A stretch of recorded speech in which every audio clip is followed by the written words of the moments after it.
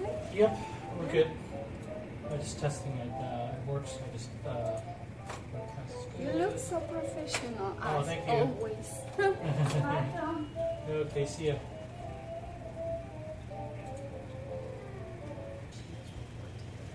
I wasn't planning on the questions. If you want this information out, that's the thing you tried to do. Yeah, I think we should do it tomorrow. Jim, do we have pizza? We do, we have Your, footage. your nuts heel. And we have artichoke frittata. You brought both, you brought the frittata too? I did. Oh, good. That was good.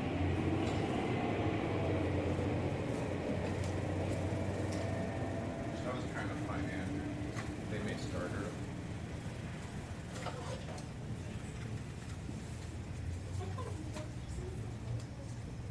I can't be here tomorrow. Oh, yeah.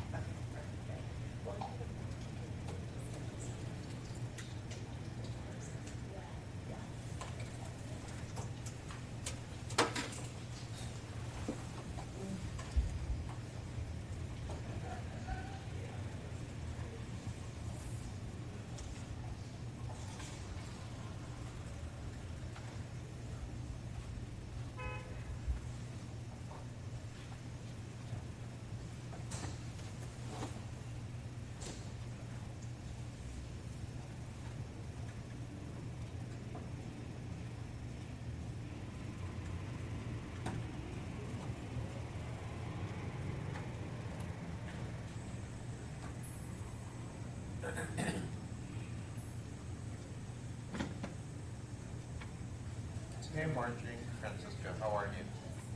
So your quote the DJ I made some copies of. What's that? So your quote the DJ? Directions to. Oh. Well, when, No, I I think I printed some. Can you go check? And if I did, you'll probably have the copy or.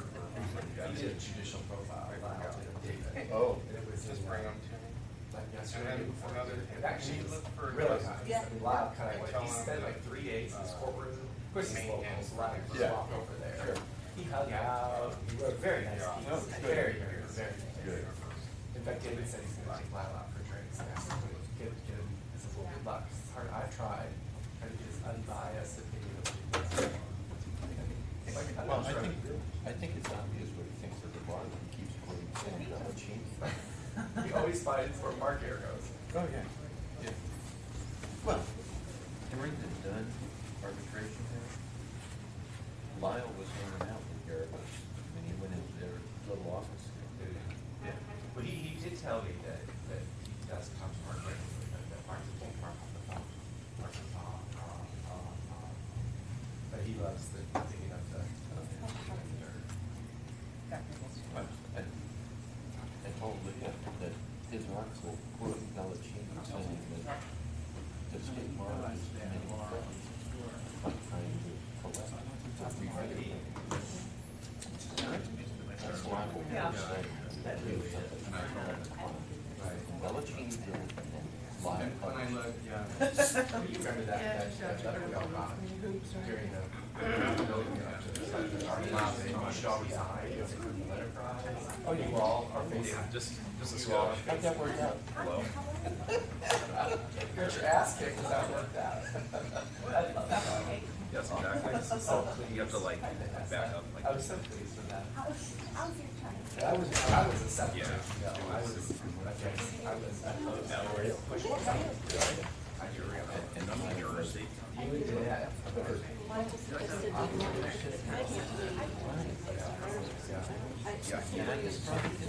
guess it was probably easier because I wasn't here.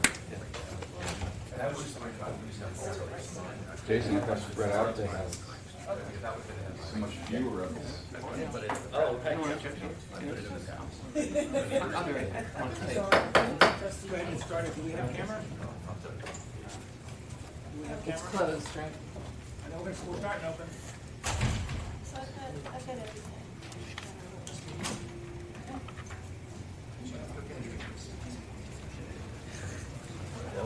We had to walk.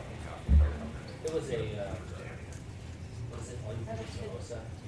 bottomless. Yeah, so, yeah. That works, guys. A double entendre there, but no. As long as our commission members are Oh, yeah. kind of need that. Just waiting on technical support. Okay, we're on. Good morning, everyone. Welcome to the Executive Committee meeting. I would like to start by welcoming Halen Chen, who has joined us in person for the first time. Many of us met her before her appointment, and we've heard her electronically, but this is the first time she's been able to be with us in person. So welcome, Halen. Is your microphone? It is not. So again, good morning, welcome to the Executive Committee meeting, and I want to welcome Halen Chen, our new trustee, who some of us have only met electronically until today. Welcome. We have a relatively short agenda today. We only need to do about 15 minutes in closed session. For the convenience of the public who are listening in, I'd like to do the open session items first, then we'll adjourn into closed session so the public can know when to come back for the next meeting, which is a joint meeting of programs and the Access Commission. So with that, will you call the roll? Jim Fox, Here. Renee LeBron, Jason Lee, Here. Joanna Mendoza, Here. Brandon Stallings, Here. Todd Stevens, Here. and Mr. Colantana Tuna is here. I see no one in the room who would like to comment from the public. Is there anyone on the telephone who would like to comment from the public? Seeing none, we will turn to our open business, that was item 3A, and I think Donna's presenting this one. Yes, thank you. With this item, I'm bringing back to you all recommendations from the Governance in the Public Interest Task Force 2017 report. Specifically, we are addressing the timeline for the sub-entity review, which is contained in Appendix I of the Governance in the Public Interest Task Force report. Also, a slight modification of the board liaison policy, as well as recommending cleanup to 2 tabs in the board book. Following along in that order that I just laid them out, starting with the sub-entity review, the Governance in the Public Interest Task Force posed questions for discussion and consideration about many of the remaining sub-entities. Questions included scope, composition, level of board engagement and oversight, whether the distribution of tasks between the sub-entities and the State Bar staff allowed the sub-entities to focus on the important policy work, i.e. are there more ministerial work that could be properly assigned to staff as opposed to the committee itself. The sub-entities that were at issue in the Appendix I review all fall under the purview of the Regulation and Discipline Committee as well as the Programs Committee. Each of those committees have included this review of these sub-entities on their work plans for their board year, which they'll be discussing later today. To keep the momentum and ensure implementation of these important Governance and Public Interest Task Force recommendations, staff is recommending that the board seek to have these reviews completed before the end of the board year, specifically by August 31st, 2018. The next issue in the agenda item, relatedly, deals with the task force recommendations surrounding the board liaison policy. And consistent with the new board committee structure that has been put in place that focuses on board committees being more engaged in their oversight functions of the sub-entities, the task force recommended revising the practice of routinely appointing board liaisons to subcommittees. And the task force felt it was unnecessary under this new structure and could have the effect of interfering with the responsibilities of the board committees. Staff recognizes the importance of maintaining some discretion in the board president or chair, will be renamed after January. So staff recommends that we not eliminate the board liaison policy, but rather tighten up the language in the board book to continue to provide discretion to the board president, to appoint liaisons as needed in the discretion of the board president, to do so in consultation with the board committee chair, and also to clarify that the board committee chair may recommend to the board president the need for an appointment of a liaison of specific to specific sub-entities under the purview of that board committee. The remainder of the agenda item in front of you is some cleanup to the to tab 1.1 and tab 2.4 of the board book, addressing the board liaison policy. Also, just some cleanup, sort of technical cleanup, as well as inserting the mission statement that was adopted by the board in July. With that, I'll take any questions. Any questions for staff on this item? May I have a motion? Second. Moved by Stevens, seconded by Stallings. Is there any need for further discussion? May I substitute the roll call? Thank you very much. On to our next item. And this one is to be introduced also by Donna. So this one is also following up on recommendations of the Governance and the Public Interest Task Force 2017 report. This one is relating specifically to the structure and functioning of the Board of Trustees. The two items for your consideration in this item are adoption of a trustee skills matrix and study of the board vacancy issues. The task force had recommended the use of a trustee skills matrix to highlight the experience and expertise of the board and help identify areas where the board might benefit from the appointment of trustees with different skill sets than we currently have. The matrix that's attached to this agenda item builds on the draft matrix that was included in the task force report. It is necessarily a living document and should be updated regularly and used by the board and shared with other appointing authorities. There are, in fact, a few current updates that are required to the matrix. First, we did not have an opportunity to interview Mr. Fox, so his information is not included. Mr. Stallings' geographic location is listed incorrectly. We take it though, yeah. I wish I lived in San Diego. And Ms. Mendoza's entry should indicate a check mark in law practice management, as well as noted on the matrix itself, the diversity category needs to be completed at this time. So staff recommends that this committee adopt the trustee skills matrix and direct staff to provide the necessary updates as time goes on. So we're adopting the form, we're adopting the tool. Yes. We're expressing no opinion on Mr. Fox. All of my skills are listed. For faith. Yes. Anything further, Don? Yeah, that does not look good. The second issue that is included in this report for your consideration is the issue of board vacancies. And due to the reduction of the size of the board to 13 and the increased responsibilities that have been placed on board members, it's important to do everything that we can to ensure that we don't have positions remaining vacant for significant periods of time. We hope that the problem of prolonged vacancies will not continue long into the future as a result of some statutory changes that allow appointing authorities to fill the vacancy at the time of the vacancy and not wait until the start of the next board year. But nonetheless, again, because of the increased responsibilities that have been put on board members, the task force recommended that the board vacancy issue be studied further. And so we are recommending that this committee develop approaches to develop that issue. And just And to address that issue. Just one comment on vacancies before I ask your questions of Donna. There are obviously 4 appointing authorities, the 2 branches, the legislature, the governor, and the court. There are 2 kinds of appointees. There are lawyers and those who have been, that are will, and don't want to be lawyers. And public members, we have, I think, as a community, done a pretty good job of drumming up a supply of nominees to the governor and the 2 houses, and they will, in their deliberations, eventually fill those seats. We should continue that effort. So if you run into folks who are not lawyers who would care to spend their time serving California in this way, you might encourage them to apply to all 3 appointing authorities. I also think it's useful in all of your travels in the legal culture that we're in to make sure people know what lawyers' vacancies are coming up next year, so that people can consider them and get their names in. Unless I'm incorrect, there are 3 next year.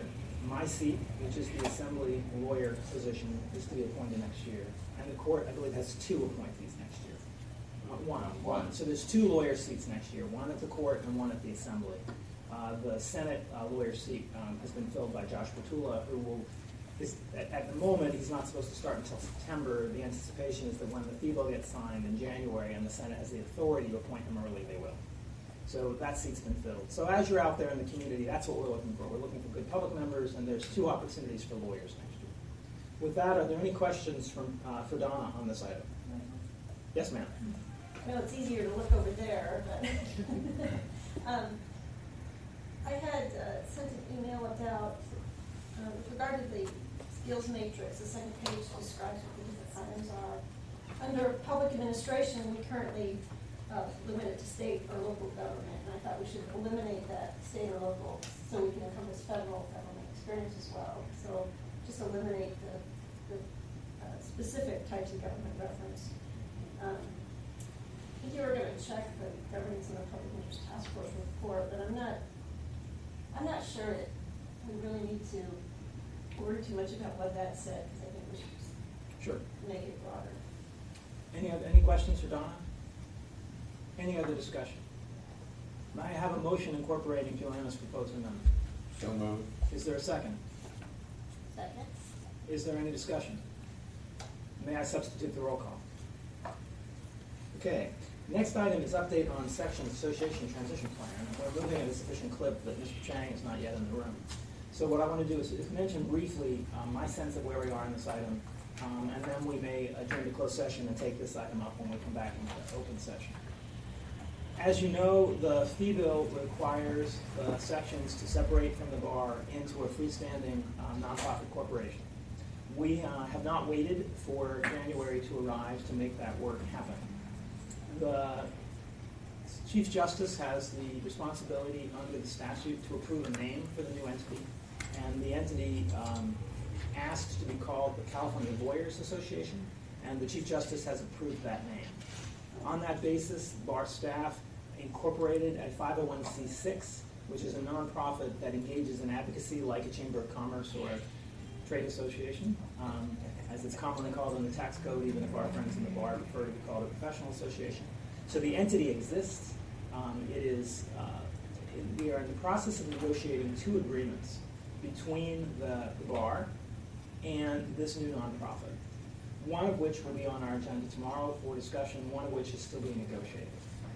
The first contract is an MOU between the bar and the California Lawyers Association, which I think we will soon affectionately start calling the CLA, that affords them the service of collecting their fees on our fee statement in exchange for their agreement to do those things that the legislature has articulated as conditions precedent to our providing that service. Things like providing low-cost CLE, support for our work in supporting the work of the legislature and the courts, and the like. So that MOU will be coming forward, fairly straightforward, not a lot to negotiate there. The second agreement, which will be coming forward, is an agreement by which the bar will lease space and staff to the CLA in its startup phase. So there won't be an abrupt breach. They will still use the same staff that they've used in the past. They'll have access to our offices and facilities. And from my perspective, they can continue to purchase those services from us as long as it makes sense to them to do so. I have an inkling that they'll want to be independent when they can, and there are costs for them to save. It is a budget challenge for us to lose the sections. All of the wailing and gnashing of teeth that we've heard over the years about the section allocation of overhead, they're going to get a zero allocation of overhead once they're no longer leasing staff and facilities from us, and we're going to have to absorb those costs without them. Similarly, we're losing the affinity revenues that are going to the California Bar Foundation, and you will understand the import of these things when you see our budget tomorrow.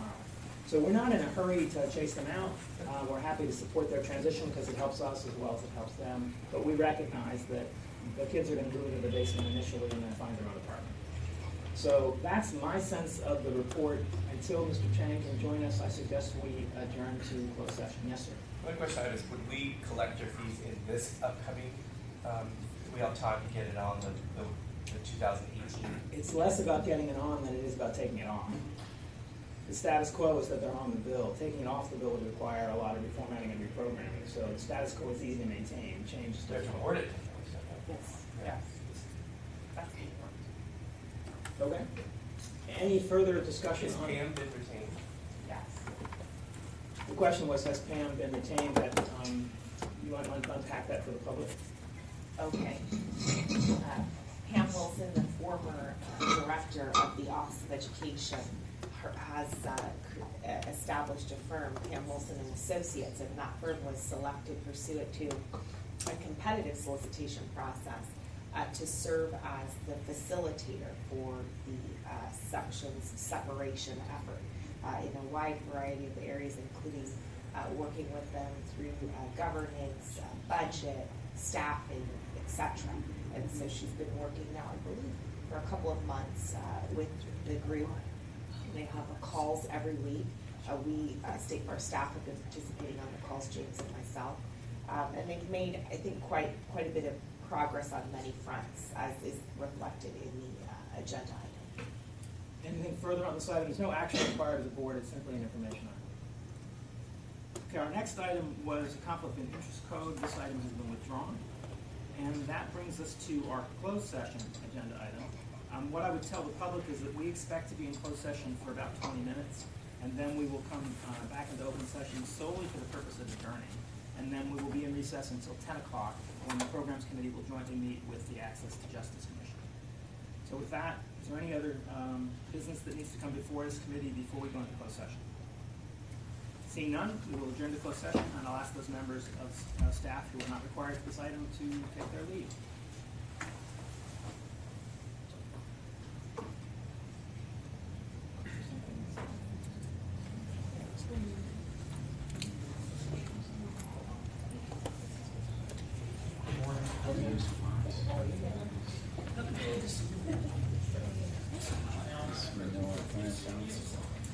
Yeah, who's up?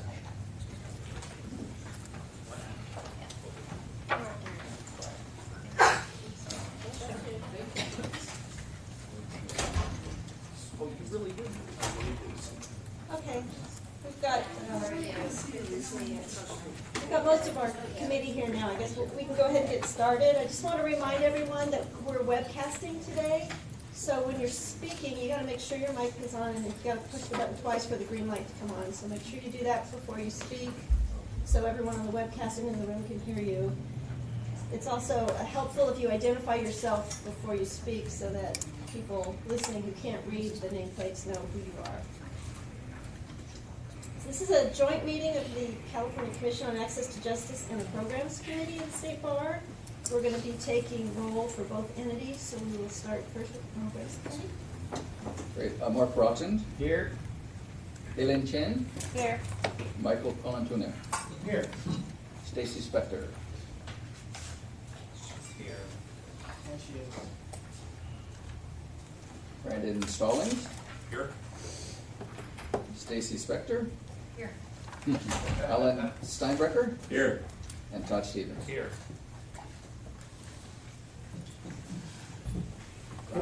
Rod Fong, staff for the California Commission on Access to Justice. I'll take roll of our commissioners. And this is the executive committee of the commission. Judge Mark Uhas. Here. Catherine Blakemore. Here. Janice Hirohama. Here. Judge Lisa Jastel. Here. Deborah Moss-West, who's not here. Justice Maria Rivera, who's not present. And Justice Ronald Roby, who is not present. Thank you. Before we move on to the rest of the agenda, I wanted to call out for public comment if anyone is here that would like to make a public comment on the agenda. Anyone on the telephone? Hearing none, we'll move on. I want to welcome everyone here today that's participating. We're looking forward to this opportunity to work with the commission and hear about what you do, and the discussion about our mutual mission of making significant improvements in the administration of justice. The creation of the California Commission on Access to Justice was recommended in the State Bar's 1996 report called And Justice for All, and established by the then Board of Governors in 1997 to pursue long-term fundamental improvements in our civil justice system so that it is truly accessible for all, regardless of income, geography, language ability, or other factors. As part of our role as the new bar, we want to identify ways we can integrate the sub-entities' work with the work of the board and staff. We are meeting with all of our sub-entities to learn more about their goals and objectives, projects, and challenges. With the Access Commission, we hope to find ways that we can work together to close the justice gap. Thank you all for being here today. We have no items on the consent agenda, so we'll move on to business. Judge Uhas? Very good. So thank you for getting this joint meeting together. I think we're all hopeful. Larry, hi. Technology, it's fantastic. I think we're all hopeful that the dialogue that will happen today is going to be useful for both the Commission and for the Board of Trustees. I want to start off just a little bit by giving a little bit of a background. Rod was kind enough to provide all of us with some materials.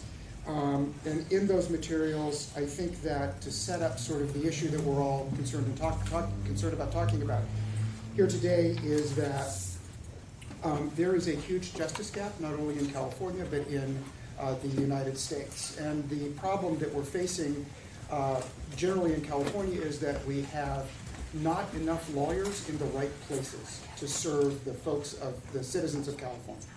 And so I think that we all have a common interest in making sure that that we serve those citizens that have entrusted the legal system to us, not only the judiciary, but also in the bar as well. I also would like to point out, and Janice is going to talk about this a little bit more here in a moment, but from the Commission standpoint, we're made up of not only Board of Trustee appointments from the State Bar, but we're made up of appointments from all sorts of different parts of the California community. Council of Churches, the League of Women Voters, I apologize, the Better Business Bureau, businesses, that sort of thing. And I think that what that does is give the Commission an ability to look community-wide, and I'm using that phrase community in its broadest definition, but it gives us the opportunity to look community-wide at issues of access to justice and service to the communities that we serve in the justice branch. I think that we can all agree that legal services are underfunded, that there are simply not enough dollars that are going into legal services. There aren't enough lawyers that serve indigent Californians. While the statistics currently are there's one lawyer for every 210 Californians, there's only one legal aid lawyer for every indigent Californian. I'm sorry, there's one legal aid lawyer for every 7,300 indigent Californians. Given the fact that we just finished, I might add, I'm from Los Angeles, a somewhat disappointing baseball season. However, having said that, if my math is correct, I don't think that we could field an entire baseball game if you filled Candlestick Park or AT&T Center with indigent Californians and tried to put legal aid lawyers as the baseball team. We wouldn't have, with that ratio, you couldn't play a baseball game. And I think that's truly a sad state of affairs for California.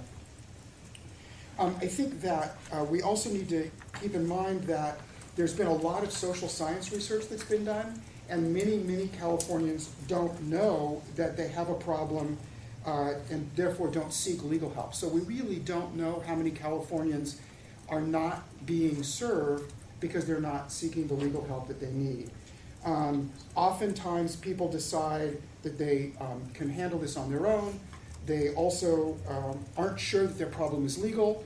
I think particularly uncomfortable, at least to me, is that many folks answer questions about whether they have legal problems that their situation in life is the will of God and is not really, can't be solved from a legal standpoint, which I think all of us in this room certainly know is not necessarily so.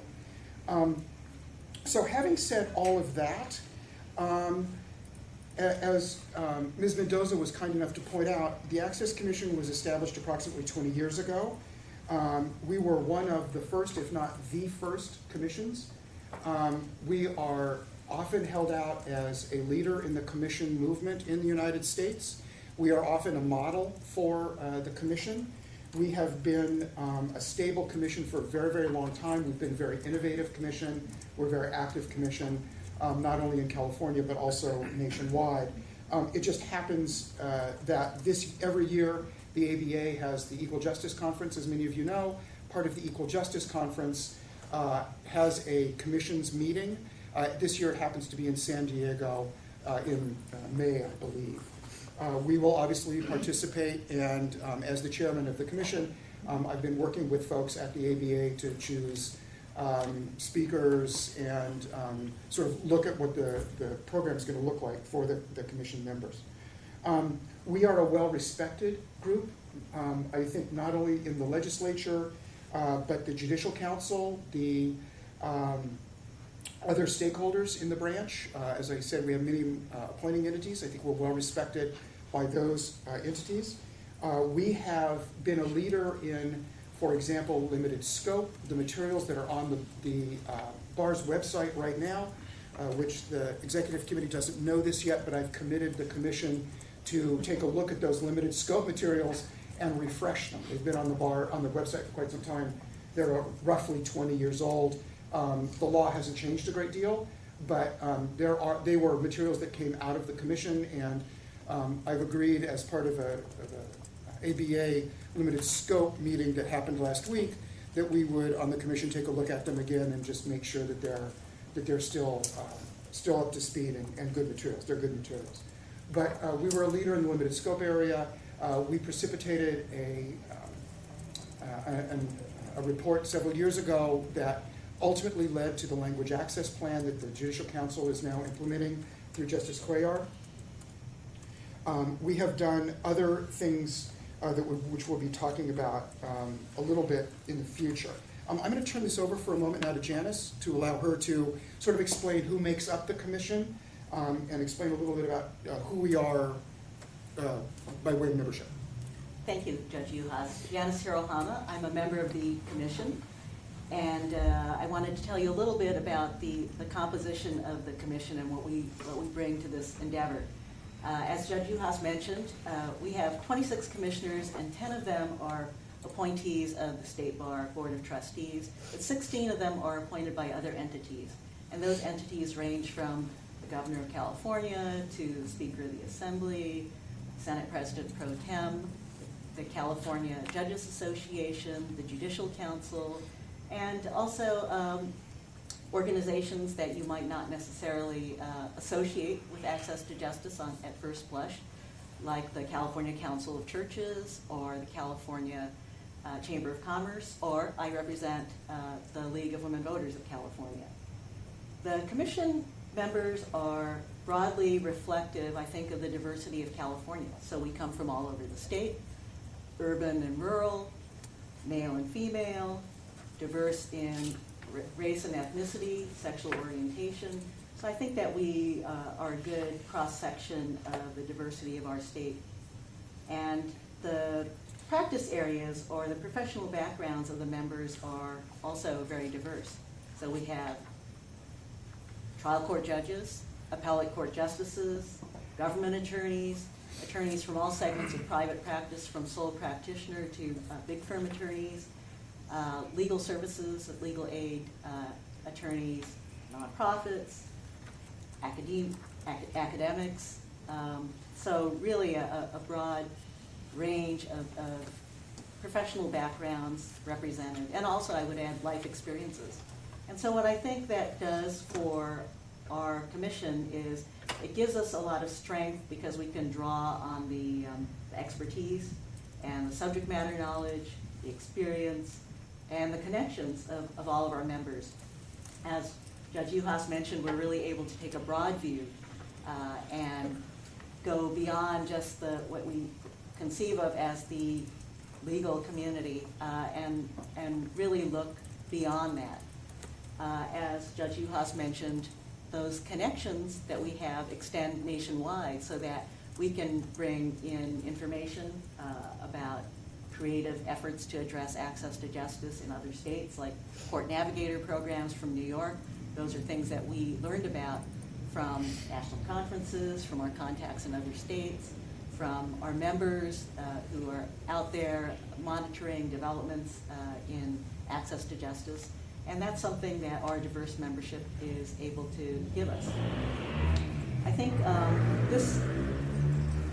the membership of the commission being so diverse really gives us the opportunity to better address the magnitude and the complexity of barriers to equal access and the challenges that result from that in implementing solutions. I think that we have all this experience, all this knowledge, people from all over the place who really can contribute to our discussions and our planning.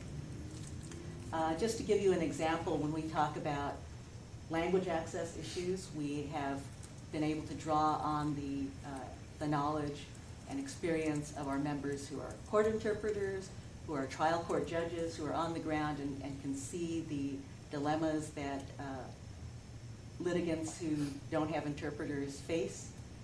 We have legal aid, legal services providers who see the problems that are faced by people in the community. We have members of nonprofits who serve immigrant communities. And so all of those people are bringing a wealth of expertise, experience, connections that help us do our work better, help us be more creative, help us monitor what's going on out there too, so that when we see new developments, new problems coming down the pike, that we are prepared to address those. On page 30, thank you, Janice. On page 34 and through 30, I apologize, 34 through 37 is the roster of the members. I'd like to highlight a couple. Catherine Blakemore, the vice chair, was the recent Lauren Miller, recipient of the Lauren Miller Award from the State Bar. Justice Liu on the Supreme Court is a member and a very active member. When Catherine talks a bit about the incubators, I think the fact that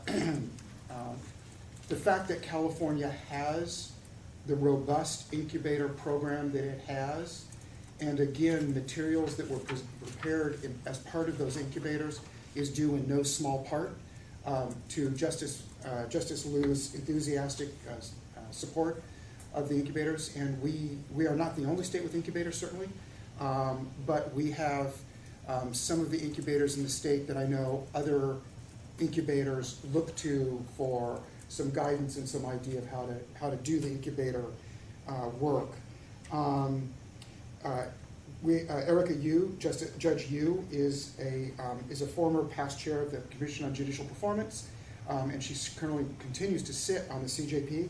And Judge Jim Herman from Santa Barbara is a past president of the California Judges Association, and indeed a past president of the California Bar Association. So many of the commissioners, as Janice pointed out, come from various walks of life, various life experiences, but also are active participants in other parts of the judicial branch and other parts of the California legal experience. So having said that, Catherine, can you talk a little bit about what the commission has done in the past? I sure can. And I'm going to frame this both of the discussion about what we've done in the past and the work we're doing now around a strategic plan. We viewed this as a real opportunity to step back and say, what does the commission want to accomplish on access to justice? And many of the ideas are things that we've worked on in the past with some new focus to that. So hopefully at the next commission meeting, which is in December, the full commission will have a chance to embrace the strategic plan the executive committee has been putting together. We've undertaken this work because both we felt it was important to energize the commission and focus our activities. Part of the issues we want to make sure is that we're responsive to the bar's need to ensure that we have a focus and that we're using the staff resources wisely. So we're focusing on 4 broad goals that we'll be working on. And we've also, at the bar's request, folded in Scuttles, which was the Standing Committee on the Delivery of Legal Services, into the commission work. And so as we did that sort of merger of these 2 entities, it became clear that it was important to think about, well, what was Scuttles working on, what parts of that fit within what the Access Commission should be doing. So I view this as how do we have a shared responsibility for access to justice? I'm really thrilled with the bar's focus in its mission statement on having a focus on access. And I hope after we talk about what we're working on, that we can engage in a discussion about how might the work that the bar, and this committee in particular, envisions on access and what the Access Commission is doing. How can we sort of combine some resources and work on things together? Because there is, from my experience, lots of power in collaborations around this. It's a longstanding problem, as has been mentioned, and one that will require considerable effort going forward to be able to address. So with that, we are focused in the following areas. Ensure that Californians have access to courts and administrative agencies, the adequacy of legal services, increasing pro bono activities, and expanding knowledge and trust in the judicial system. So those are the 4 broad goals that we're going to be focusing on over the next few years. So when we speak about access to courts and administrative agencies, we have worked on and will continue to work on support and promoting adequate resources for the courts. We all remember not too long ago, although it's approaching a decade, of the economic recession where courts funding was really cut. And in those times, we not only looked at ways to support the court's efforts for adequate funding, but also came up with a set of principles of ensuring that as courts were making those very difficult funding decisions, that access for the court users was kept in the forefront. Because as we know, there were many courts that were closing courthouses, making it difficult for low and modest means individuals to be able to access court. So we have a set of sort of access principles to the court. As Judge Uhas indicated, we've also done a number of reports, one of which was about language access to the court. So I brought a copy of this publication. I'll just send it around so you can kind of get a sense of what the reports are about. It starts with a description always of what is the current state of things in this particular area, explaining what the law says, and then coming up with a series of recommendations from the Access Commission's point of view. And as was noted, this report then became something that the Access Commission's report became something that the Judicial Council and others relied on when it was drafting its language access plan. And we continue to monitor the work that that's being done to make sure that it's being implemented in a way that makes sense. And several of the members of the commission are people that are actively involved in that, including Justice Rivera, who chaired the courts committee on language access.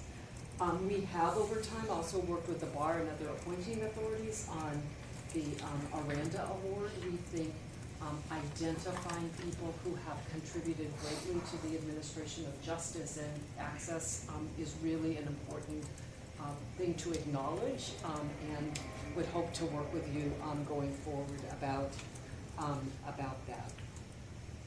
The second goal that I mentioned was ensuring adequacy of legal services for low-income and moderate means individuals.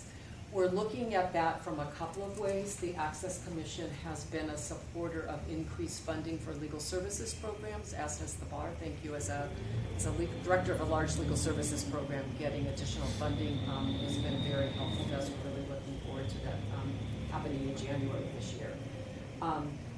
But we also don't just focus on low-income people, but also looking at modest means people. Most legal services programs by statute and by bar rule serve individuals that are 125% of poverty level, which is a very low income threshold in California, about $30,000 a year for a family of 4.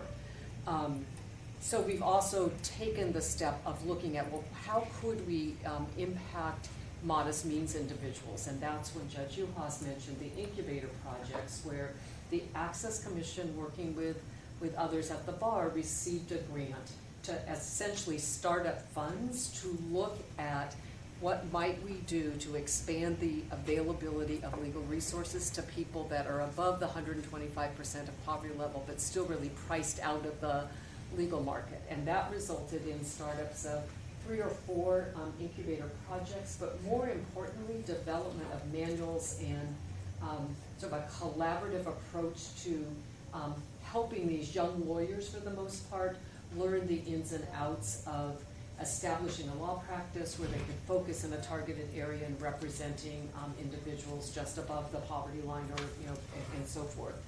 We were able to access PLI programs that they could participate in free of charge, so that they really got a good footing from the very outset. And as Judge Uhas mentioned, we continue to look at how those incubators are doing and ways that the commission can continue to support those.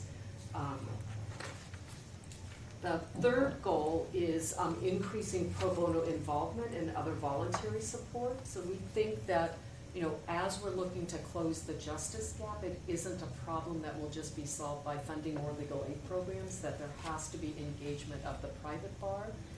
Many legal services programs like mine are very fortunate to have pro bono lawyers who are involved in the litigation that we're doing to protect people's rights. Other programs benefit from holding clinics where pro bono lawyers volunteer their time.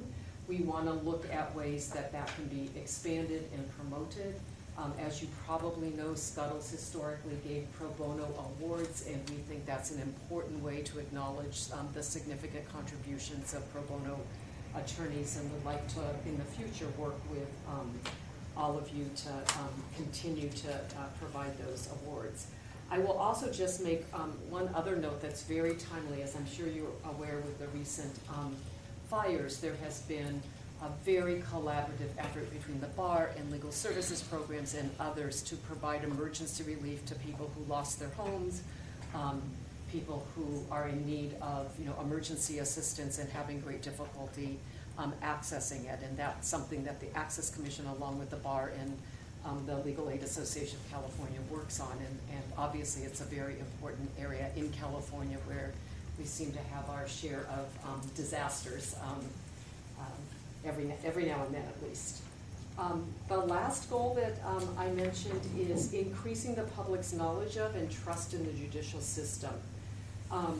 One of the things we know is that in some communities there is not only a lack of access to lawyers and a lack of access to courts, but very serious concerns about whether people should access the justice systems, concerns about immigration status, concerns about other issues that may just make them look at the justice system differently, whether that's a language barrier or coming from a country where the concept of due process doesn't exactly resonate in the culture of their country.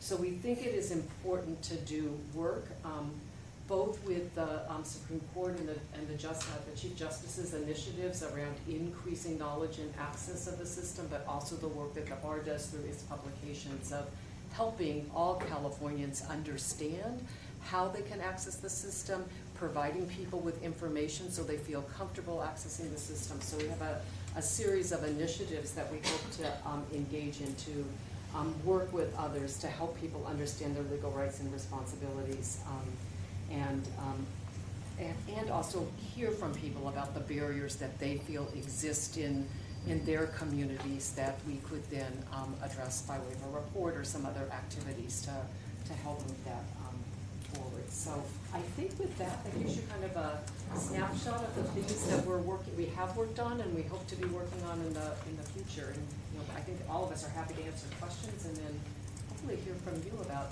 all of the plans the bar may have on this important topic. If I can highlight a couple of others as well.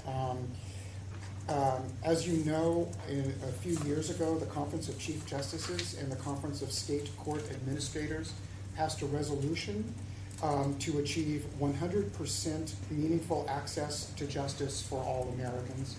The Public Welfare Foundation granted some money. We, on behalf of the Chief Justice and the Commission, we sought a grant. We're not given a grant. Other states were. However, the issue of 100% access to justice is something that the chief in California is quite concerned about and is quite interested in. And I think that we are continuing to work on issues around that, even though we didn't receive a grant to assist us in doing that.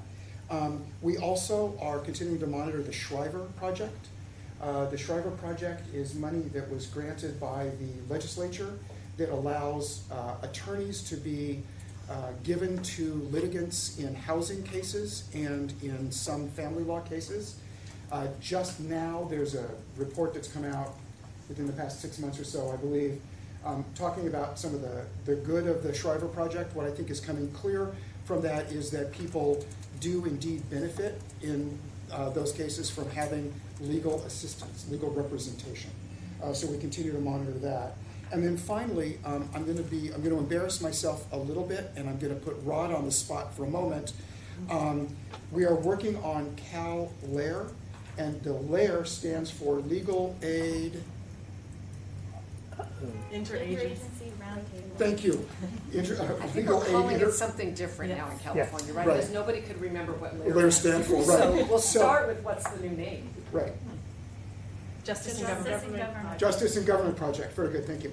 And what that is that's going to administrative agencies that have money that's directed towards solving certain problems and making those administrative agencies understand that they can solve those problems by providing funding to legal aid, because those legal aid attorneys can assist people with housing problems, with medical problems, can address their legal problems, which will then help solve some of the problems that the administrative agency is trying to solve with its money. So we are working with folks nationwide and locally on that to get those programs off the ground as well. And so I think, having said all of that, I think that a collaboration between the bar and the commission certainly falls, as Catherine said, certainly falls within the State Bar mission statement of promoting efforts for greater access to and inclusion in the legal system. And it also, with the strategic plan goals, number 4, supporting access to justice for all California residents and improvements to the state justice system, including supporting increased funding and enhanced outcome measures for legal services, as well as study and implement improved programmatic approaches to increasing access to justice. So I think that what we do falls squarely within the mission and the goals, and I agree with what Catherine said. So I think the reason we're here is to collaborate and to find out how we can inform what the Board of Trustees, and specifically the Program Committee, has in mind by way of access to justice, and how can we sort of help you, and how can we support you, and then by the same token, the resources that the bar has, how can you support what the Access Commission is trying to accomplish as well. So having said that, I think I would turn the floor, if you will, over to you. Does anybody want to start with any questions or comments? Todd and then Brandon? What was what collectively, what was California able to do in the recent fires? Do you think that was done well, or could you, I mean, I know we're not too far away from it, but what do you think was done well, and what do you think wasn't done well in the response to the recent fires? So I think the staff is going to have, the staff that supports the Access Commission, but other legal services program will have a better sense of it. But what I'm going to start by saying, and then hopefully they'll chime in, is a number of years ago, the bar and legal services agencies and pro bono partners recognized the need to have a disaster response plan in place.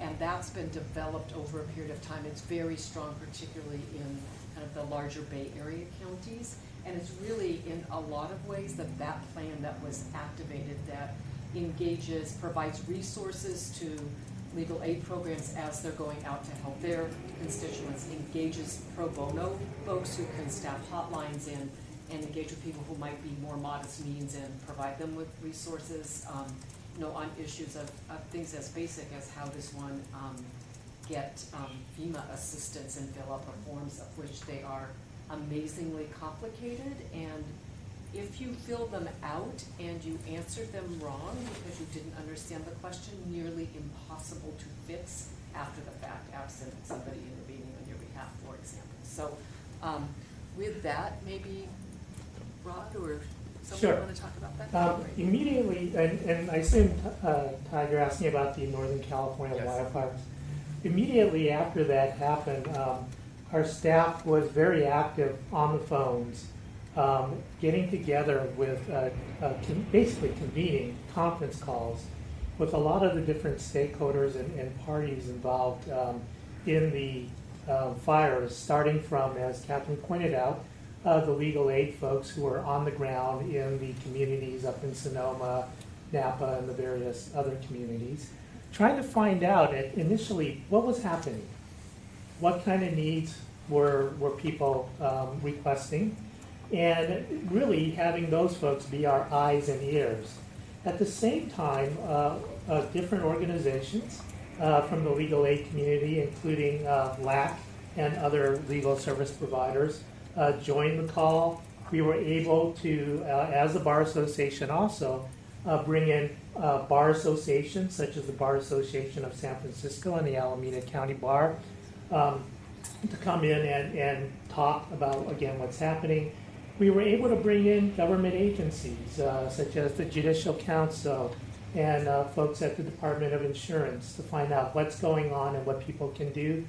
Also, the ABA, Young Lawyers Division, was very active in this, as they are typically with a lot of disasters across the country, bringing them in. And eventually more people started joining the conversation. Essentially, there was a phone call at 9:30 every morning during the next 2 weeks to, again, collaborate on different levels of what was going on. So that was one thing that we did. We were able quickly, and I think Catherine mentioned this, very quickly to set up a hotline for people to call in with legal questions. And there were 3 hotlines actually set up. One was up in Sonoma, I think one was in Napa, and then we set up one just generally. And we worked with the Bar Association of San Francisco, set up a hotline, and put the call out to California attorneys to respond. We got really good response. Within the first week, I think we had over 200 people, and as of now, we have over 400 people willing to staff these hotlines. And staff was also very instrumental in getting the logistics down, working with the Bar Association of San Francisco, setting out times and having supervisors there. One of the things that also happened is one of our commissioners is a court interpreter, and we asked if she could get her colleagues together to possibly also respond to the call so that we could have interpreters at the call centers. Initially, the call centers, the number of calls were small, but it's grown, and we are getting a lot of calls. Initially, you're looking at the triage stage where people are just trying to figure out what's going on. And now we're really getting into a stage where people are thinking, what can I do now? What kind of things do I need?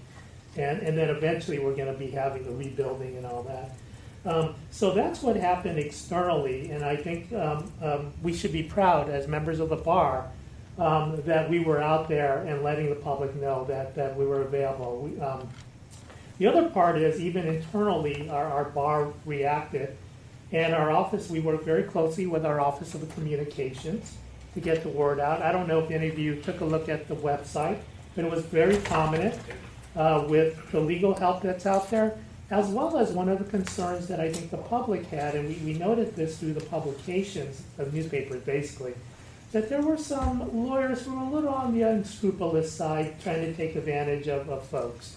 And so, again, communications had some fraud alerts that were posted. Also, we're actually in the process of getting flyers. One of the things we learned, by the way, was that cell phone towers were knocked out, and people weren't necessarily having access to their cell phones when we thought, oh, great, they could go online and get this information. And so, as a result, we're trying to get flyers out there to the folks, handed out by legal aid and other folks, and translated in Spanish and in Chinese, so that, again, we can help the public. Internally, besides working with our communications office to get the word out, And also our communications office was very responsive and also contacting or using their contacts with the local media to also help get the word out. But a lot of it, of course, was done on the website. We also worked with our trial counsel office to try to see what we can do with the attorneys who are unfortunately the unscrupulous ones, trying to let the public know that, the ways of how they can determine whether these attorneys, one, are actually registered attorneys. We actually heard a story from the front line where there was a person who was wearing a jacket that had attorney on the back, kind of like FBI or whatever. Red Cross. And yeah, exactly, and giving out cards to people. I don't think that was an attorney. It was probably someone contracted with an attorney.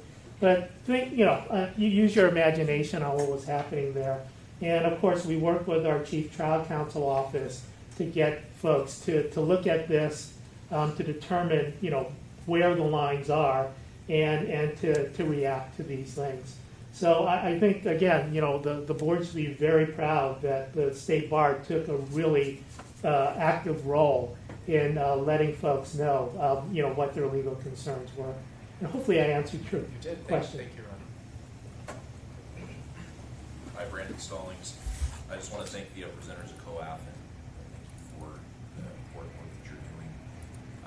Also, really excited to continue to partner with COAF and working through some of these issues. And Judge Uhas, I really appreciated the simplicity of the issue that you see, and that really it simply comes down to there's not enough lawyers in the right places. And coming from a rural county, Kern County, I've definitely had a lot of contact with young lawyers who want to build up their community, but they simply can't because of enormous student debt. And the way that I see the issue is that enormous student debt drives young lawyers from rural counties where they'd really like to serve to larger jurisdictions to seek high-paying jobs so they can actually live within their means while supporting, sometimes $2,000 a month in student loans. So I've seen attorneys who, work for legal aid offices and maybe can only earn maybe $50,000 a year. And most of that is gobbled up by that massive student debt. So has COAF studied the average amount of student debt that lawyers in California hold? I don't think we've officially studied that. I want to do one little diversion with what you said. We have done a report on access to justice in rural areas that I neglected to mention, and we're in the process of updating that report because from our perspective, exactly the issues that you said, if you say there aren't enough attorneys in the right place, it is particularly acute in rural areas in California. We're at my office is actually a statewide office, and we have a small two-person office serving people with intellectual and developmental disabilities actually in Bakersfield. So I have to even see how we might work together. But we're one of a very few number of people helping indigent folks in California in those rural areas along the CRLA. So it's a very significant problem, and I appreciate you highlighting kind of the rural impact. And we'd love to get your input for the update of the rural report. Yeah, absolutely. There's no study that I'm aware of. Perhaps the bar has one. I don't. I know that the issue of lawyers in rural areas is one that's vexing in all sorts of places, not only just California. We did an incubator, for example, in Nevada County that was difficult to sustain because of the rural nature of not only the debt load, but also it's difficult sometimes to attract young lawyers to rural areas for all kinds of different reasons, which have nothing to do with debt. So, again, we're working on the rural issue is one that's quite vexing for a whole lot of folks. I apologize. The other thing that's going on is there is a convening happening sometime in November, I believe, at San Joaquin College of Law, focused specifically on rural areas that the Access Commission, I think, is attending, and that might be more, sort of a focus of us thinking about, are there specific questions that should be addressed? Should we use that as an opportunity to find out what is making it difficult for people to practice there? Is it the student debt? Is it, what are the other kinds of factors? So I'll just, we can certainly get you that information. I know Rod knows what the date of it is because it most recently came out in a little summary. It's November 17th at San Joaquin College of Law in Clovis. What's interesting, a little bit off topic, is when we were doing what I'm going to call a road show for the incubators a few years ago, we did one of them at the San Joaquin College of Law. And we thought that the Fresno Clovis area would be a good area to think about a rural incubator. Talking to the dean of the San Joaquin College of Law, she indicated that they didn't have a problem getting their students placed in that area, so they didn't really feel that they would benefit from an incubator, so it went elsewhere. So I think that it's not only is the rural issue, as I said earlier, vexing, that not only is it vexing, but I think it's also kind of spottily vexing, if you will. And certainly student loan debt is something that the commission can certainly take a look at.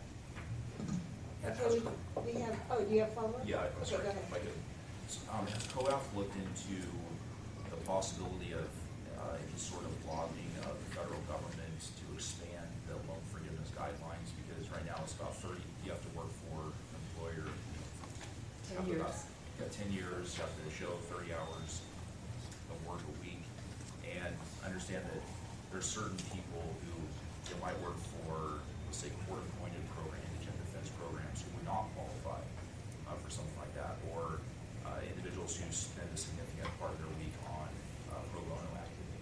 Is there any sort of talk in expanding those guidelines to give incentive for the employers? So we haven't worked on this at the federal level. There have been occasions where the California legislature has been sort of thinking about how to do this in California, where we have, historically devoted some energy. So again, I think, sort of power in numbers if the Access Commission and the State Bar could look at ways to make that program actually meaningful. As we have, in my organization, we're statewide, so we have about 235 staff statewide. About half or more of that are lawyers, and it is a challenge to recruit people, and it is.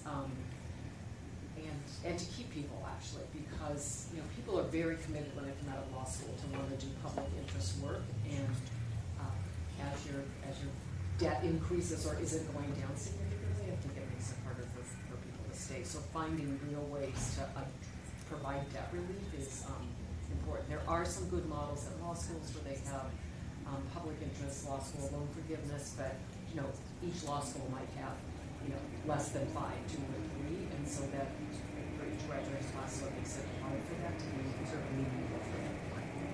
Is there a way that the partner would go out and, I guess, presenting to the various stakeholders involved in student loan forgiveness? I think that could be great. Have a convening of what are the issues, and I think it involves people from law schools to understand what are the experiences of their graduates, from legal aid providers, from just a variety of people, and to get a common understanding of what does the law currently say, and then what might be enhancements at a federal or at a state level. So it's a great idea.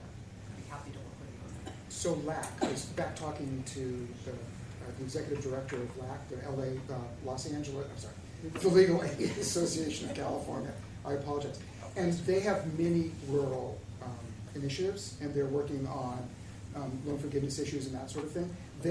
They are an active participant with the commission. So we can certainly sit down and talk to them, and they will be, actually, they're going to get in touch with you and have a sort of an offline discussion about some of these issues. And then, Madam Chair, just one more question, if I could. Access to courts, I think that's significant. Again, rural county, we've had budgetary cutbacks. At least two of our courthouses shut down. Is COAF engaged in sort of reaching out to legislative stakeholders in regards to increasing court funding and sharing the good, awesome work that you guys do?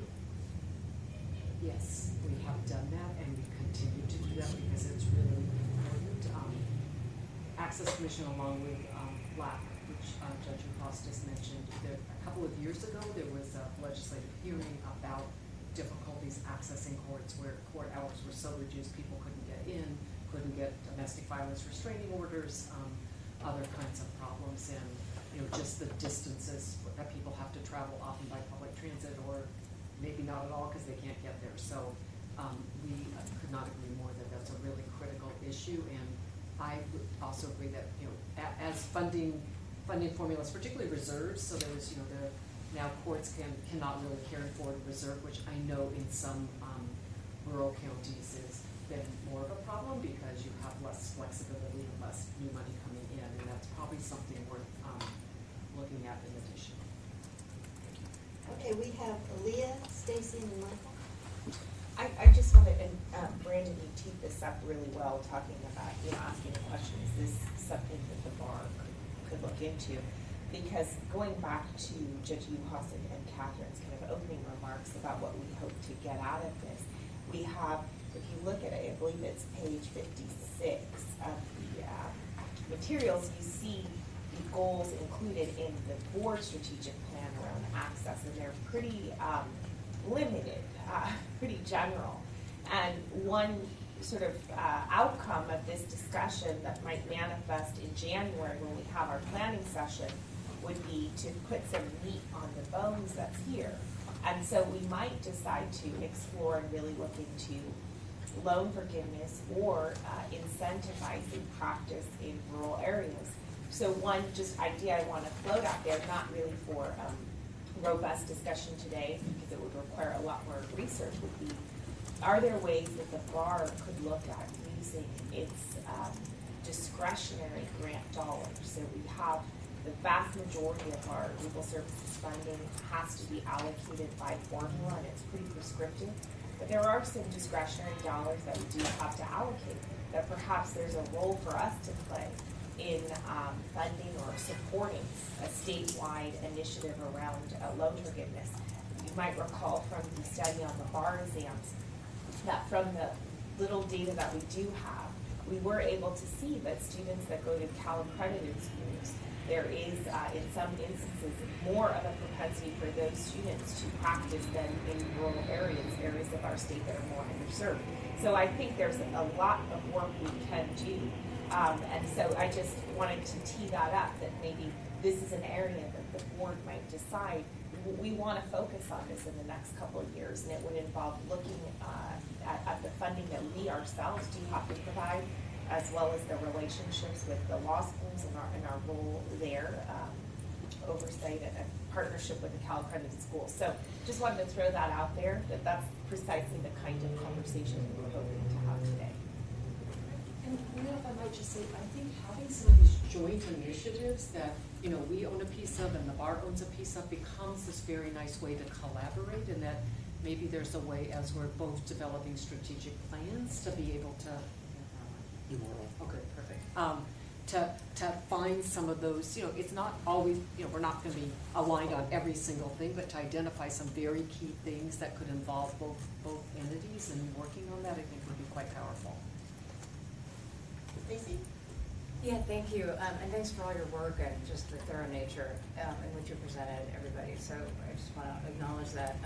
The other thing I just want to say is, or a couple things, just really focusing on the access to justice component, and I'm kind of calling back to the 30,000-foot piece of it, because I think there are some issues that aren't necessarily as solvable as quickly and all of that, and I think Brandon's done a great job of highlighting what some of those are and teasing out why they exist and why there are barriers that might not be overcome as quickly as some of us might like.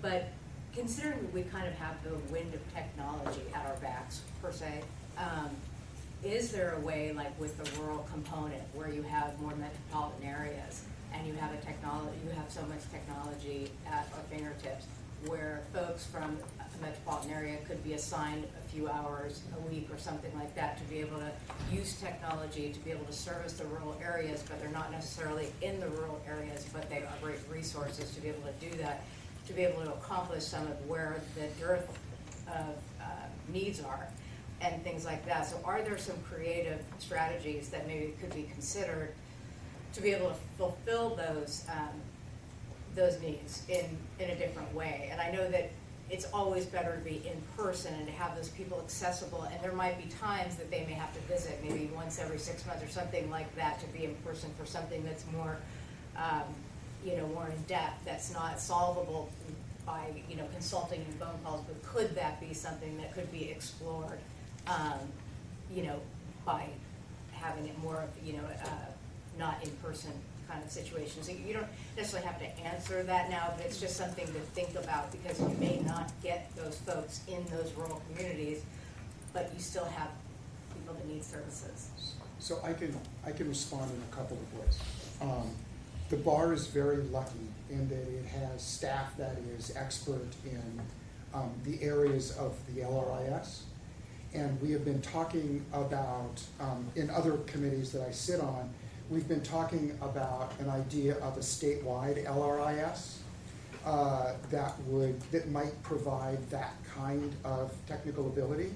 I think I will admit that I don't fully understand all of the barriers to that, but there are folks here on RUD staff that do and are working with some remarkably bright technology types that I think are working very hard to sort of overcome some of those barriers. Additionally, I don't know how prevalent it is, maybe other folks do, but I don't. I know that there are programs currently in the state where precisely what you are suggesting is happening.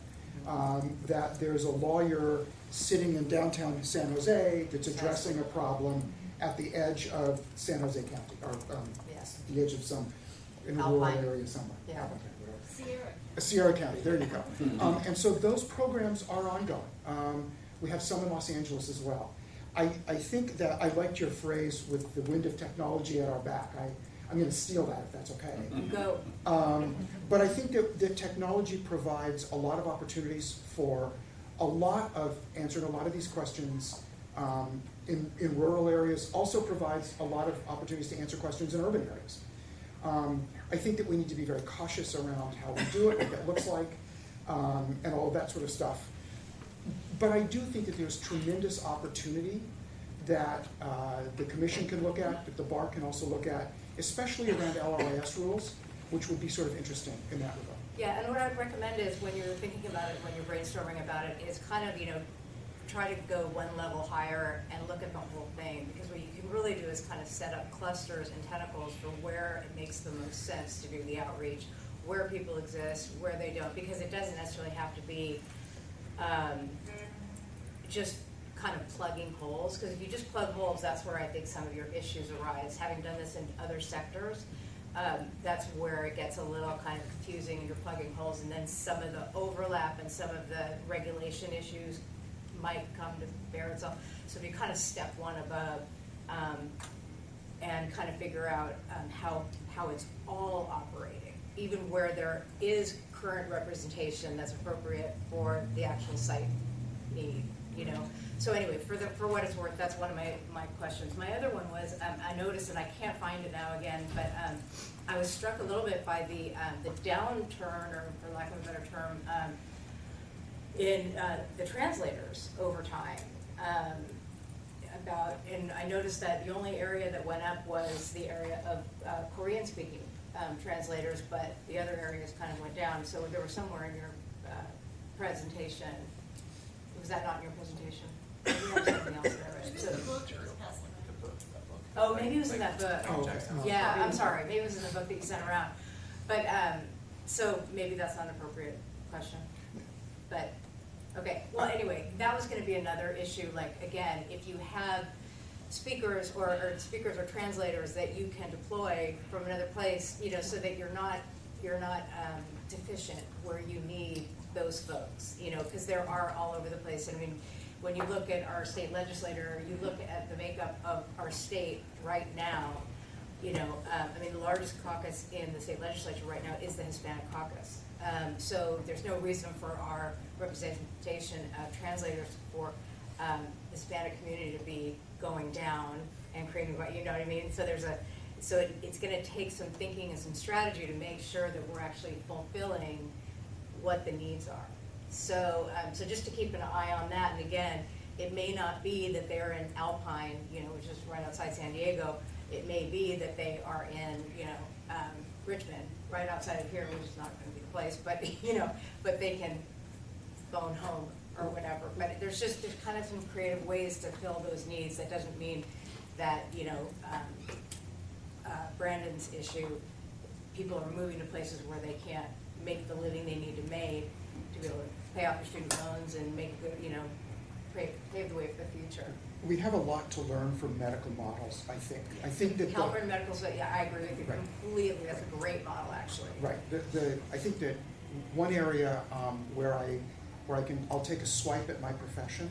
I don't think that we have been as clever at looking out at other professions and how they handle some of these issues as we probably could be. But language line comes immediately to mind. Many hospitals use that. Some courts are using language line. There are some funding and some political issues, some labor issues around that that I think have yet to be worked out.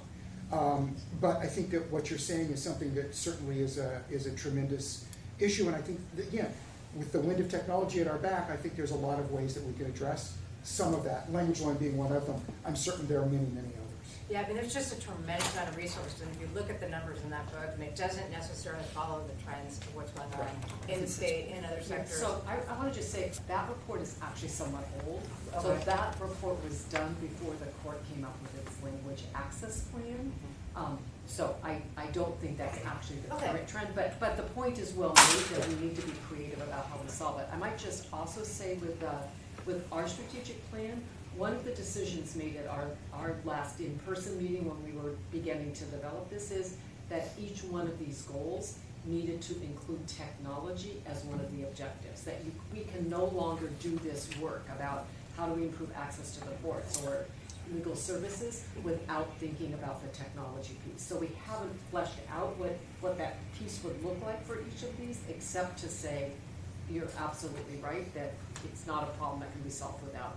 Yeah, and it's one of those things. I mean, I tend to say this to a lot of organizations that I work with. I mean, you're kind of right on time. So it's not that anything's not been done that should have been done or blah blah blah. No, you're kind of right on time, and it's where we are.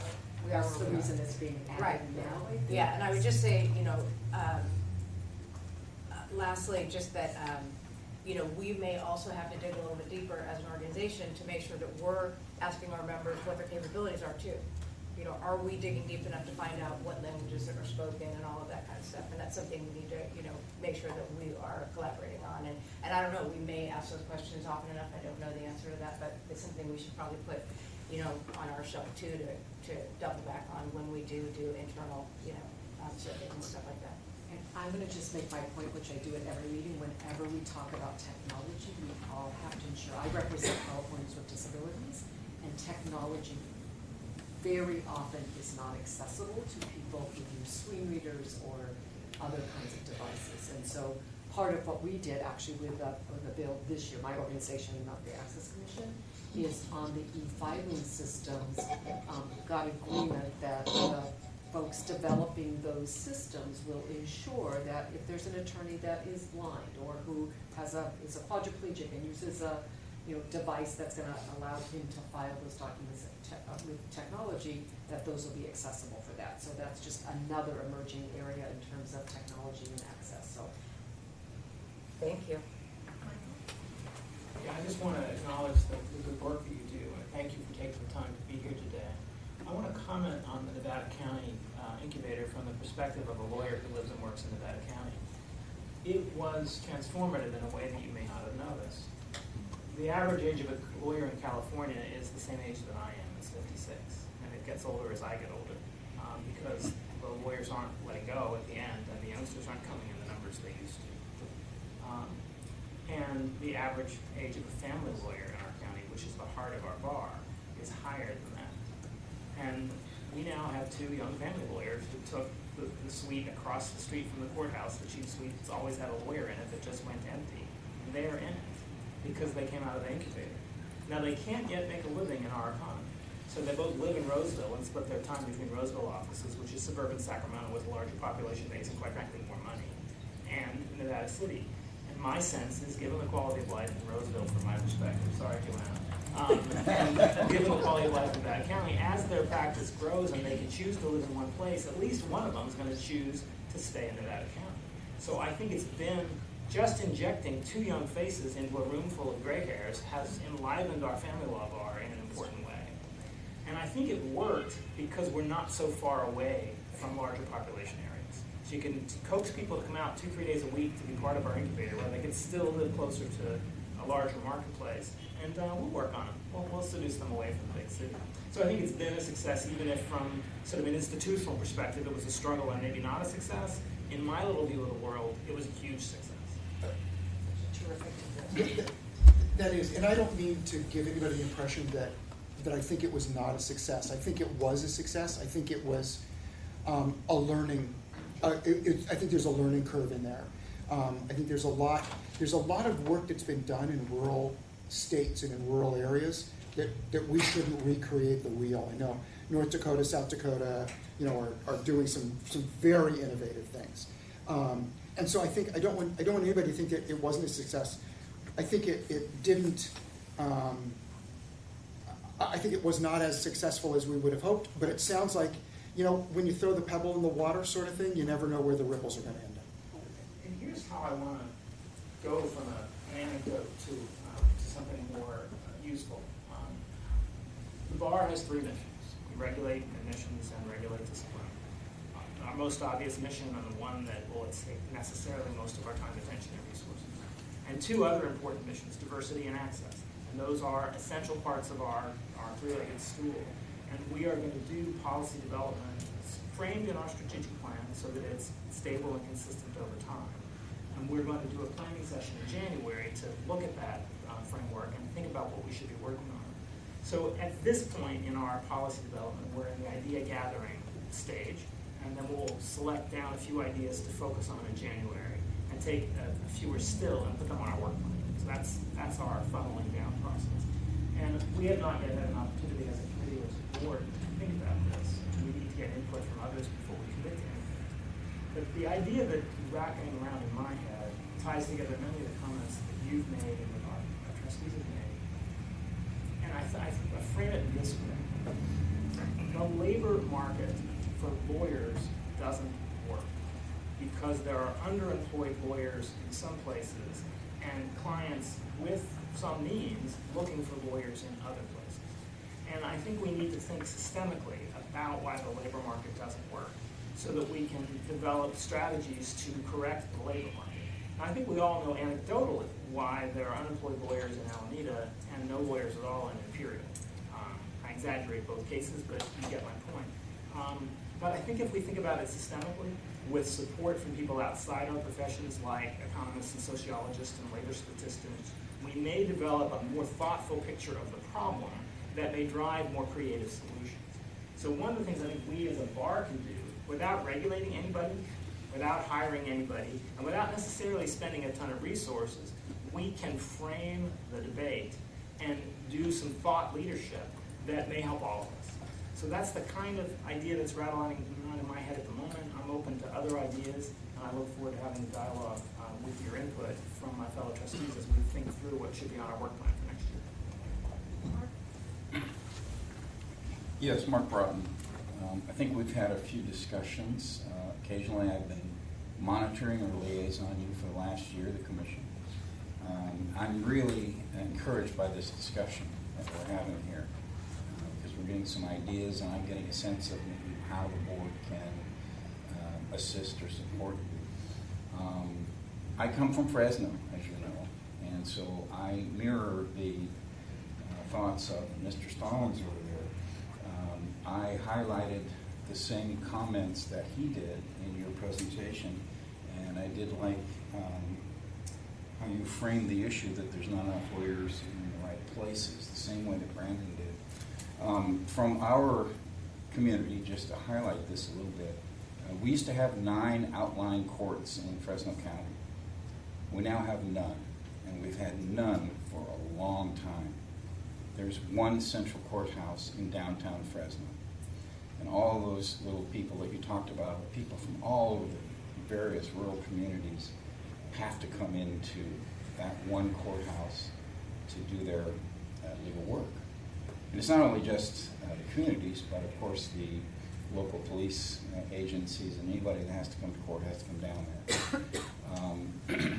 It's a major problem, and it's one that I phrase a little bit differently, that even if every single one of those people had a lawyer, they would not get access to justice because there are not enough courtrooms or facilities or judges.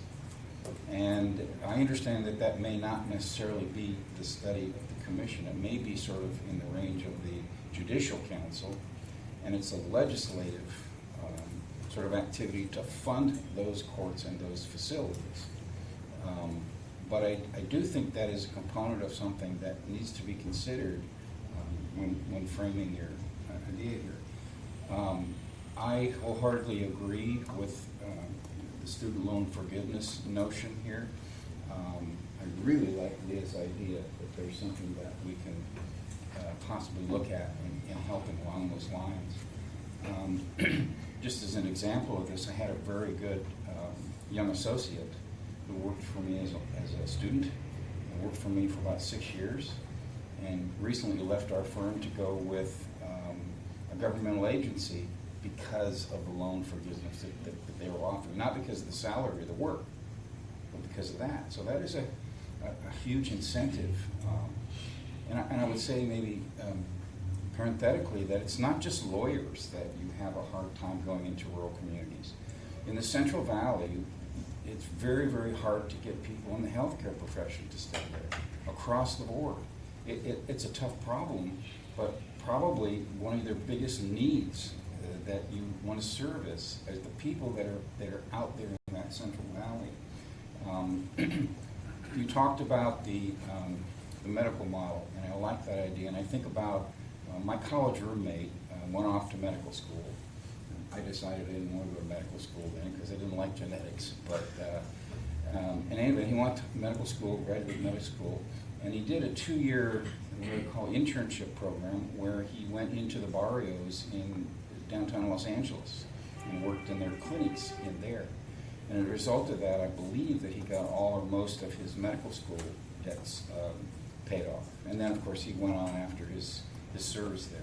And I know that we've been talking in the bar about internship programs and things like that, but these are kind of ideas that you could look at to try and, at least in a short term, get people to go into areas that they might not otherwise go.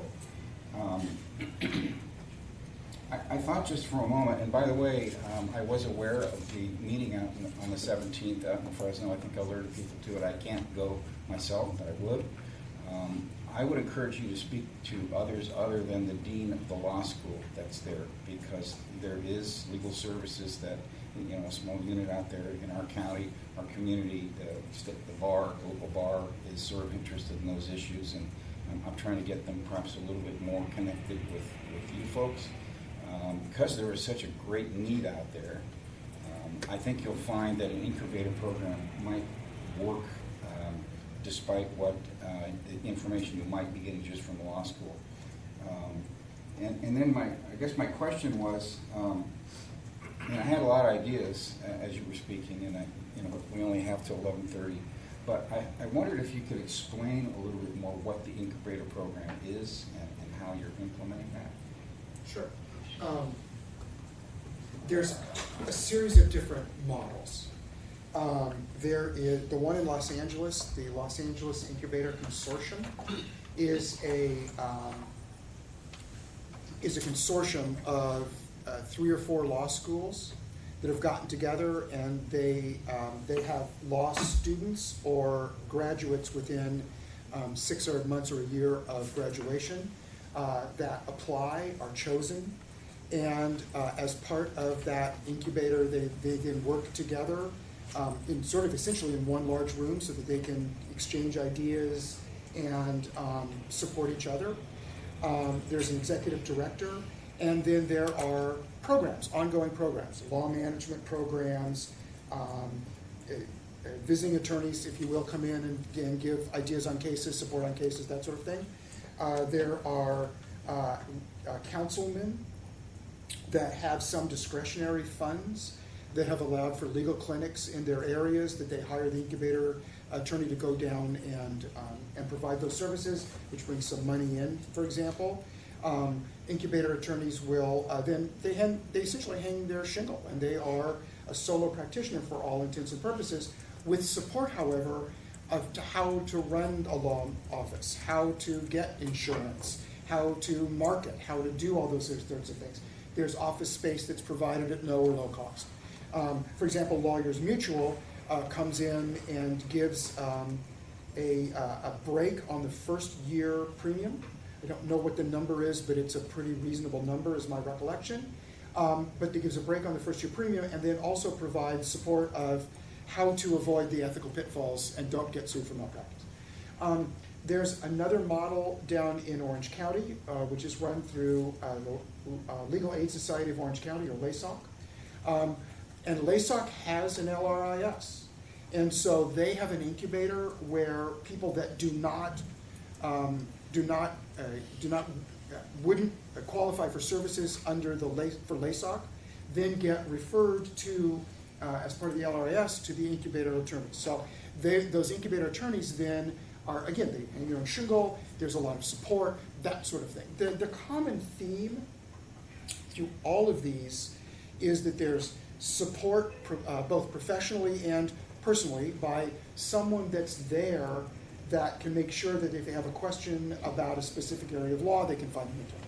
If they have a question about a specific area of law practice, which is something none of us learn in law school, there's someone there that can answer that. If they have a question about ethics, they've got the insurance folks there to help them out. So they're supported in a way that a graduate that graduates on June 3rd and hangs his or her shingle on June 4th isn't really going to be supported. So that's the common theme. PLI has worked on providing statewide education through technology for the incubators. There's ongoing work being done on more of that sort of common education.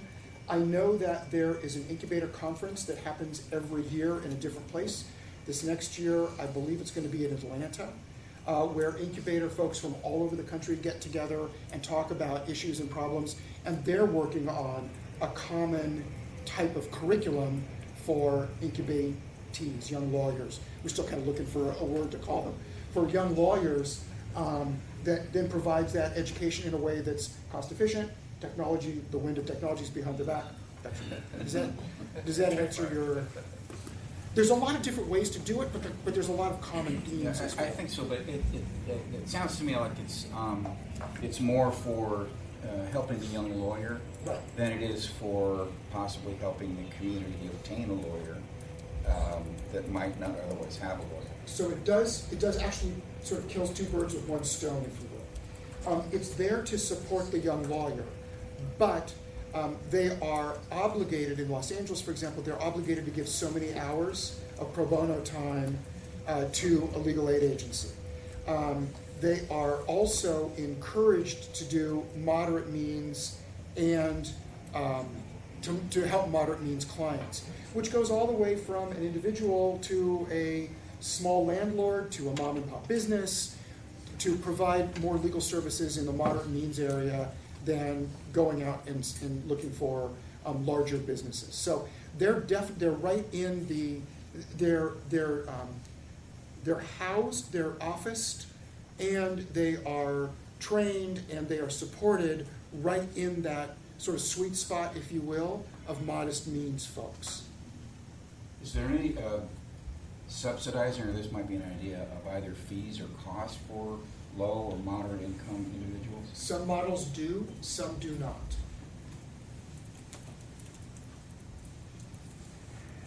I think that's all I have for the moment. Any other committee members have questions? Amen? So I was interested to hear that two of your goals, one goes to access to courts and another goes to trust in the judicial system. And I feel like we are at a point in time right now, given what's happening with federal immigration enforcement, especially in our state, where it's incumbent on us to really understand how federal immigration enforcement is impacting immigrants' access to courts.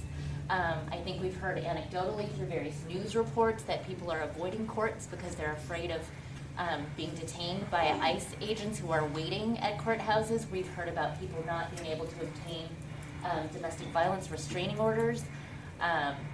And it's concerning. And I think that I'm also hearing from LAFLA, for example, that people are even afraid to go into LAFLA because they think that maybe that will expose them to detention from ICE. And so I think that as a state, we really need to look at comprehensively the effect that these immigration enforcement policies are having on access to courts and trust in the judicial system, and to think about ways in which we may overcome those barriers. I mean, nothing comes to mind immediately, but I think it is a real crisis for our state in particular.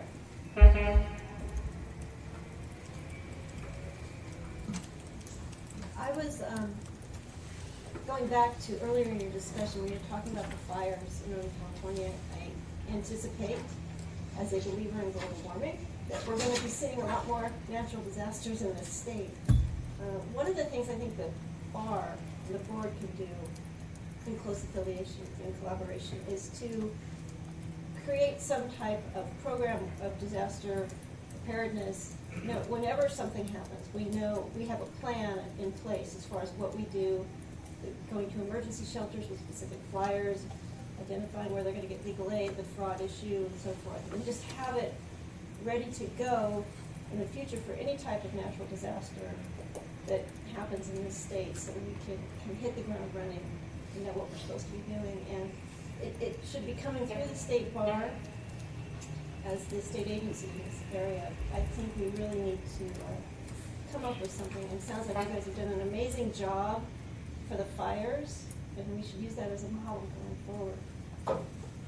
The system that we were speaking of is one where the bar has been really involved with legal services and other entities in creating kind of this disaster plan of how we're going to respond. And it was utilized before there was the earthquake in Sonoma County 2 or 3 years ago, I think, where it was utilized in some other times. So I think there's agreement that having that kind of plan and sort of knowing what is the first step you do, and as Rod Vaughn said, it's starting from triaging and getting the right people on the phones and so forth to be able to do that. So it might be worth a more in-depth presentation even about sort of what is the disaster plan that the state bar is helping to organize in. How has that been utilized, not just in this instance, but in other instances? Because I think we all agree it's important to hit the ground running because people have needs pretty immediately after any of the disasters. And I hope I didn't give the impression that the reaction that the state bar took was kind of ad hoc. As Catherine pointed out, a lot of the planning has been done. There is a group called BARC where our staff is very active in and collaborates with bar associations and LAC and other groups. But as we know, with each disaster, different things come up. And so we're in the process of evaluating what kind of plans we already had and then taking into account the new things that we learned through these wildfires. And then, of course, building from there. So great suggestion, and we definitely are in the process of following up on that. One of the things, I'll just give you an anecdote, but one of the things my organization learned from this particular disaster is we represent people with intellectual and developmental disabilities. There's about 245 people that currently live at Sonoma Developmental Center. The plan is to close that and move people to the community. But the 245 people that were there at 3 a.m. were all under an evacuation order. So that is people who are essentially in nursing units and people with very intense behavioral needs living in what are called intermediate care facilities in this state-run institution, moved initially to a general evacuation area, which did not really go all that well. And so our small piece of helping in this disaster was, working to find another place that people could go, and then ensuring that, the individuals who would be our clients were adequately cared for. So for them, it's not about, applying for FEMA, all of that, but what's happening to them in the meantime. Are there other places in the community that they could go that would be outside of an evacuation shelter are their nursing needs being met, or do they need to go to a hospital, which happened for some people because of the amount of smoke and all those challenges. So there's really a lot of layers to this, and from my perspective, I mean, we talked both to LAC and to people at the state bar, sort of knowing there were other legal resources if that were needed, were available, was really quite helpful. So it's just something with very many things that need to be attended to, and I think the bar's involvement is really helpful and powerful, along with the Legal Aid Association. Following up with respect to so you put a call out for volunteers to man the phone lines. I was wondering, first of all, is there a plan to follow up with all these wonderful volunteers to encourage them to continue with pro bono work? If there's something you're planning on doing with that. And secondly, were there enough, do you think, volunteers to the call to action? Because I know in Texas and Florida, the state bars, they're relaxed their admission rules temporarily to allow for attorneys from out of state to come in and help with the needs. And I'm not sure if that's something California would ever want to look at. We seem to have a lot of lawyers, but that doesn't mean we have a lot of lawyers volunteering. So in this situation, one of the things that I didn't mention is, as the volunteers were coming in, we especially LAC, was busy putting together a lot of training videos and materials so that when these volunteers came in, they were capable of taking on some of the basic questions that were asked. So one part of that. Number two, in terms of the number of volunteers we have so far, it hasn't been a problem because we got 400 responding to this. It hasn't been a problem so far, but as we project, because it's not over, right? People are going to be filing their insurance claims and whatever. We'll have to monitor how many attorneys still continue to volunteer and whether we're being able to staff. And then also to answer your question, definitely we want to take a look at what happened and get a lot of feedback from the attorneys as well as what we did internally to make sure we were make sure that we were efficient in doing what we're doing. So again, a lot to learn, and I'm a believer that you can't build a better mousetrap, so to speak. So we will always learn from these experiences. I'm sorry, this is Sharon in with the Office of Legal Services. If I could just add a few things. With the number of volunteer attorneys that have been recruited, we are looking at sort of the next stage of their involvement, because there will be FEMA appeals, there will be denials of claims.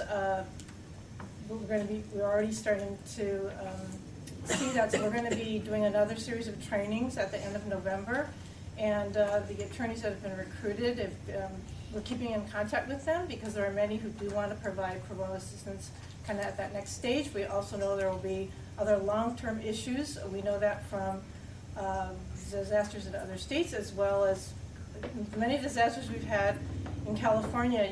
Back in 1989, that's when the State Bar actually got involved with disaster response. Nancy Clinch, a former then Board of Governors member, kind of got us all involved, and the State Bar has been actually very participatory in disaster response since then. Between 1989 and 1997, we actually had 17 federally declared disasters, and the State Bar actually was one of the first states to put together a very comprehensive training manual. Actually, Andrew Conover helped videotape that training and put together the cover design for that manual, and the ABA used that manual for many, many years. It was a model piece. But since 1998, when we had our shutdown, a lot of our disaster response work changed. Our staffing configuration changed. We didn't have as much staff to work on response. So, but we have been very responsive in this disaster with our various partners, including the Legal Aid Association of California. We can't do it alone, but we are very proud of what we've been doing. And sorry, I just wanted to step in and add some information and some historical context. Thank you. That was very helpful. Well, we reached 11:30. Unless there's any other burning issues, we're going to go ahead. Any burning issues? No content. Okay, then we're going to go ahead and thank everyone for their participation today. I think you did really well. We got a lot of things to think about, and we'll go ahead and adjourn for the agenda. We'll take a 5-minute break.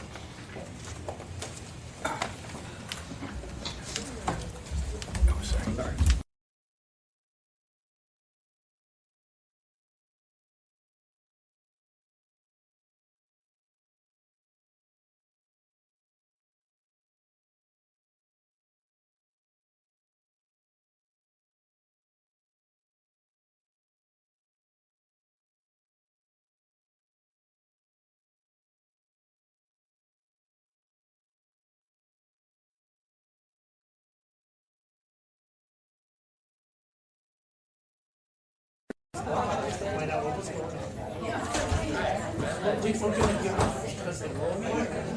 need to get started. They've only given us an hour, so we need to get moving. Okay. He's never died in this courtroom. They've always killed someone, allegedly. That every allegedly.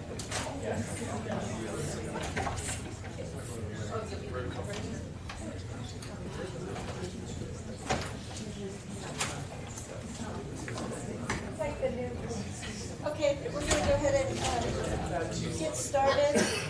Just a reminder when you're speaking to make sure your microphone's on and that you say your name for the webcast.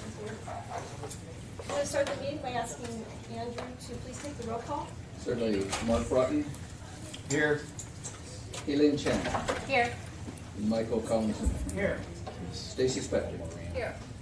Brandon Stallings. I'll grab it. Alan Steinbrecher. Todd Stevens. Here. And Chair Joanne Rippon. Yeah, here. Okay,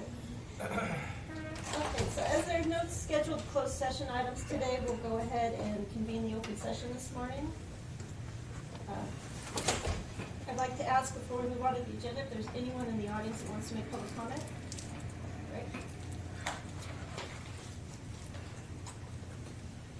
We'll have you come up when that item is covered. Would you rather? Yeah, what would be easier? Thank you. Anybody on the phone that wants to make public comment? Okay, so we have no items on the consent agenda today, so we'll go ahead and move on to our first item of business. I'd like to call up Dina DiLoretto, our Program Director for Attorney Regulation and Consumer Resources. A fancy new title, I noticed. Isn't it? So she'll present this first item. Thank you. Then, actually, I'll be presenting 3 items in a row that are ministerial in nature, pretty straightforward. They're annual items. The first one relates to suspensions for non-payment of fees that are eligible for expungement pursuant to Rule of Court 9.6.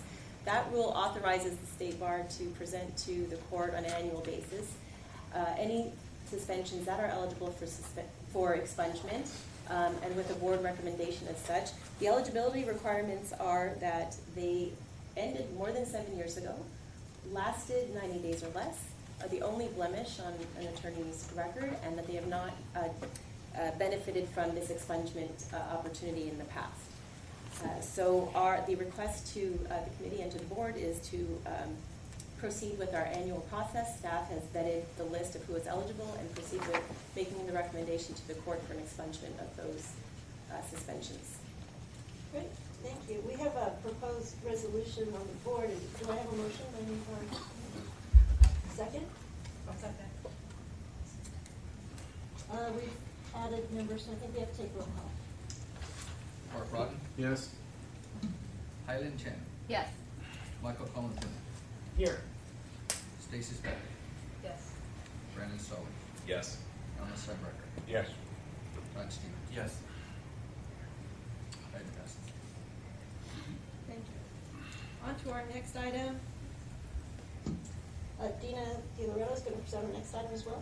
Thank you. So this item is actually similar, but it relates to MCLE administrative and active statuses. You may recall earlier this year, the board approved a recommendation to the court to amend their Rule of Court 9.31, which relates to the minimum continuing legal education program, and make it possible for administrative and active statuses that occurred more than 7 years ago, ended more than 7 years ago, lasted less than 90 days, were the only blemish on an attorney's record, and for which they had, for attorneys who had not already taken advantage of the provision under 9.6 about expungements, would be eligible for an expungement of this administrative inactive status.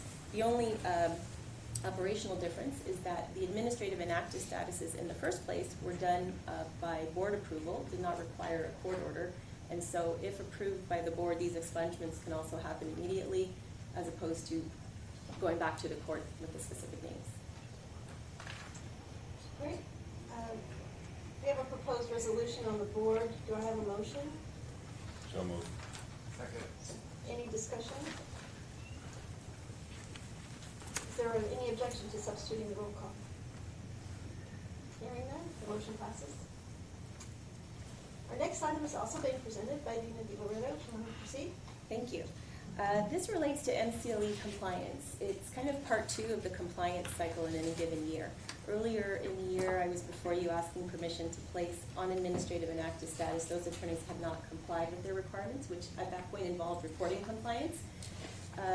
After that compliance cycle is over, we then conduct an audit where we randomly select attorneys who had reported compliance and ask them to prove their compliance.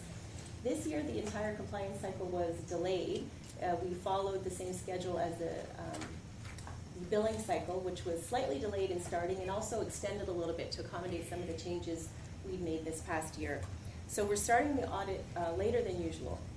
With the compressed timeline, and because we're going to be overlapping with the next cycle, rather than forego the audit altogether, we did do a smaller group this year. So we did 1% of the attorneys that reported compliance. That's about 700 attorneys that are being audited right now.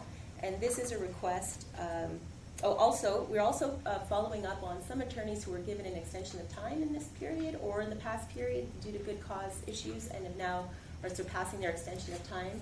So anyone who has not complied with the audit requirements or the regular MCLE requirements pursuant to this extra time they have been given by February 1st, which is the deadline we're setting, we're asking your permission to place them on administrative inactive status. Okay, thank you. There's a proposed resolution on the board. Do I have a motion? So moved. Second? Second. Any discussion? Is there any objection to substituting the roll call? Hearing none, the motion passes. Thank you.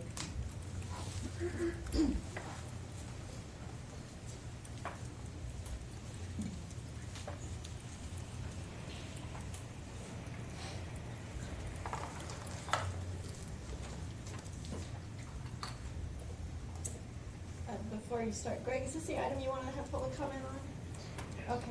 You want to wait until they've made their presentation, or you want to do that? It's very brief. Why don't you go ahead and come on up?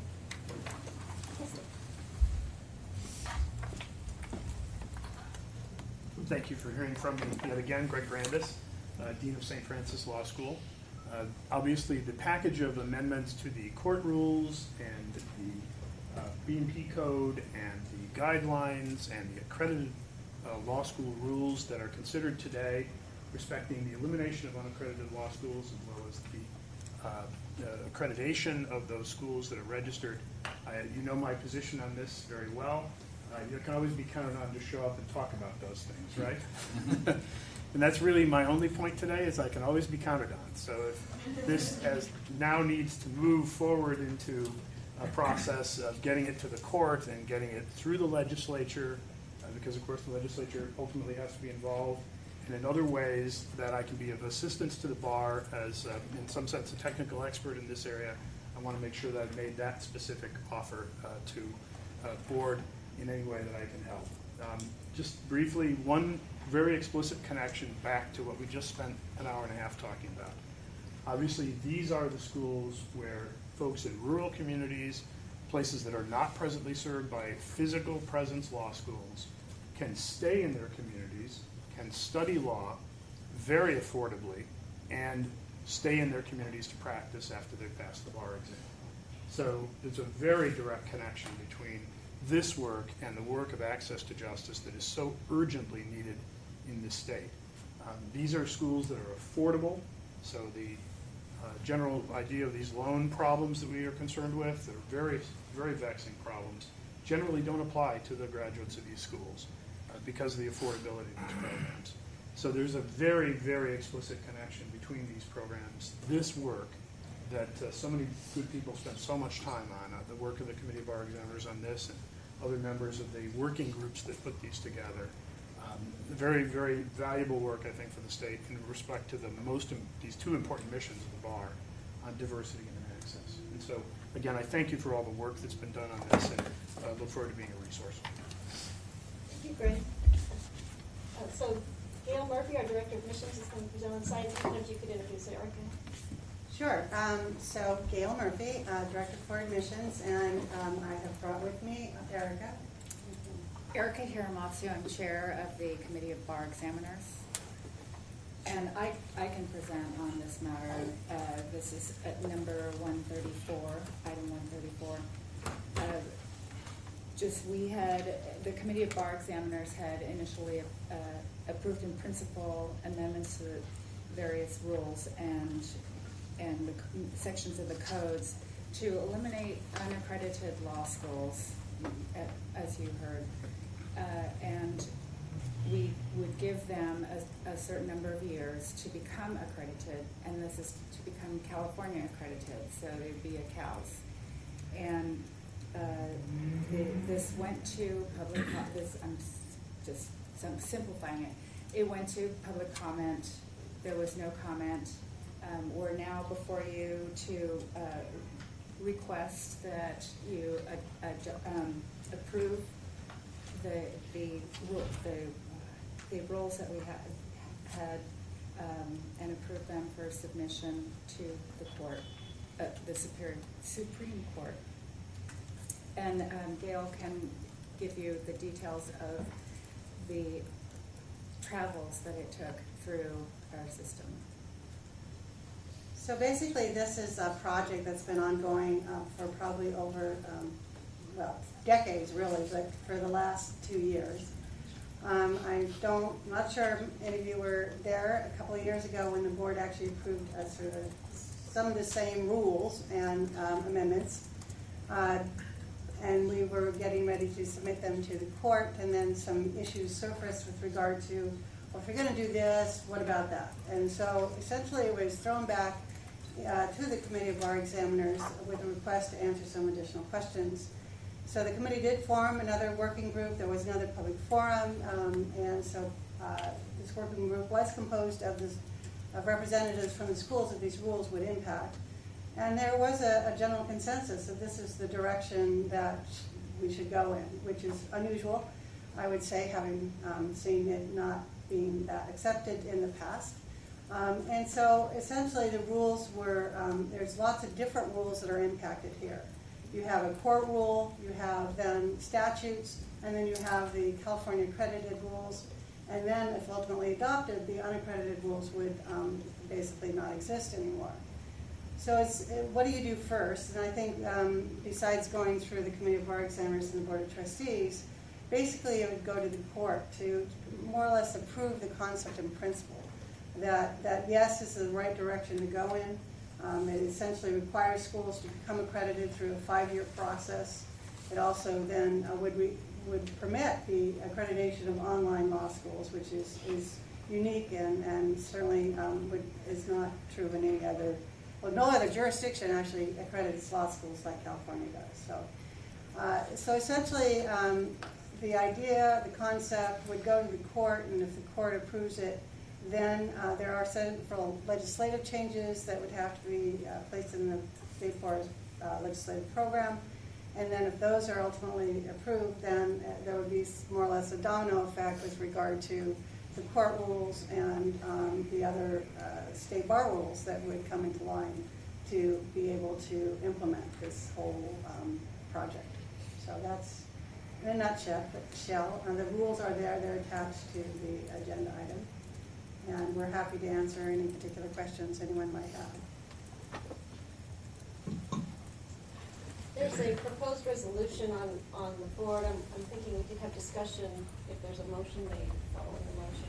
Would anybody like to make the motion? Brandon? Is there a second? I'll second it. Go ahead with discussion. Gail, how many institutions are we talking about that would be affected, at least if they didn't become accredited? Well, there varies sort of daily. I know that, I know the there's about, definition of institution is wrong. Yeah, the unaccredited schools, Unaccredited. there's about 25 of them. You know, some of them have like 5 enrolled, students enrolled. Others, I think Concord is still the largest with several hundred. So it would impact different schools differently, just depending. It'd be much more difficult, obviously, for those schools that have fewer students to sort of set up what they need. On the other hand, a lot of the unaccredited rules that are in existence today are the same as those required for accredited schools. So in some respects, it shouldn't be that difficult for those schools to come into line with what the requirements are. That was my next question. Yeah, it shouldn't. The biggest hurdle will be the minimum bar passage rate of 40%. And right now that's in sort of a state of suspension with regard to issues related to pass-fail information and getting into law schools. But, you know, essentially, you know, as far as faculty and the program of instruction and all that, it's not that dissimilar. Now, for a correspondence school, the way the statute reads, it's 865 hours of study and preparation, and then for the unaccredited schools, it's a number of hours. So that's all been converted into these new rules to be able to assess the online study in the same manner that you would, say, a fixed facility school. And they would have 3 years to apply for provisional accreditation, and from that 3-year period, an additional 2 years to then become accredited, fully accredited. And if that doesn't happen, then they have 5 years to teach out the remaining students.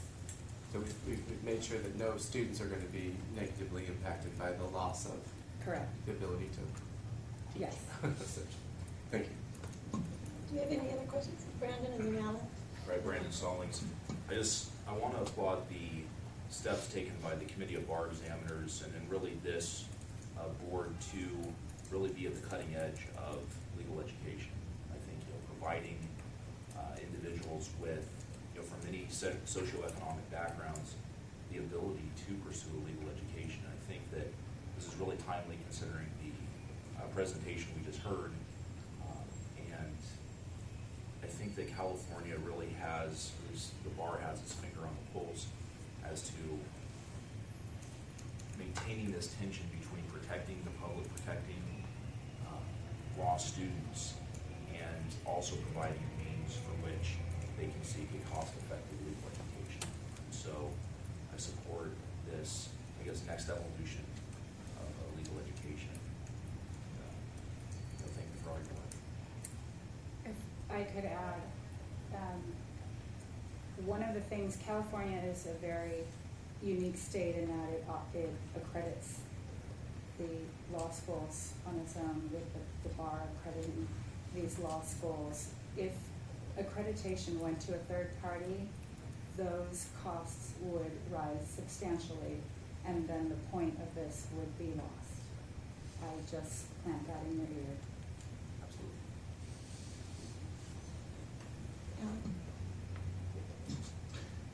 Three questions. Alan Steinbrecher. 3 questions. First is, I wasn't here at the beginning of the process when this was undertaken, so I'm not sure that I understand what was the purpose of moving towards eliminating unaccredited law schools. What is the problem that we're solving here? That's the first question. Second question is, any analysis of the financial impact on the presently unaccredited law schools been done? Because I did hear the comment made that perhaps presently unaccredited law schools can provide lower cost legal education, and this might tie into the access to justice issues that we've been discussing. So I need a little clarification or elaboration on that, please. And then the final question, it struck me that there was no public comment on what would seem to me to be something that would have generated a lot of public comment. I was curious as to whether either of you have any thoughts on why that might have been. There Was there no public comment or line or line? Was there public There was comment? pub- There was public comment. But no one Okay, very good. commented. All right, thank you. Anyway, back to the first two questions.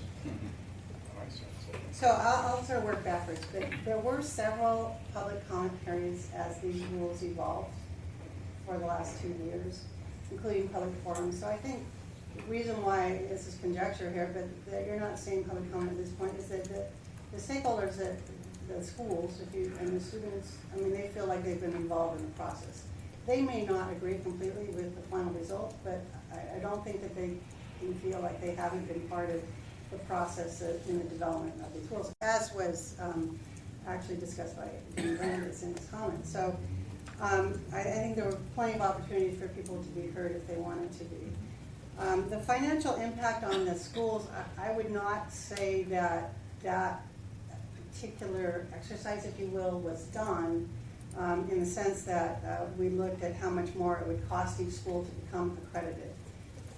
But again, I can't see, a lot of the rules are the same as they have now, so I don't see them having to monumentally change the way that they're doing business. I think one of the biggest things that will be different is that if all schools are accredited, they will not have to take the first year law students exam. And if you look at what's happening now, so this actually ties into the problem solving, is that there's a lot of students that start at unaccredited law schools who do not end up graduating from those schools, which is fine because you're basically opening up the gates for anybody who really has a passion for studying the law. So you give them a chance, and then at that first year, at the end of the first year, you have the first year law students exam. And under the current law, you get to actually continue with your study through the second year. But what you see, if you look at the statistics that are put together, is a huge drop-off between that first and second enrollment and the third and fourth, because people are not passing the first year law students exam. I would say that the general passing percentage for the first year exam is around 20%. So a lot of people are giving opportunities to study it. Maybe it just they didn't like it, they didn't want to, maybe they didn't want to continue it either. So they have the opportunity, but that first year exam sort of sets up that hurdle. And so this is a way, I guess, to, the consumer protection is for the student in some respects to ensure that they, coming in, they have some, maybe more of a chance, if you will, to ultimately graduate and end up passing the bar exam. And then, I just, as I say, the biggest difference between the first and the unaccredited and accredited rules really is the bar pass rate, and that is certainly related to, who's admitted, who's retained, and then the legal education they get. And so, now, for a lot of these schools, and I think you've heard from the Cal accredited schools on this issue as well, you don't look at that first time pass rate, you look at the eventual pass rate. Maybe it does take them more than once to pass the exam, but if you look at their passage rate over time, they are passing the people who came and took their education. That's in the bar passage. That's why, one of the reasons why in the standard, the accreditation standard with regard to minimum bar pass rate is over 5 years, and it's 40%, because it's giving them the chance to do it. So, and if I could add to that, this is really a focus on public protection, because we want to make sure that the people who are paying to get a legal education are actually getting a competent legal education. If they're not able to pass the first year law exam, for example, that speaks to their quality of education. Second, if we're eliminating that first year law examination, that eliminates that cost, so they wouldn't have to pay for that examination. So in some ways, we're streamlining the process for the students, and it shouldn't be too much of a financial burden on the students. Again, the whole point of having PALS was to have a less expensive option to the ABA accredited schools. Thank you. Michael? Yeah, I just wanted to comment. We are balancing two objectives. One is public and consumer protection. Consumer protection by preventing people from being fleeced by law schools who can't actually get them in position to reach their dreams. Public protection and ensuring a supply of lawyers to those who need them. And balancing those two competing demands must look differently in this day and age than it did when these rules were written. Before the internet, before distance learning. I haven't opened a case reporter in 20 years. Yet the ABA standards require a library with a certain number of books in it. I have very few books in my practice. There was an article in the Daily Journal about the move of the San Diego Superior Courts, and they're trying to get rid of their case reporters because they literally don't have enough bookshelves for them. And one judge said that the most recent volume of the California Reporter in his courtroom dates from 1997 and is still shrink-wrapped. And so the standards really need updating. And the justification for distinguishing between institutions based on the way in which they teach, the modalities of instruction, strikes me as unnecessary to achieve either of our goals. And so I, for one, support these rules and look forward to them continuing in the rulemaking process. Any further discussion? Is everyone comfortable with substituting the roll call on this? Any objection? Motion passes. Thank you. Dale, you're up next again? Okay. I'll start. This is item, I'll try to do a better job. On item 135, this was a request from the Board of Trustees that the committee consider amending the law school regulations to require an experiential component. So the committee approved in principle a new rule that required 6 units of competency training in order to graduate from law school. There was a period of public comment. There were no public comments. So during the October meeting, we did approve that, adopt that rule, and now we have it before you for your approval. Again, we had a proposed resolution on the board. Do I have any member willing to make a motion?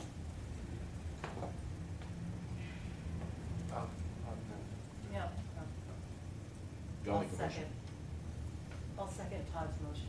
I'll third it. Okay. All right, do we have any discussion? Just want to give a shout out to Justice Steer and thank him and his commission for their good work, which led to this recommendation. Indeed. Ellen? Where do we stand in the development of what's actually going to be taught as part of this? Well, this is all sort of, we're not going to dictate exactly how this will be taught in the law schools, but so the schools have some discretion with regard to what they can do, but there are some guidelines that will give them some general ideas. It's competency training. It's a little bit different than what the ABA law schools are required to do, a little more California-like, if you will, related to incorporating some of the practical skills into some general class and not just having a clinical experience or something like that. So, is there any identification yet of what these kind of general areas will be? I certainly understand that we wouldn't want to be dictating to law schools exactly what to teach, but what is the thought behind what kind of constitutes competency training? It seems to me that 6 hours, 6 semester hours is a lot of time.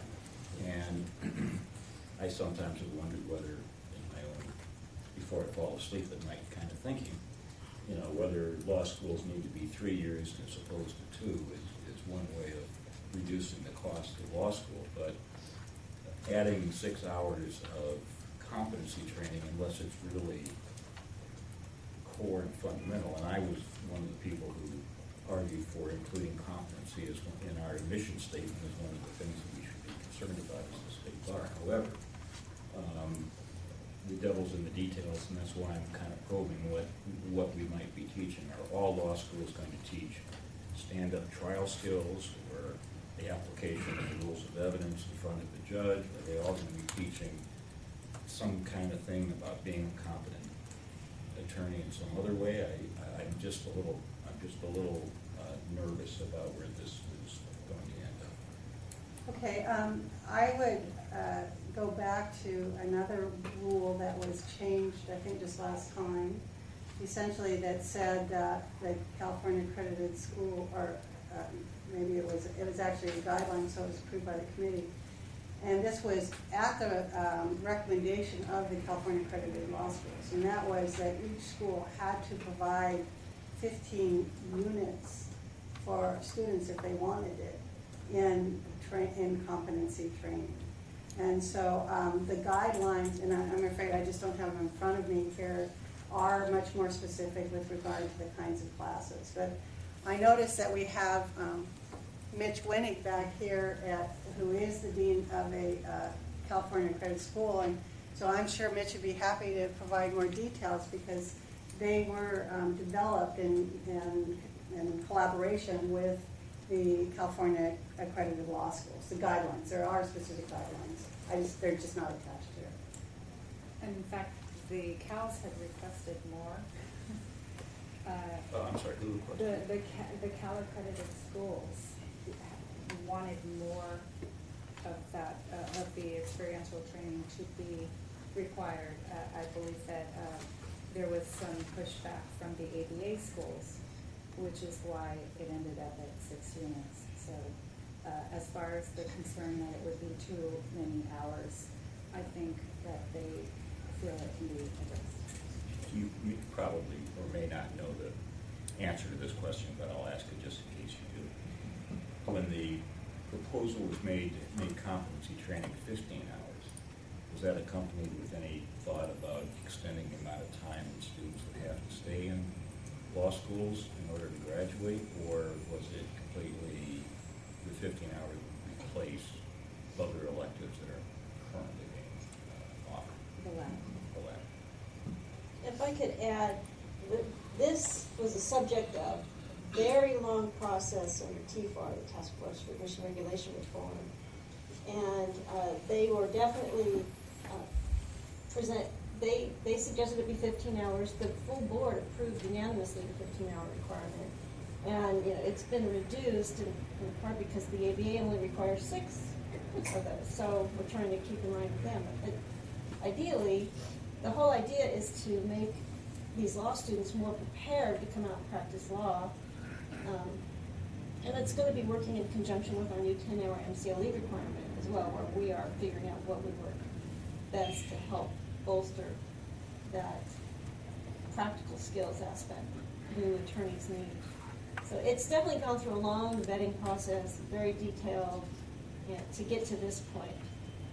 Painfully long, probably 3-4 years. So it's a lot of thought has been given to it by a lot of people. And there are guidelines out, and I'll make sure you get a copy of them so you know it. And, I just don't have them in front of me. You can plan one. You can Teach one. Now we can teach one. You and Mitch can have lunch together. There we go.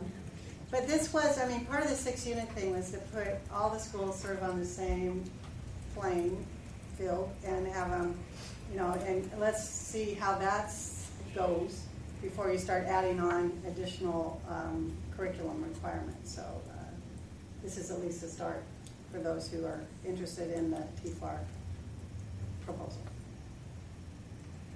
Do I have any other questions or discussion? Is there an objection to substituting a roll call on this matter? Yes. Okay, we'll go ahead and take a roll call.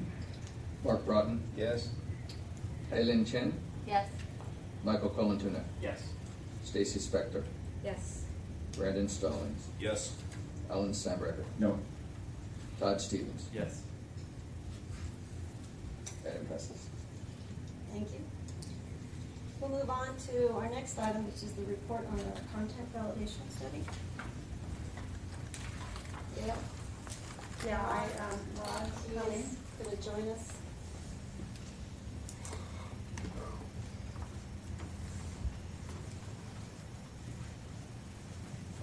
Okay. So here we are, another study on the bar exam.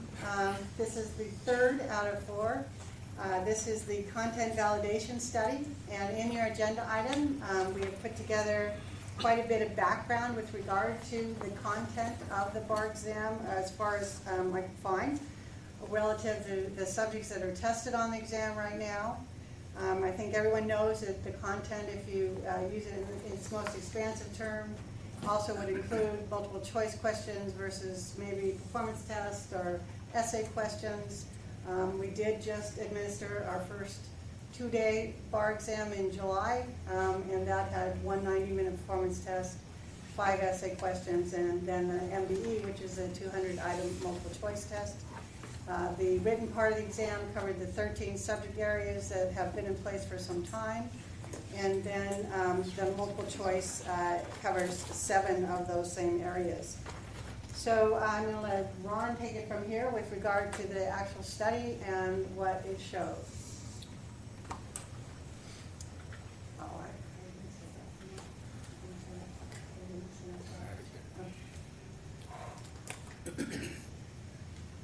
As part of the series of bar exam studies, this is the third, following the first one looking at the causes of the bar, the trend of the bar exam pass rate, and the second standard setting study. This content validation study, the main purpose is really just to answer a very simple question, which is to assess the degree to which the topics covered on the bar exam is in alignment with what's expected of entry-level attorneys. And to do this, similar kind of workshop as in the standard study was conducted by Dr. Buckendahl. And there are 2 kinds of materials that they used to assess the alignment. On the one hand, they use some reference materials as representation of what's expected of entry-level attorneys. For that, they used in 2012 NCDE job analysis results.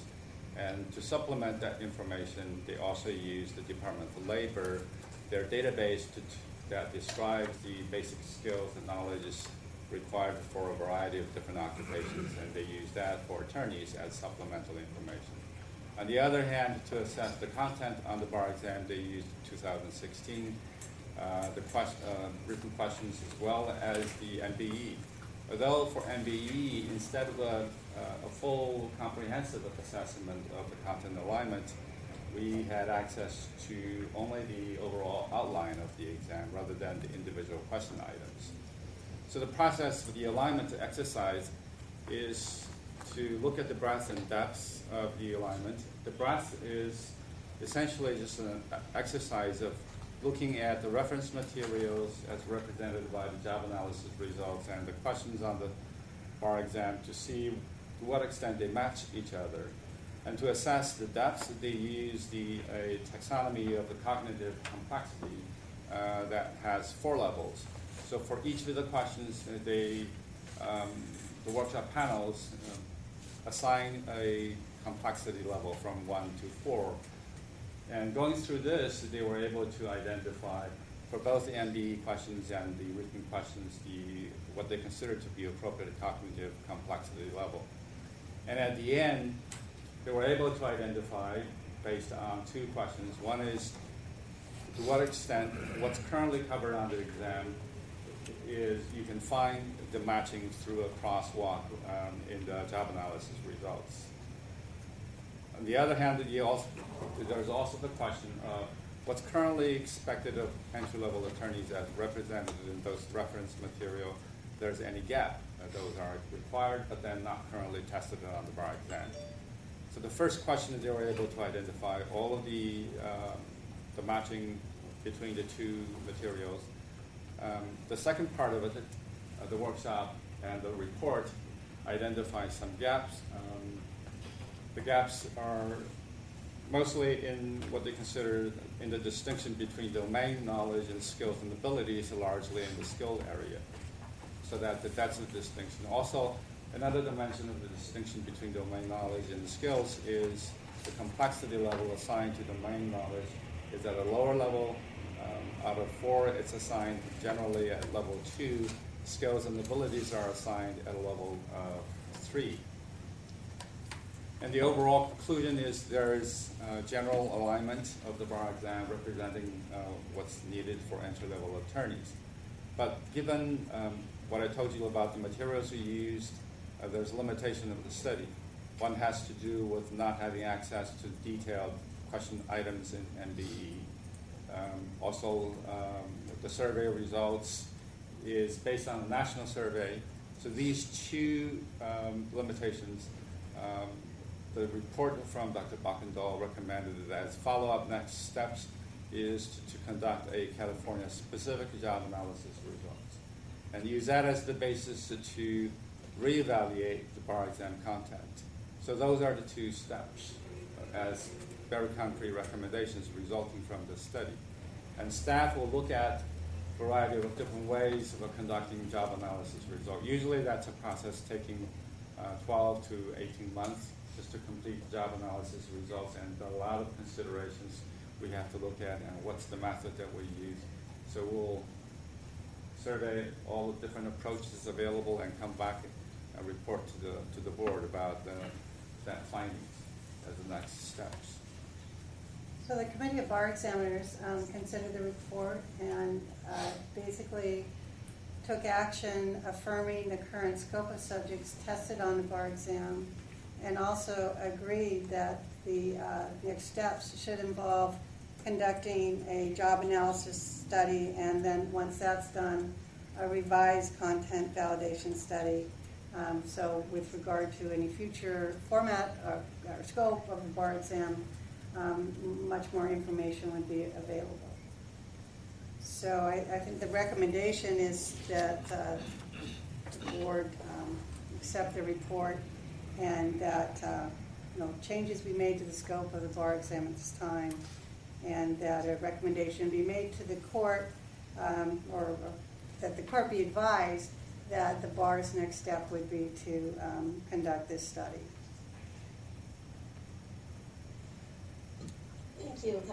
It's a deep subject, so you guys managed to condense it perfectly. We have a proposed resolution on the board. Any member want to make a motion? So moved. Alan? Second. Brandon, second. Any discussion? Todd? Todd Stevens, a question about the future steps. Could you just briefly describe what is the recommendation of future, the job analysis study, and the recommended future look-sees, if you will, that we're going to conduct? I'm going to Ron, more about job analysis. Maybe talk about it. Job analysis and content validation in connection with the earlier study on standard setting, usually these will go in a sequence. In order to confirm what's tested is actually in alignment with the required skill sets, you have to survey the current attorney practice. And the job analysis results will tell you what should be covered on the exam. And the process, the methodology for job analysis usually starts with a focus group. Focus group to discuss the structure of the questionnaire. And the final step is to send out a large-scale questionnaire asking a representative sample of attorneys to see what they do. And the survey usually will focus on a couple of dimensions. One is to assess the importance of what they do, whether it's the knowledge required or skills performed in different areas. And then the frequency of performing those tasks. And sometimes in the medical field, I think they also ask the question of particular setting where they perform certain tasks, because setting will give you a little more information about the complexity of certain tasks. So there are several issues the focus group will discuss to come up with a comprehensive survey. And then there are also sometimes interview observations involved to understand better about the kind of work involved in different areas. So a series of these kind of activities to get to the final stage of having some reference material as the basis for assessing content validation. So is it possible we'd have to revisit what we're voting on today as a result of the information that we receive in the future studies? Yeah, it's quite possible that they will, I mean, you know, there have been people who want to get rid of remedies for a long time. Right. So maybe after having more information in hand, that's what should be done. I'm not one of those people. Okay. But I get it. So Yeah. we may have to go back and look at this. So we're keeping an open mind that what we're doing today is going to be revisited based on future studies. Right. And Yeah. as Ron mentioned, even further, there could be another standard setting study, because the typical sequence is the job analysis, the content validation, and then the standard setting or the cut score. So I think it's really fits nicely with the new court order and our statutory requirement to kind of be reviewing this every 7 years. Because what we're doing now is great. Now it's time we did this. It's a new day at the bar. We're going to look at the bar exam fully. Right. On a cyclical basis. Yes. Thank you. And that's really the point I wanted to make, which that for many of our friends in law school education, the Supreme Court's decision on the cut score was the end of a long journey, and for them a disappointing end. I don't think we're anywhere near the end of this journey, and we get to renew this journey every 7 years under the new fee bill, as is true for other professional exams. So I applaud the work that's been done, and I applaud our willingness to recognize that there's more work to do. And I encourage my friends in the academy to continue with us on this journey, because it isn't over yet, and we can't do it confidently without it. Alan Steinbrecher. I was on the working group that was formed between the Programs Committee and, or excuse me, the Admissions and Education Committee at the time, and the Committee of Bar Examiners. And I want to, from that perspective, acknowledge and thank Gail and Ron and Leah, especially, and everyone else who worked on this, and the Committee of Bar Examiners as well, for working very, very heroically under a very tight time deadline that was understandable, but nevertheless really made people have to push very hard to accomplish everything that's been accomplished this year. And we have managed to do that. I'm very proud of the results that we've achieved so far. I do recognize that we have more to do, and that we're only at the beginning part of this journey. But the efforts and dedication of the people who participated should not go unrecognized. Thank you, Alan. That's a good point. Anybody else? Okay. Is there any objection to substituting roll call? Well, we took roll call last night. Can we substitute? We take a roll call, yes. Let's take the roll call again, because I have a feeling Alan may not feel the same way on this matter. Mark Broughton. Here. Eileen Chen. Yes. Michael Collington. Yes. Stacy Spector. Yes. Brandon Stallings. Yes. Alan Steinbrecher. Yes. Todd Stevens. Yes. Eric Estes. That was yes, by the way. Thank you. You're in good company. So we're moving right along. Gail. They're gonna get rid of me. Okay, with regard to admissions, life goes on. Right now, we're actually in the final throes of concluding the grading of the July bar exam, which was our first, what we call 2-day exam. We had about 1,000 more take that exam than last July. So you can imagine it was just as a lot of paper that we had to keep track of. But we have kept track of all our paper. So we're in, the results will be made public on Friday, November 17th. And then we will, for the first time in a couple of years, or a year and a half, resume publishing the pass list from the exam. And it's expected to be available on the State Bar's website beginning on Sunday morning. So stay tuned. A press release will be posted on the State Bar's website on that Friday as well. explaining what the pass rate is and all of that, passing percentages, the usual breakdown. So that's keeping everyone busy. And of course, we, in the meantime, don't stand still. We just finished in October giving another first-year law students exam to over 400 applicants. Everything went pretty well there. Those results actually will come out in the first, I guess the second Friday in December. So we're working on 2 exams at the same time right now. Obviously one is much smaller than the other one. The other thing I would mention is the Law School Council has been meeting more regularly than it has in years. And in fact, during its last meeting, decided to put a calendar together to meet the Thursday before Committee of Bar Examiners meetings. And this is the advisory group to the Committee of Bar Examiners that advises the committee on issues related to bar exam and other law school and Committee of Bar Examiners matters and issues. And its next meeting is November 30th, and you, of course, are always welcome to attend that meeting. And I want to thank those of you who have, quote-unquote, volunteered to participate in the admissions ceremonies that will be held in December. And right now, we always do them in December, even though results will be out the 17th. Because if someone gets admitted between the 20th, which is the first day they can get admitted, and the end of the month, they will be charged half a year's fees. And if they get admitted in December, then they don't get any charge at all. So one of the things we are working on in connection with the 2-day exam is speeding up the release of results for the exam.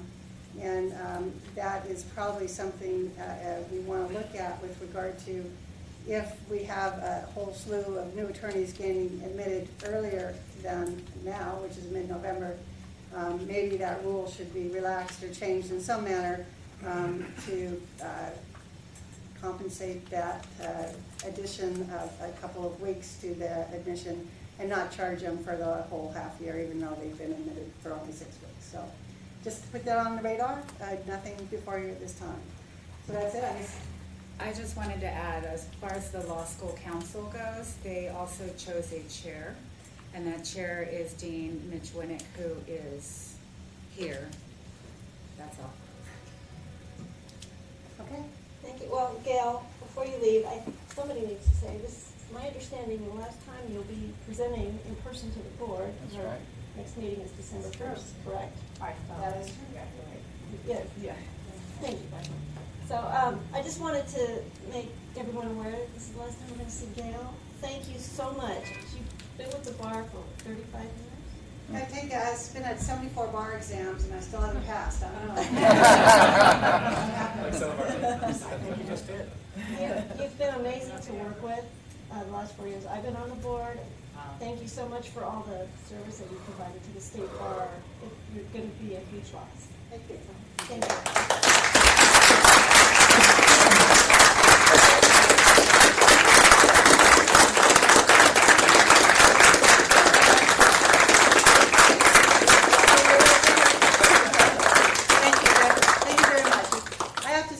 It has been an honor and a pleasure working with the Board of Trustees and the Board of Governors. I probably worked for the Board of Governors much longer than the Board of Trustees in the sense that I've been here for 37 years. But one of the high points, obviously, is are the people and all the hard work and the dedication that they have for this job. So thank you for your service and letting me do this job. Thanks. The next item on our agenda is the Office of Education update, and Tricia Horan couldn't be with us today, so I will summarize what the presentation would have been. With respect to an update on the sections, some of you may have heard this already, but the Chief Justice approved the name of the new professional association to be the California Lawyers Association. We have created that entity, and so everything is moving forward. The sections are putting in amazing numbers of volunteer hours right now, having multiple meetings every week, dealing with every detail involved in making this transition.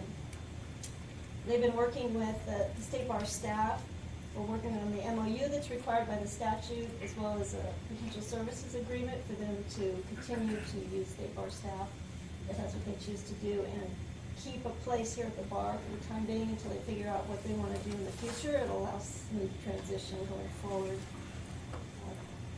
And we hope that they'll be making those decisions here shortly, so we'll know if they're going to stay housed with us for a while or not.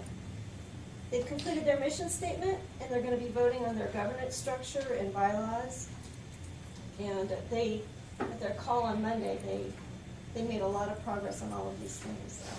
They passed several motions, but you can imagine the challenge. We've got 16, 17 or more attorneys from all different practice areas, each having an opinion. They're frankly, considering the challenge of doing that, they're making amazing progress, and I'm really proud of the work they're doing and how much collaboration is going on with the sections, more than I've ever seen in my years at the bar.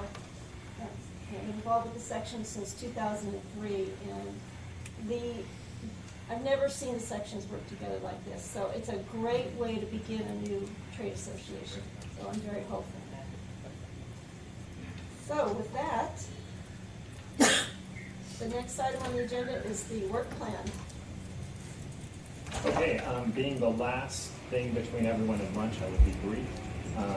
This is the work plan that combines the stakeholders work plan and the admissions and education committee work plan. We made sure that nothing fell through the cracks. This version is uniform, so all the committees, we tried to make the work plans the same. The redesign is to indicate timelines, so there's a couple columns as when the committee will expect certain items to come before it, and then also when it will come before the board. Joanna and Mark have been very proactive in this work plan, and the committee has received emails on the two-person teams to tackle certain items from the work plan, so we've already got a head start on working on it. If there are any questions, I will take them. If not. I hope nobody's intimidated by the fact it's 5 pages. Yeah, no kidding. Make us all look bad, John. You know, by the end of this board year, we're hoping that it'll be much shorter. We'll have completed a lot of these things and make it much easier for the next programs committee going into the next board year to get some of these things done. Just one comment on the work plan. Because this committee is sort of a portmanteau of several previous committees, our work plan is 2, and it reads like it. And we are at a risk with our reduced people power of being bad at everything rather than good at some things. And so my advice to the committee over the course of the year is think broadly about your work plan and think about where you want to put your emphasis and leave some things for next year. Rather than being all things to all people, be good at a few things. It's basically my advice to you. While not neglecting our essential missions, which for this committee include diversity programs and access to justice programs. So the work plan, like everything else, is a very document. Do I have a motion to adopt the work plan? Oh, come on. Mark, do I have a second? Second. All right, thank you. Any objections to substituting the roll call on this one? Good. Happy to hear it. Motion passes. And with that, we're adjourned. Thank you, everyone.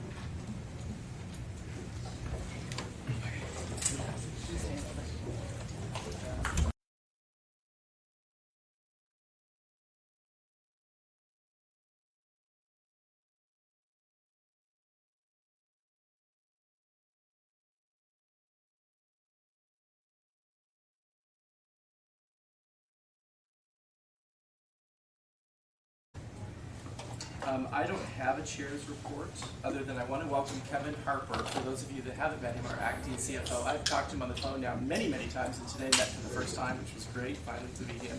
He's been a great asset to us and to this committee and me, and so thank you, Kevin, for stepping in and doing all the great work that you're doing. It's been, you hit the ground running, because we didn't hold back in giving Kevin things to do instantly. So thank you very much for everything that you've been doing. I really do appreciate it.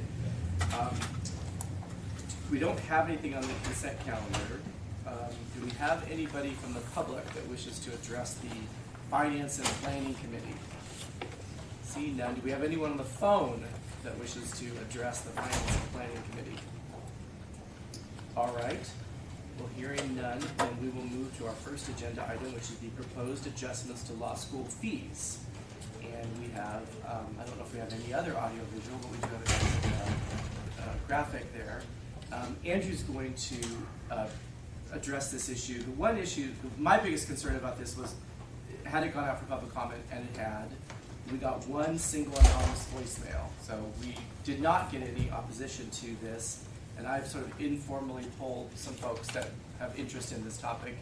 And there seems to be no opposition from the law school community, which I think is very helpful. I've got a loud voice. Where'd you go? Joanna stole it. There it is. Okay. So anyway, with that, Andrew. Great. And I might add the one anonymous public comment left on the voicemail wasn't about the fees themselves. It was that we had offered two options to the committee on how to bill the CALs, and they were calling to suggest that we stay with the TRIP method. Okay. So that was the extent of that comment. All right. Well, that's very good that we're taking anonymous comments so seriously. That's good. Okay. We're transparent. So I am Andrew Conover. I'm an analyst in the Office of Research, and I will be very brief here today because you've seen much of this before in July. Just to do a quick recap, at the beginning of this year I looked at 10 separate programs to determine their fees and whether they were appropriately set. And back in July, I brought to you a request to increase that was approved fees for legal specialization providers and MCLE providers. That was adopted in July. And at that point, the third program that was deemed to be improperly set went out for public comment that we just mentioned, and we received the one anonymous call on that. So I'm here today to bring this item back to you after the public comment and after a trip back to the Committee of Bar Examiners. And to recap, what the item is recommending is to increase the annual compliance fees 25% and the periodic inspection fees 20%. And the change, and that was what I was referencing on the phone call, was that we are recommending that we bill the CALs 1/5 of their 5-year inspection fee in advance as a prepayment. So we use the same method for all 10 programs that we looked at, and the main difference for this one is we could not use benchmarking method number 1 because there was no other state that actually accredits law school. So we had to focus solely on the cost to provide the services, and the overriding question was, are they set at a sufficient level to recover operating costs? And the answer is no, and that's the amount of red that you see here, hence the recommended increases. So to give you an idea of where our current fees are here, if you can see on this particular slide, we show CALs on the left, and there's a range because they are billed at the actual time spent in the inspections. And the unaccredited schools are based on the size of the enrollment. And you'll see the category A is less than 20 students, less than 200 students, and greater than 200. So by comparison, we're showing you what the current ABA fees are set, and that is at their lowest group, which is less than 400 students. And the WASC fees, they have 2 tiers, the lower being less than 101 students. So these are the new fees that are being recommended in this item in comparison. I wanted to show you the sort of the before and after. And the blue are the annual compliance fees, the green are the inspection fees, and the ABA and the WASC, they just bill an annual fee, and so they base their inspection as a part of the annual cost. Just recently, since I presented this to the Committee of Bar Examiners in July, the ABA fee has gone up 2% and the WASC has gone up 4%. So it's been a slight increase since the slide was done. The problem that we saw in looking at this is the inspections are done every 5 years, and not every school is inspected in the same cycle. So you've got this fluctuating revenue, and these are the last 4 years and what we project for 2017. And to give you an idea of where that comes from, it's mainly the inspections, and these are the schools that were inspected. These are the CALs by year.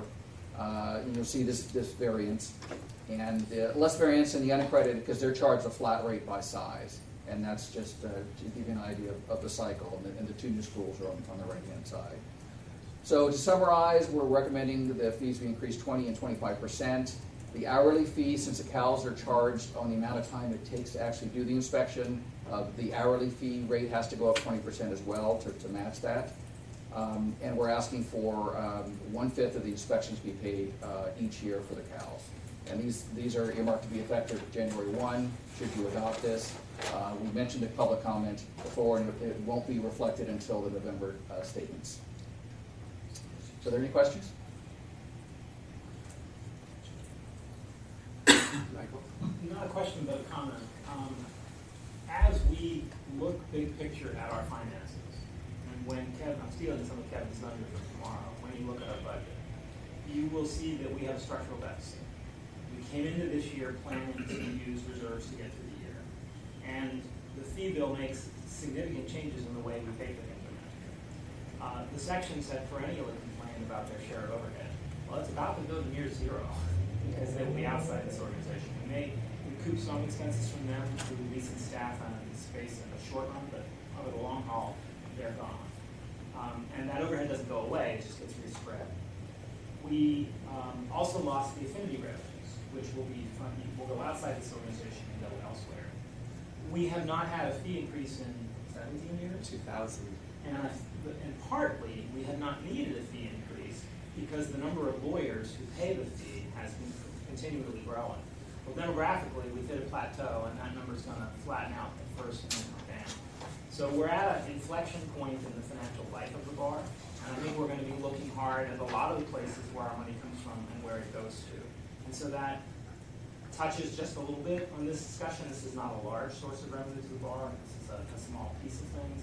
But I just want to give that larger context for why we're being more thoughtful about cost recovery and why this is the first of many conversations like this one. And to echo what Michael said, one of the things on our less than Joanna's ambitious work plan is to do just what we're doing here, is to identify these types of things that historically we haven't, and that's going to be a charge of this committee, to look at areas where we might need to reevaluate costs, cost centers, and identify ways to increase revenue to the bar by virtue of the fact that we haven't had a dues increase in, it'll be now 18 years.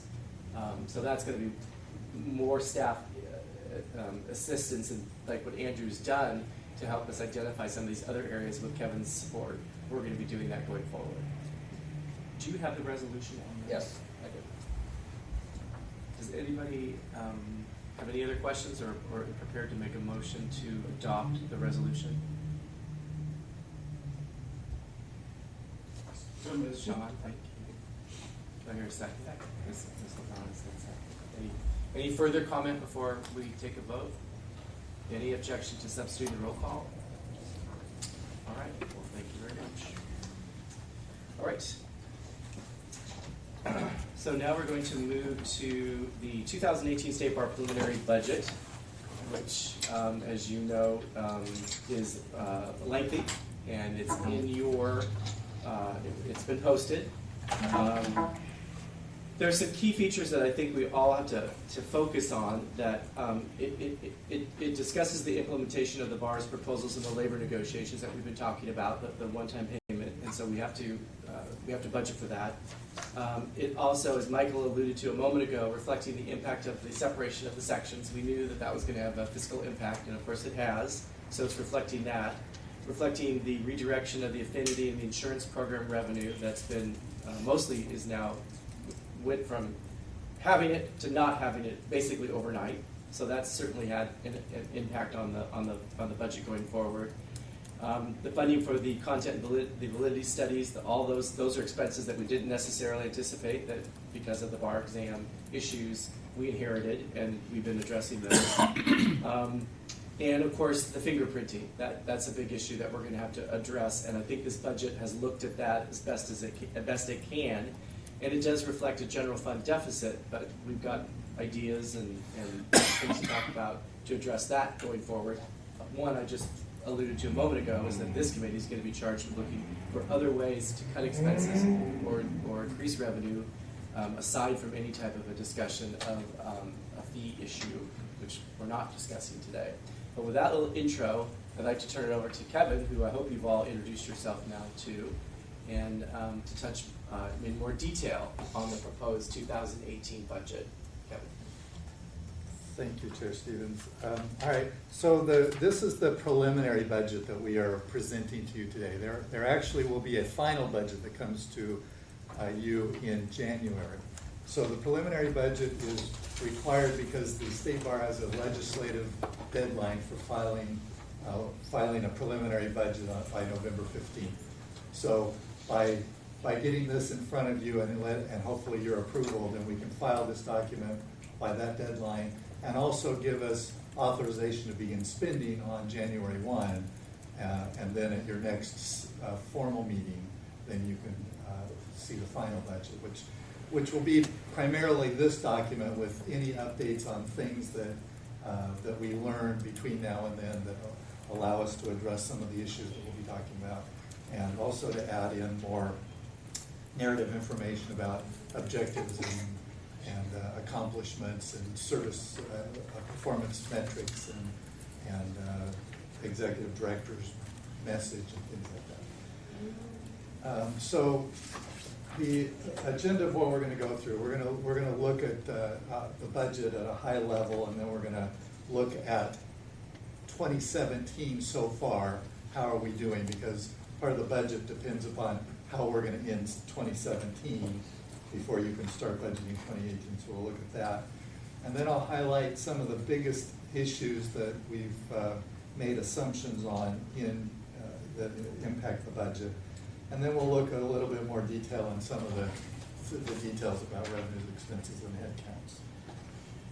So the first detailed page shows the State Bar budget at a glance. So for the whole State Bar, this shows in 3 columns revenues and 3 columns expenses. It shows last year's budget, last year's projection. You know, we're not quite through with 2017 yet, so we're projecting what we will end 2017 to be in the middle of each of the 3 columns.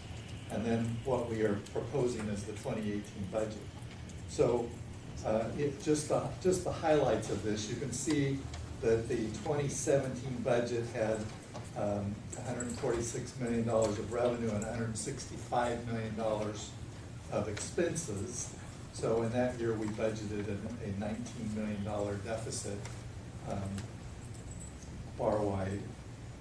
If you look at the middle set of columns, we're going to come out substantially better than that. Revenues are going to come in $3 million higher than we budgeted, and expenses are going to come in about $9 million less than we budgeted. So instead of coming in at $19 million deficit for the year, we're projecting at this point to come in around $7 million deficit for the year.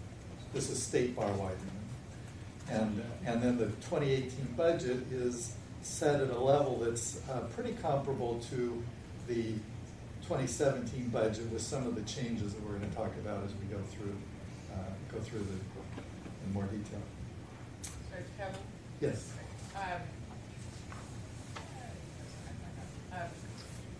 Sorry, where is the bank settlement, the $44 million we got, or whatever that amount was? Yeah, so it was 44 million. This is just revenues and expenses. Right. So you'll see only the amount that's planned to go out of the. Well, that was what I understand that. I was just asking, is that in, which line is that in? Bank settlement fund. Okay, that's what that is, the bank settlement fund. Okay, Yeah. So really, I mean, that's, I understand that's not the whole deficit, but it is a pretty. A very big part of the deficit that's really kind of not, it's not part of the structural problem. I think we should just be clear to separate that out, because that was a big inflow at one time that's being spent over a couple of years. So we should probably look at the deficit X that. Yeah, and not only that. So when I said that for the 2018 projected budget, we are budgeting at about $22 million deficit. But of that, as Renee's saying, $10 million of it is out of that bank settlement fund for grant payments. Another $2.8 million is out of the legal services trust fund for grant payments. Another $3 million is the board's planned spend down plan for the legal specialization fund, and about $6 million of it is the general fund deficit. Right, so we definitely need to be concerned about the 6, but the 10 and the 2, I mean, those are valid, just timing. Those are planned use of reserves, exactly. So this is a different document than what we have, right? It's just a PowerPoint. I understand. It's just- Yeah. okay. This is There's just no, a like, summary. Following along. Got it. And included in the budget is a headcount reduction. So for the state bar in total, we budgeted last year 599.8 FTEs, and for 2018 we're proposing to budget 580.9. So even with that reduction of FTEs, there still is a planned increase in OCTC headcount of 6, going from about 247 to 253. Let me just jump in and say how we're achieving that reduction is the voluntary separation program that occurred earlier this year, not filling all of those positions. Obviously, you know that we approved to fill all of the vacancies in OCTC, but other, particularly general fund departments, we've been more conservative on approving the backfill. So that's how that reduction is achieved. So now let's look at the 2017 projected in a little bit more detail. So as I said, we're going to come out better than we originally budgeted for 2017. As you recall, 2017 was a challenging year to budget because of the lower licensee fees due to the lack of a fee bill, and so it was already a challenging time. As I said, we are coming in $3 million better than we originally budgeted. And when we look at the details, there's no one thing that's causing that. There's a little bit of revenue in a lot of places that added up to $3 million. There's no trend there. We just, through probably conservative budgeting, came out better than we planned. And then expenses were better, mostly in the salaries area, where we were $5.4 million better, and that was primarily due to vacant positions. And then $2.5 million, as I mentioned, delay in the legal specialization spend down. Didn't spend as much as was budgeted due to some delays in their timing of their projects. Now I'd like to hit some of the key areas that are included in the budget, some of the things that drive some of the bigger numbers and bigger changes from the prior year. So mandatory licensee fees. So now that we have a fee bill, the fees went up from $297 in 2017 to $315 in 2018, and we are projecting about a 1% growth in attorneys still, and therefore the mandatory fees went up about $2 million over the prior year. Personnel costs went up about $1 million, and that is a combination of several big things going in opposite directions. So one is that we had the headcount reduction that I mentioned about 19 employees. That's offset by about a $1.5 million lump sum payment that we've offered as part of the proposal to the union. And so we budgeted our economic package to the union. So that includes the $1.5 million lump sum. It includes about $500,000 of comp and class adjustments to get people from below the minimums set by the new compensation study up to the minimums. Before you go on, can you just answer a question? In the packet that you sent us, there's a budget summary of the statement of fund condition. I just couldn't tie the numbers on that to the numbers in your narrative. What is in this number? Because this personnel number is higher than the numbers you're talking about. They go 70, 76.6, and 83.4. So, and in your narrative, you're talking, memo, it talks about the numbers that you're sharing now, but I just can't figure out what this is. Well, all right, so this is. This is a much bigger increase than what you're talking about. This is a much bigger increase over what? Well, you just said a $1 million change over last year, and this is like 7. Page 11. I didn't think 1. Page 11. Yeah, sorry, it's page, of the 183 pages, it's page 12.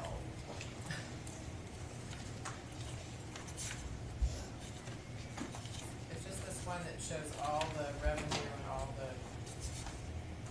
expenses by year. So, Renee, I'm sorry,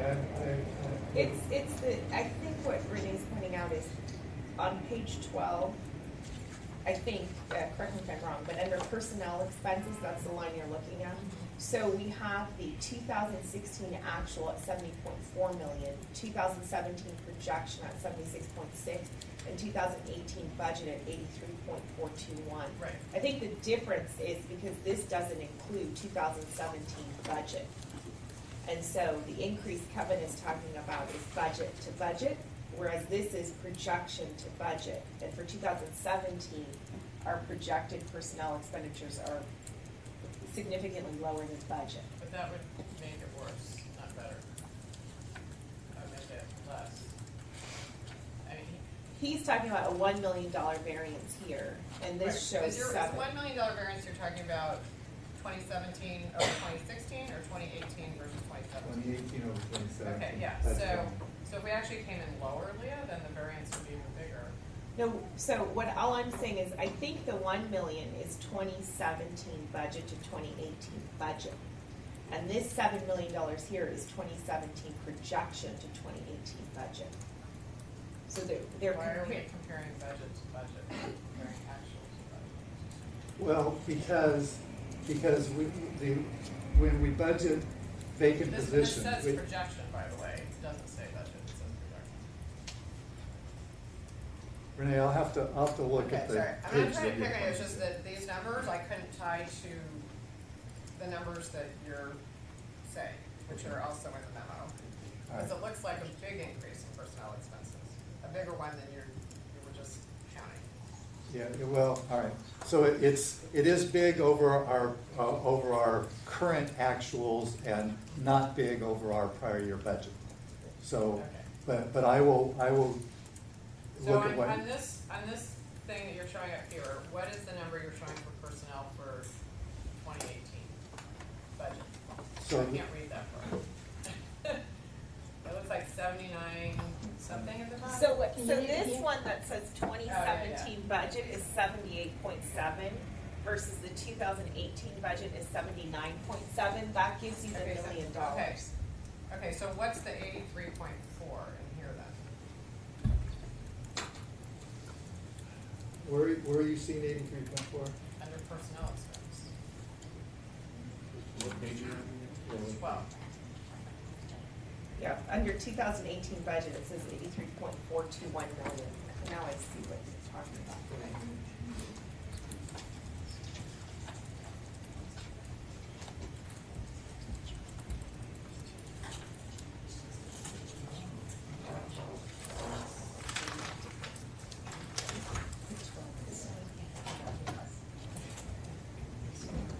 No, but this is the. I wonder, the rest of us are just, yeah, sorry, Well, we you see- focused in on the big Right. numbers and not the ones that matter. So, sorry. Okay, so we'll come back to you on that. Okay. There's a couple of numbers like that, and I'm wondering if somehow this is not. Okay. I would have warned you sooner, but I didn't read this that far. No problem. All right, so 78.7 to 79.7 is the number, the year-over-year increase in the budget. We'll get back to you on how to reconcile the amounts. The head count's down the budgeting of the offer to the union that includes the lump sum payment, the comp and class adjustment, the savings and the shift to CalPERS, which we are projecting in the budget that would take place at April 18th, so a partial year, and then a step increase for all employees, not just the union employees, but all employees, if they aren't bumping up against the top of their class. So those are the things that are driving the personnel cost changes. Affinity program, we've mentioned a couple times that we've lost 75% of the insurance revenues related to that. So that was a $1.4 million hit for this year. The catering and professional services, we zero-based that as we have in the past. So in other words, in the budget process, all the departments were required to define exactly what they needed to spend as opposed to just whatever they spent before, whatever they had in the prior year, getting that as a budget. So those are specifically identified expenses. The separation of the state bar sections, so there was about $9 million of revenues and expenses that were both lost during or planned to be lost during the separation of sections.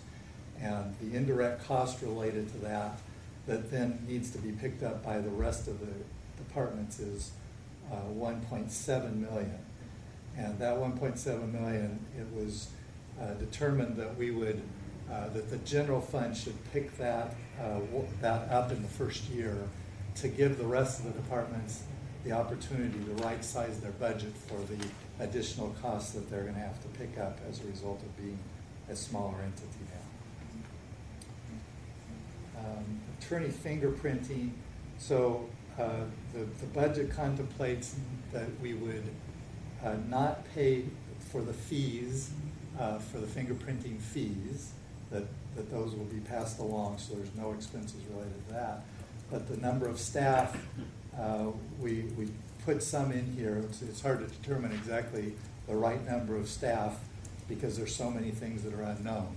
So the number of attorneys convicted, the severity of the crimes, the number of cases previously unreported, the number of attorneys who failed to comply, the number that want an accommodation and want to negotiate, all those things affect the number of people. So we've conservatively, because it's a tough year to budget, we've conservatively put in 4 additional people to handle that workload this year, knowing that it will go up.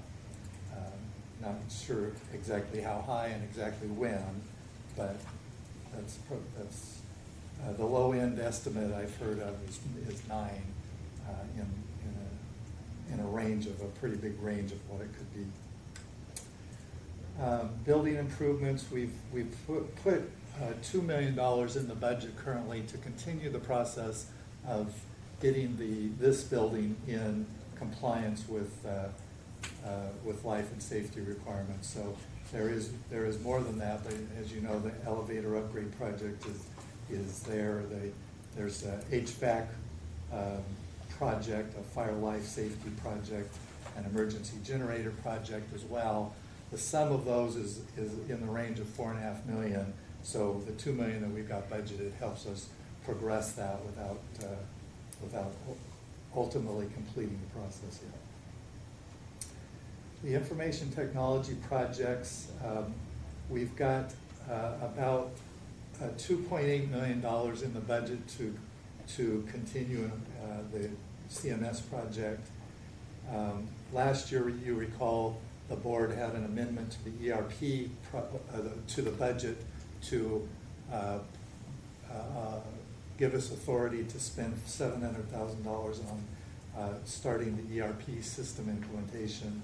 And that amount will not be fully spent by the end of the year, so we will carry over about we did carry over about $475,000 of that into the next year. And indirect cost allocation, we'll get into this a little bit more detail later on, but as I mentioned, the general fund picking up the section, the allocation of sections, indirect costs in this first year, and also the allocation related to that lump sum payment. So although the lump sum payment has been allocated to all the funds, all the departments, the indirect cost that would be fully loaded on top of that has been budgeted into the general fund. Okay, the next two slides just give a cut of the revenues for the State Bar in a little bit more detail. So this shows the total revenues of $148.5 million, a little bit above $146 million prior year. The big changes being mandatory dues up a couple million, as I highlighted. Grants is up about $7 million over the prior year. You can see in the middle of the page. And the loss of sections you see down there toward the bottom of the page. Those are the big changes for the year. And looking at it by type of revenue. If you look at the next page and you look at that same revenue amount by fund, then you can see, again, the general fund is up a little, primarily its share of those mandatory dues. The grants funds are up, as we talked about, because of the grants amounts being higher and the sections being a big change again. Now, if you flip to looking at expenses, we look at them, expenses by category first, and salaries and wages up about $1 million. And we'll get back to you, Renee, on that, but up about $1 million. You know, I wonder, is there any chance that some of these numbers are general fund only and that these numbers are multiple funds? Because there's a couple of numbers that don't match. Okay, so the salary and benefits are up, grant payments, because the revenues are up, the grant payments are also up, and using that $10 million out of the bank settlement fund. And if you look at the other expense categories, most of them are down. So we're trying to, as we are in an austere year, we're trying to clamp down on the other controllable expenses. The next page looks at it by fund, and so you see the same trend. Grant funds expenses are up, and the losses section is down at the bottom, and most things are down or slightly down or pretty much the same. Since personnel is the big driver of a lot of our costs, then the next page shows the costs for the personnel, and the head count is shown at the bottom of the page. So head count for 2016 was 536 head count at the end of the year. The budget, we budgeted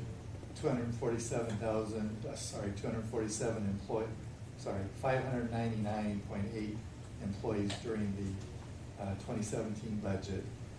There are currently 513 employees on the payroll. That's where we get the number for the 2017 projection. And so it's down from the budget because, again, we've got some vacant positions. And then the budget for 2018 is proposed at 581 employees. And if you look at, we've highlighted OCTC, and if you look across the bottom row there, you can see that it continues to grow as we devote more resources into that. Now, some of the next page, some of the one-time costs that we've already talked about, but I wanted to highlight that there are many of the costs that are included in the budget that are not recurring, that are impacting the reserves, impacting the eating into the reserves. And so I don't think we need to go into this in more detail. We've talked about, I think, all of these.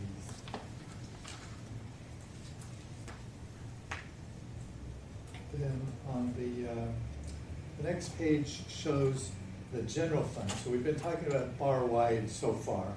now we're gonna focus in on just the general fund, because it's the fund that has the resources that are available to be spent on non-restricted resources.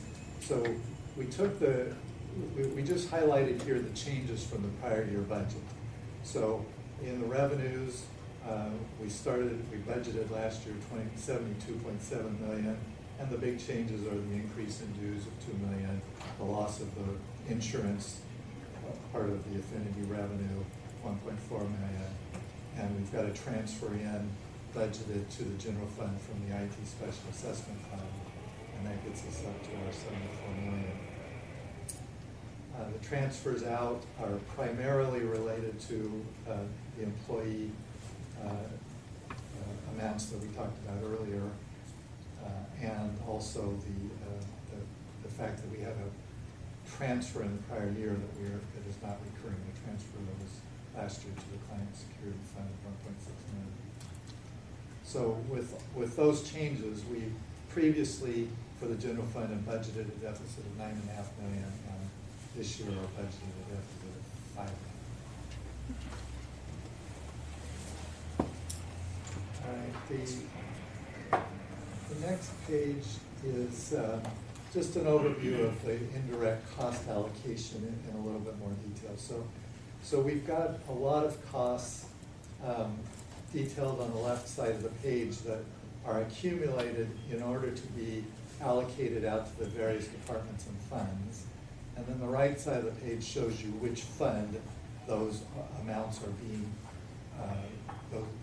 the funds that those amounts will be allocated to. So you can see by far the biggest piece of the 33 million is projected to go to the general fund, 25 million.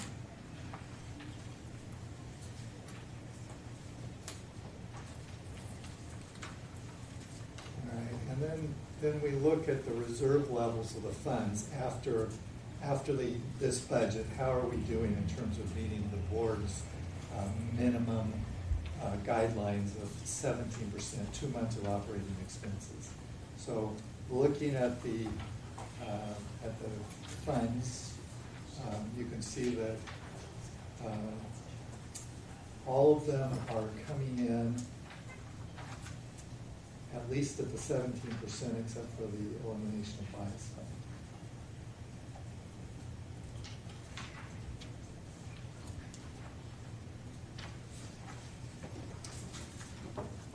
All right, and with that, I'm happy to answer any questions you might have. Mike?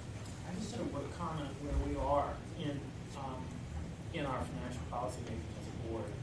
When I started in 2012, the board received a one-page budget that listed one-page level of fund level detail that told us almost nothing meaningful about the budget, and we approved it. At the same time, the staff was required by statute to provide a meaningful budget to the legislature and to the court, which they did. But as far as I can tell, nobody on the board looked at it. We insisted, as a board, by approving a budget only for 3 months and giving spending authority only for 3 months, on getting a real meaningful budget, and we got one. And those changes in our budgeting practices came at the insistence of this board. Since that time, our budget process has continued to get more transparent, involve more participation by this committee and this board, and has become more hands-on by those of us who have responsibility for this stuff, without pushing by the board, because the new management team is interested in creating confidence in the public and in the board and our stakeholders that our finances are being thought about by those who are sent here to think about them. So this is the first time we've ever seen a budget since in January. It's the first time we've seen the preliminary budget before it's gone to the board. And this is maybe the second or third time we've seen such a detailed and helpful PowerPoint explanation of what's going on under the hood. So I just wanted to take a moment to reflect on the journey that we've traveled over the last 5 years and to applaud our management staff for the good work that they're doing. And with that, as the chair is ready for it, I'm happy to move that. I'm ready for that. I want to echo one comment that Michael just made. Another bullet point on the work plan that I hope we're going to adopt, and Renee was instrumental in this last year is we're going to continue to improve the dashboard of what this board gets about the financial performance. Working with Kevin, working with Leah, working with Dag to make that presentation meaningful, so that we're not going to spend a half an hour at every single board meeting doing this. But those when I started on this board, it wasn't that helpful, the information that we would get. This dashboard's going to get better and better and improve. We want to hear from you, but that's on our list. And I think you're going to see as soon as tomorrow, we're going to have the new dashboard of the performance that we're going to continually, every board meeting, look at. So echoing what Michael said, continue the transparency to this board, but more importantly to the public of what we're doing financially. So I think that was a motion to adopt the 2018 preliminary budget. Do I have a second? But I just want to clarify, our resolution is for a preliminary. We're not doing the final till January, so this is just to let folks keep going on the process. Well, to actually approve the budget, the preliminary budget that we're required to file with the legislature by November 15th. And then I imagine that we'll create spending authority for the first portion of January. So we're on a calendar year. We don't meet into January, and they still have to pay the bills during that period of time. So I think this is a meaningful action. It's just not the final meaningful action. And I actually appreciate that. And the resolution does authorize staff to continue to make technical adjustments and corrections as if Renee's raised something that needs to be corrected. Yeah, that is very important that we have the authority to make changes if we need to for issues to make it clear, or if we find errors in the details. So you will get a chance to adopt the final budget. And I want to point out one other part of the resolution is that the board book requires a 3-year budget. And last year, because of the unusual nature, you had a 1-year budget. This year we've presented you a 1-year budget, and the proposal is that the benefit of a 3-year budget is really just to make sure that we're looking further down the road than a single year. But the benefit really is related and linked to the strategic plan, is how much of the strategic plan is funded, and how is the strategic plan going to be affecting the finances. And so the multi-year look is better, in my opinion, linked to the strategic plan than actually trying to put a budget document together that you will then only adopt a single year of anyway. So we're proposing to move that process. So part of your resolution is to change the board book to require a 1-year budget. For the procedure, there's a motion on the table. Has it been seconded? I don't think it has been. Then I will second.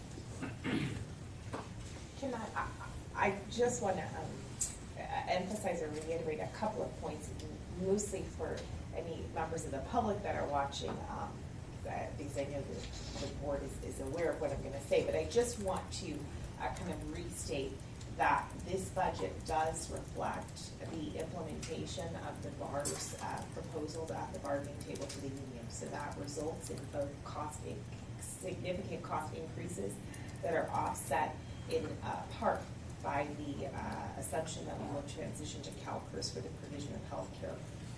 The budget also reflects the full fiscal impact of the separation of state bar sections, the loss of 75% of our affinity and insurance program revenue. We will retain 25% of that revenue for 2018. A very preliminary and conservative estimate of the staffing needs associated with the implementation of the re-fingerprinting mandate, as well as initial funding for the content validation study that was discussed earlier today in the programs committee. So want to be clear about what is and it is not included in the budget. With that, we do have about a $6 million deficit in the general fund, and as Renee noted, that's partly a one-time deficit planned spending from the reserves, and partly a structural deficit.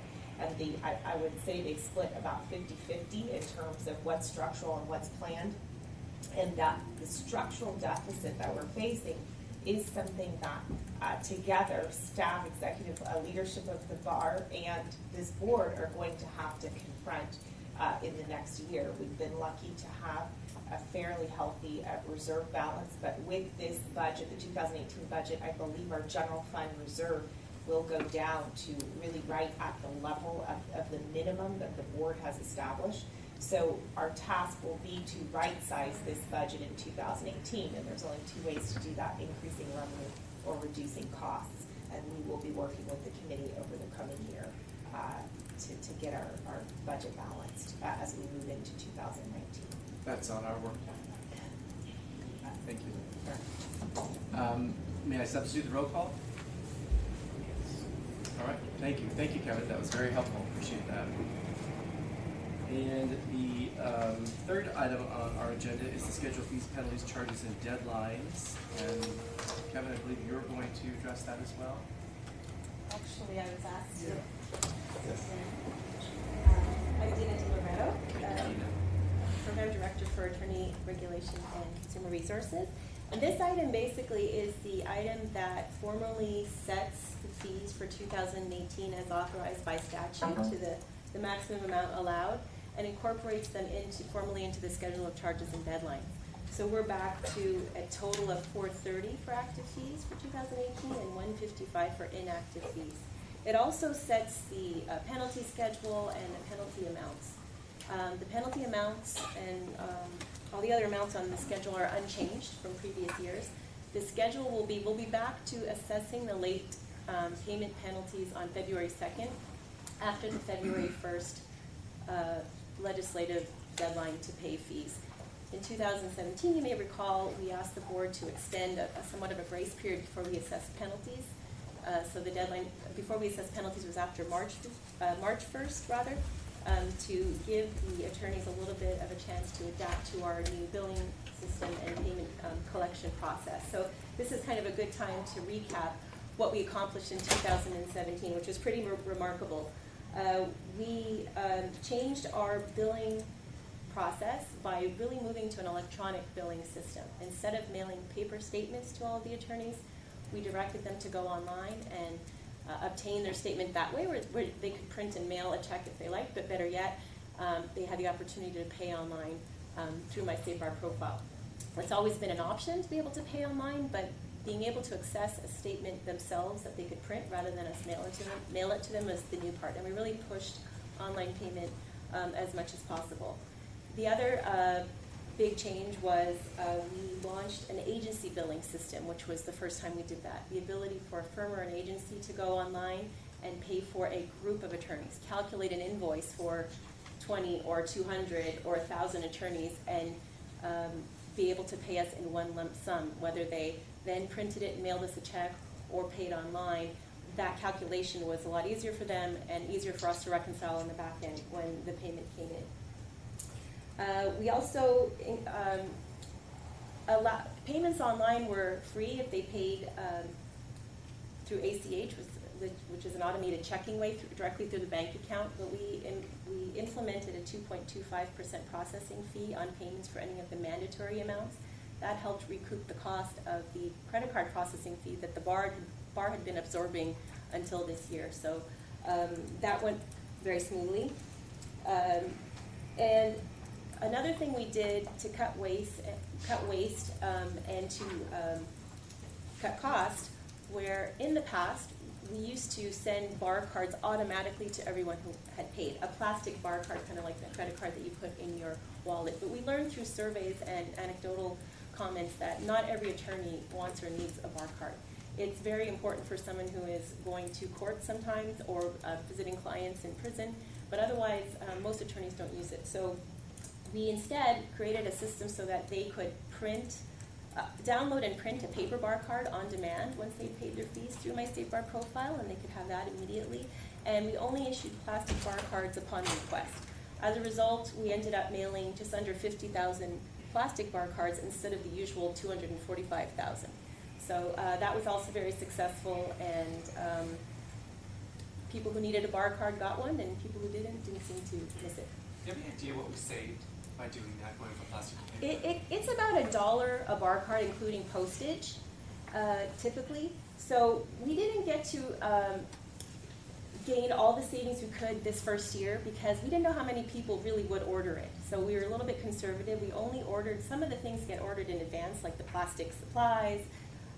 So we cut the order and only ordered 2/3 as much as usual. But of course, the variable costs we saved. So we didn't pay for postage for, 200,000 mailings, and some of those variable costs we saved. So going forward, it'll get even better. But you can count on it. It costs about $1 per packet when we do mail one. So overall, things went well. It wasn't without challenges because it happened very quickly. It was an enormous success as far as the collaboration between IT, finance, and my office. That's kind of on the front lines of the attorney calls. I think the fact that we extended the deadline to March 1st really helped us a lot, because those who were waiting for a paper statement in the mail and finally woke up after February 1st, it was within a grace period where there had been kind of no harm, no foul. They hadn't had a penalty yet. That helped a lot. And at the end of our extended deadline, when we actually suspended those who hadn't paid, our numbers were a little bit lower than last year, which is great, despite the growing attorney population and amount of attorneys we billed. We suspended just over 1,500 attorneys for non-payment, where it was closer to 1,600 the year before. So overall, it was a success. This year, we're concentrating on, building on what we've already created and improving it, making it more efficient, tweaking things so it's a little bit more user-friendly. We've expanded the payment options so that attorneys who pay by credit card not only will have access to pay by Visa or MasterCard, but also American Express and Discover, which have been requested in the past, and attorneys who live out of the country and have a foreign-issued credit card will be able to use that to pay, which is new this year as well, thanks to kind of an expanded contract we have with the bank now to be able to accept those. That'll be really helpful because, like I said, in the customer service angle of things, we would get a lot of requests from attorneys out of the country trying to pay, and those are the ones who really benefit from our online services, but weren't always able to use them because of the limitations on the credit card. So that's going to make it a lot more efficient to collect their payments. And I know, lastly, I know that finance is being very proactive as well. Even though we're pushing people online, they still can obtain a paper statement and mail a check if they really want to. And I know there's been a lot of effort on the finance side as far as payment processing and continual improvement on how to process those paper checks when they do come in. Well, I'm someone that thought that last year might have been too ambitious to take on the electronic billing with the dues bill not passing and all the other things happening, and I was very nervous. I lost some sleep over, is this the time? Some sleep. Easy for me to say. But Leah pushed us, and you all said, and Rusty said we could do this, and I really thank you so much. I mean, I really think it was, from the anecdotal information I got back from lawyers, they loved it. They were like, what took you so long? And you finally, the bar's in the 21st century, so I thank you so much for getting this going. And it's exceeded my expectations. And even the voluntary stuff went well, the donations, all of that went amazingly well. So thank you very much to our staff for implementing this. I think it was great. And to do it under all those circumstances, just doubly. Thank you. Yeah, no, it was very satisfying for us that it was so successful, and Leah gets all the credit for having the courage to push us to do it. Good. Anybody else have any comments or questions? So I guess I would entertain a motion to adopt the 2018 fees, penalties. So moved. And did we lose our quorum? Does that matter? You've lost a member. Okay, so I guess we do have to take that. I think that was a second. Thank you, Renee. That's right. She was so moved by the success of electronic billing. Or it's jet lag. We're all there. Broughton. Yes. Colantino. Yes. LeBron. Yes. Soleil. Spector. Thank you. Thank you. Thank you. All right, moving on. We're almost back on time, and our work plan is the last item that the most recent version, Kevin, I think we've distributed. It's been like, as I think somebody said, these are living bodies, works in progress. Yeah. The reason it looks funny is I'm the one that did it myself, and that the bar staff helped. It's deceivingly short, but it is ambitious. It's just not as long as some other committees. But I think we've already heard what our charges are. They're on here, and I'd ask that we adopt this for plan. Sean asked me to raise an issue. He notices that the analysis that we're undertaking of the LAP program has both substantive and financial consequences. And he wonders whether the transition of LAP should be on this committee's work plan as well as the programs committee's work plan, so that we are attendant to the financial implications of the LAP changes that may or may not be forthcoming. And I said I would be happy to pose that question to Lydia. I think it's a great question, and I don't have a great answer because there's a couple of other issues that are quite overlapping, not necessarily related to the sub-entity review, but the Client Security Fund is one where we've had some discussion about an overlap there between RAD and the Finance and Planning Committee. To some extent, we don't want to unnecessarily duplicate efforts between committees, but it is completely accurate that the LAP is a great example of one as a CSF where there are programmatic components and then there are fiscal and budget implications. And how do we address those as a board? I think it's a bit of a work in progress. I'm happy to try something out with respect to LAP and see how it works, but we obviously don't want trustees to feel like it's repetitive or redundant what we're doing with the two committees. Would it be constructive to add at the bottom of the work plan another ongoing task, which is to monitor the financial implications of the policy work of other committees? We do have review board and committee functioning as a sort of a catch-all, and I did mean that, is that we would look at the finances of these.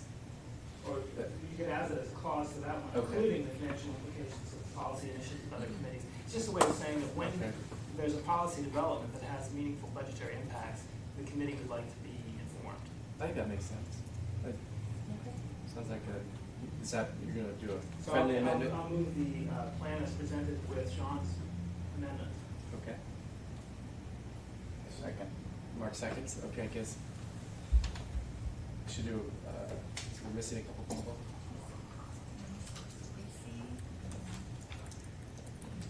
Okay. Go ahead. Broughton, Yes. Colantino, Yes. LeBron, Yes. Saleh, Spector. All right, thank you. Well, that concludes our agenda, unless Kevin, you have anything else to add, or Lee, anything else to add? Thank you very much. Thank you. We're adjourned. So next, it's Autumn. Yes. Renee. Oh, goodness. Brandon.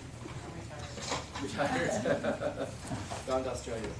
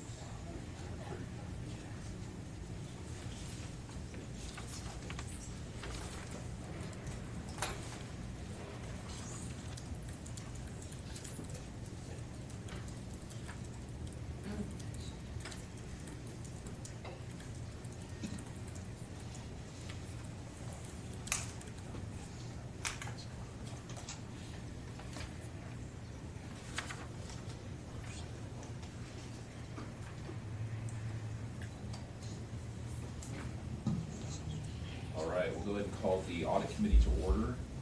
If I could have a roll, please. Chen. Here. Bonjano. Here. LeBron. Here. Lee. Here. Steinbrecher. Here. Stallings. Here. All right, welcome everybody. Start off with a call for public comment. Are there any members of the public who wish to address the audit committee? All right, seeing none, move on to the chair's report. The audit committee fully embraces three fundamental goals. First, we must satisfy ourselves that management is maintaining a comprehensive framework of internal control. Second, the audit committee must ensure that management's financial reporting practices are assessed objectively. And third, the committee needs to determine to its own satisfaction that the financial statements are properly audited and that any problems discovered in the course of the audit are satisfactorily resolved. And so to that end, the audit committee vice chair, Alan Steinbrecher, and myself have met with Kevin Harper, our CFO, and Donna Hershkowitz, Oriya Guru, to discuss where we stand in the 5 different audits that are occurring. Yeah, this is an official job title. The 5 different audits that are occurring in the implementation of the state auditor's findings.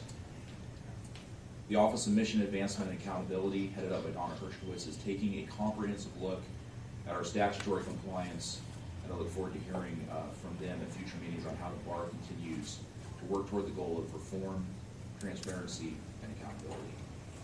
Kevin Harper's fresh set of eyes is a welcome addition to the financial team, and the audit committee looks forward to working with him to review the auditor findings, implementation, and expansion of the audit committee in the area of internal controls and IT security assessment.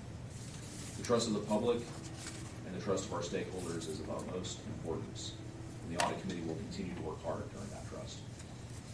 So that's my report, and I will hand the floor over to Kevin Harper. So the first item on the agenda is the annual work plan of this committee. So that document has been circulated, right, Lynn? You pass that out? Yes. Okay. So you should have that in front of you.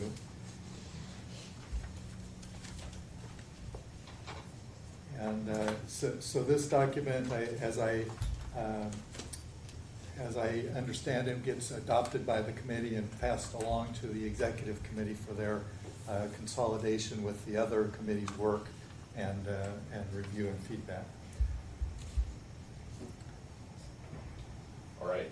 And I understand in speaking with management that we're going to table the annual work plan, and we're going to take a little bit deeper look at the charter to make sure that everything is aligned within audit's expanded role and a couple of different objectives.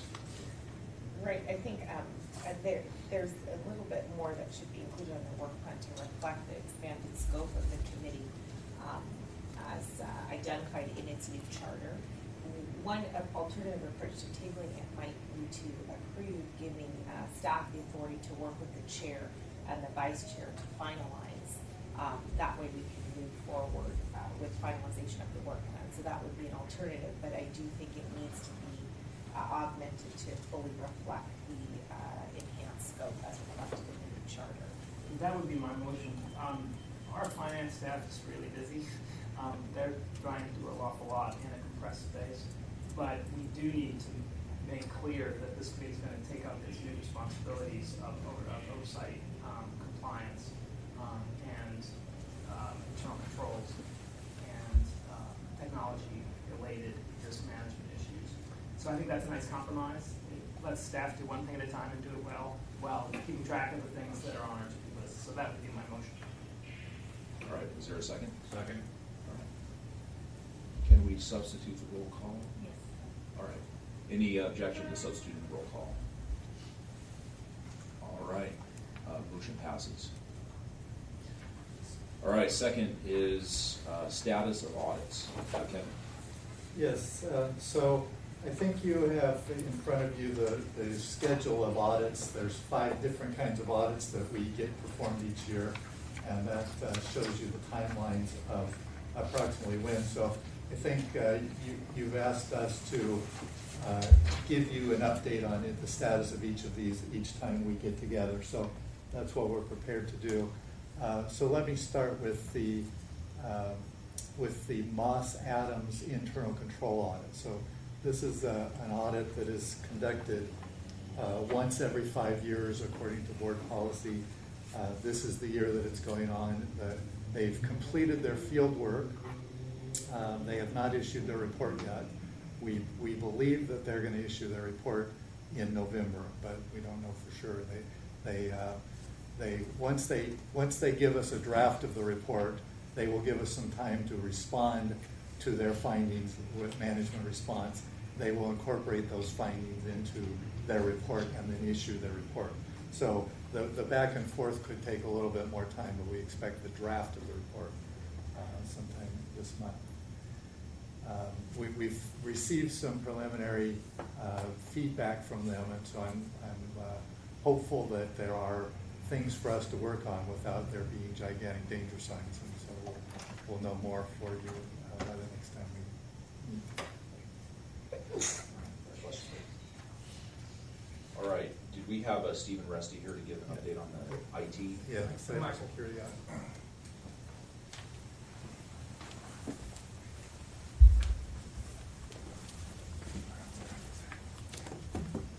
Hi, Steve Mazur, Chief Administrative Officer. I believe you all know Wesley Benavides, our IT Director. Michael Williams is our Senior Manager for IT Operations, and he's actually been the one who's been leading the network security assessment for these past several months. So we thought it would be a good idea to have him present a status update on where we are right now and where we are going. All right, welcome.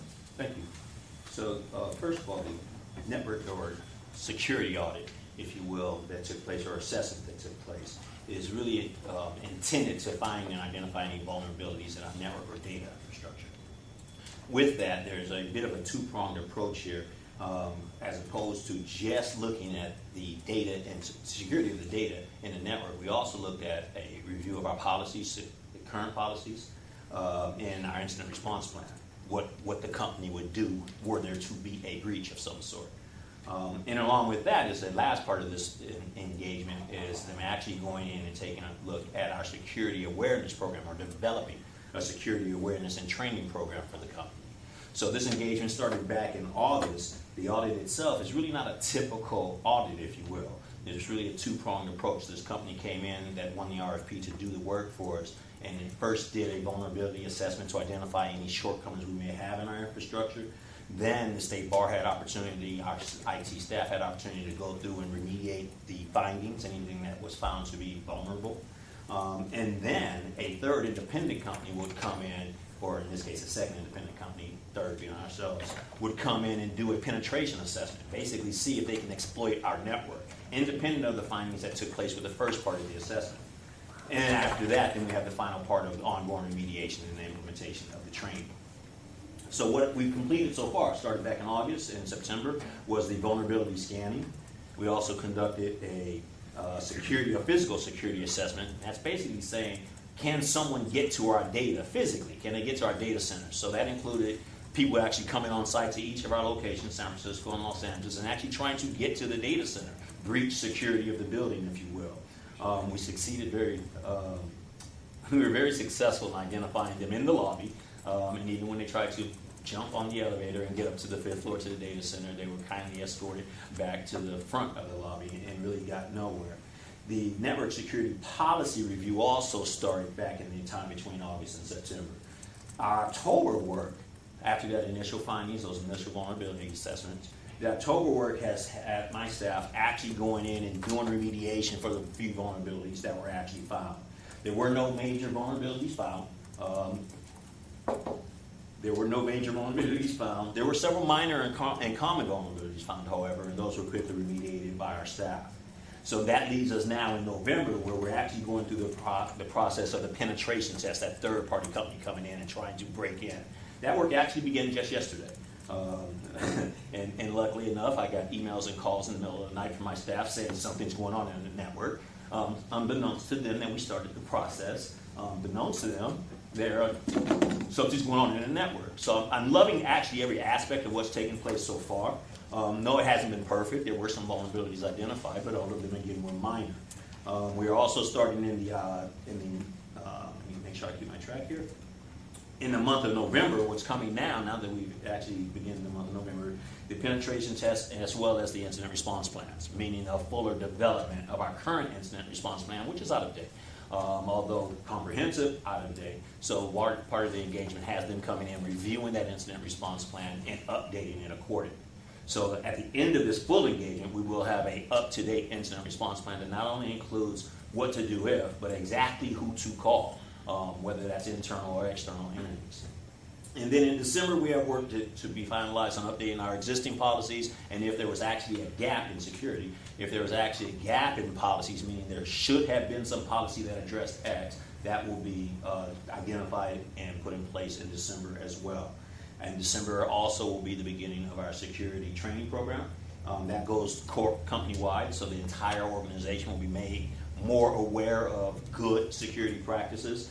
And then they will also complete their final report, findings, and recommendations to be submitted for review, such as the same process the Moss Adams review process was, where they'll submit the draft with the review, put our findings in place, and then I'll come up with their final report, which we'll present to the board in January. So the overall standard of this engagement is really seeing if the bar is living up to industry best practices or standards, IT industry best practices or standards. Using ISO, using some federal organizations that have set those standards, ISO and NIST, for those who are a little more dead in the IT world. That's an overview of where we are, how we've got there, and what we've got yet to come. All right, so just make sure if anybody sees anybody dressed like Tom Cruise in Mission Impossible, that you guys call them. We probably got them already. All right. I just wanted one of you to speak to the collaboration or the work between Moss Adams and the IT security assessment team. It's just that there has been an attempt to coordinate and make sure there weren't any gaps in what was being reviewed, but maybe one of you can speak to that.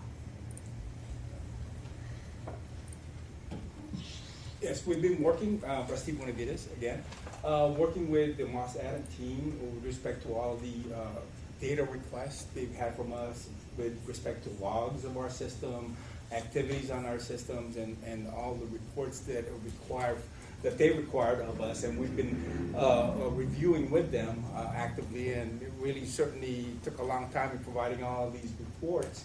But so far, I mean, we have implemented the best practices to where we haven't really found any gaps. Aside from the vigilance of the security awareness training program that we need to provide our staff, which is covered in the security assessment, as well as the enhancing and updating our current IT policies, which is also part of the plan.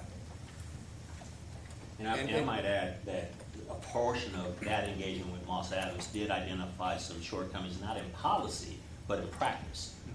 Meaning we may have found a ticket that, oh, this person shouldn't or should have access to X, but our documentation reflects that they have access to Y. So procedurally, we had some things in place that didn't happen as timely as we would like. There were no significant gaps in the Moss Adams engagement as well. However, there were some procedural things that said our timeliness wasn't always as best as we would like.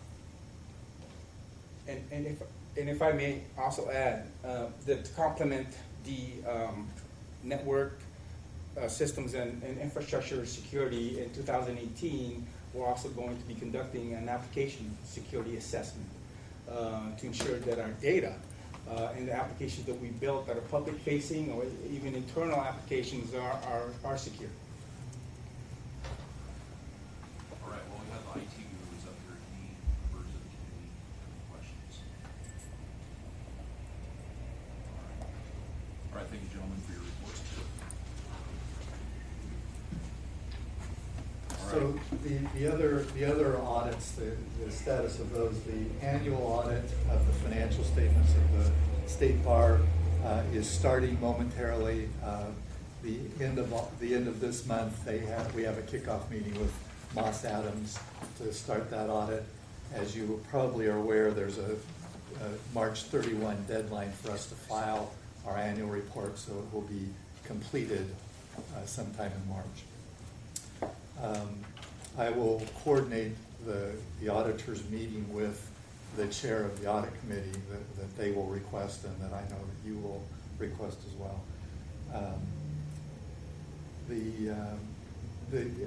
We've also had some conversation with you, Chair Stallings, about the fact that this is the last year of the audit contract with Moss Adams, and so staff is preparing an RFP now.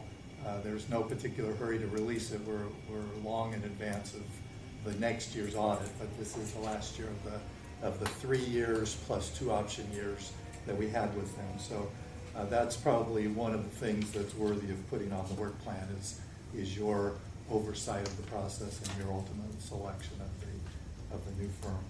And could you just speak briefly about the best practices that went on in this decision? So yeah, there's always discussion about the trade-offs between having an audit firm that knows you well and the benefits and drawbacks of that. If they know you well, maybe they aren't as independent and they could be swayed in their judgment. But if they don't know you well, they may not know enough to find the problem areas and errors can slip through in the audit. And so there's a lot of discussion about that. The best practice, though, is, well, there's two really good best practices. One is the Government Finance Officers Association that recommends that auditors, that government entities change audit firms, not change audit firms, go out to bid every 5 years. Not change audit firms every 5 years, but go check the market. They say that there is frequently not a big enough market of CPAs that are qualified to serve you that mandatory rotation would be worthwhile, but to go out to bid and make sure is worthwhile. They also, the other best practices comes from state law as it relates to local governments, not required for you, but it requires that audit firm partners be rotated every 7 years. So they can't, under any circumstances, keep the same key person on the engagement for longer than that. So in any event, your policy of changing every 5 years meets both of those. So I'm comfortable with the way that you're proceeding.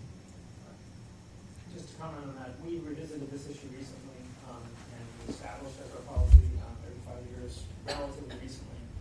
One of the challenges for us is that our budget is a calendar year budget, which is unusual for government, but it comes at an awkward time for those who serve us. Those who are expert in auditing governments don't expect a calendar year government agency. And secondly, we've got a statutory requirement for the level of firm. They've got to be a regionally recognized firm. It used to be nationally recognized, and we weren't getting much competition.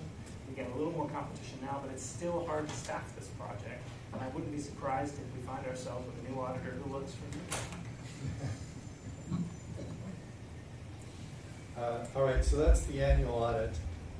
The state audits, we distributed the status of the two most recent state audits for you to see the progress that we have made in implementing the recommendations from those audits. So we are required to go onto the state auditor's website and respond periodically to those findings and how we are implementing them. So there's a 60-day requirement that we update after the audit is issued and finalized, a 6-month requirement for updating, and a 1-year. So you have two documents in front of you, one related to the 2016 state audit with most but not all findings addressed, thoroughly addressed, and the more recent 2017 audit and the status of it. And the last thing on is the ORIA audits. The State Bar is in the planning process for the audits, the performance audits that will be done by ORIA in terms of frequency and exact level of detail. So we don't have a good update for you, Leah, unless you know something I don't know yet. On when those will be, but those will be reported to you, and when they are started, you will then be appraised so you can monitor the program. All right. Thank you, Kevin. Any questions from the committee?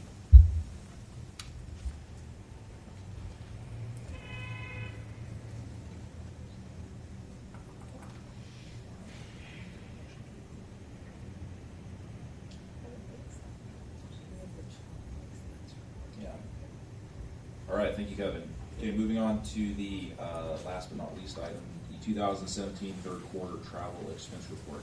Kevin, can you take that? Yeah, this is, as you know, a recurring item for you just to be able to see what the expenses are for our travel expenses. So just if you have questions. Do any committee members have questions for Kevin in regards to this? All right. Seeing none, Kevin, thank you. And is there any other business before the audit committee today that needs to be brought up? All right. Meeting adjourned.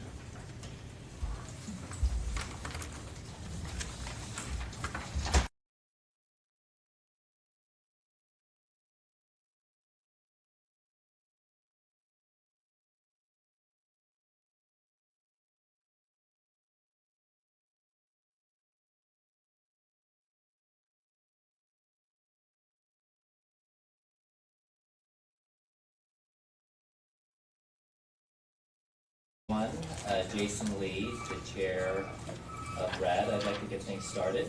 Dag, if you would be so kind to do a roll call. Broughton. Here. Valentina. Here. Fox. Here. LeBron. Here. Mendoza. Here. Salih. Here. Spector.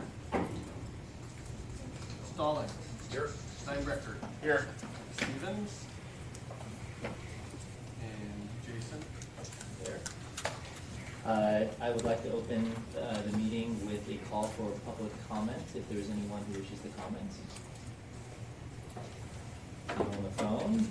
Okay, and I'll give a very brief report, which is, I believe a year ago, the entire board recognized that this committee, RAD, was one of the most important functions of the organization. As such, almost every single trustee is participating on this committee to ensure our overall mission, which is public protection.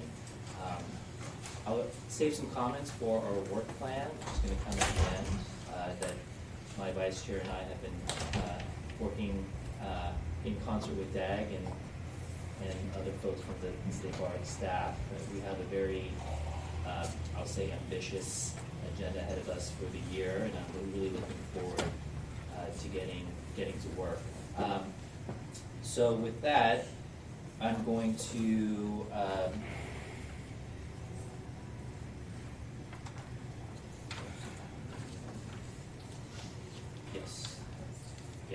we're going to go into closed, and I'm going to estimate about 25 minutes for the entire closed session.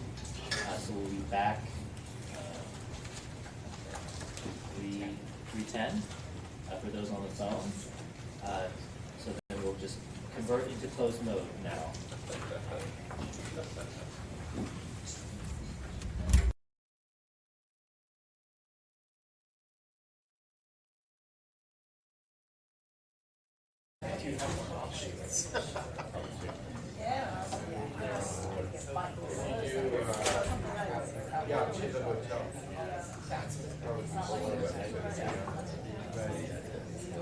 Let me check the schedule here too, when they start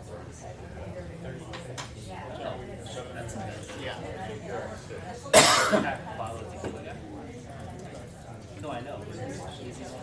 Also, Richard, what's the school on an app? My school's an A. I was sort of like,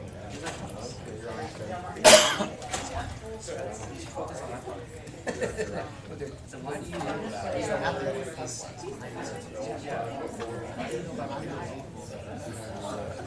facilities are so nice. So many teachers.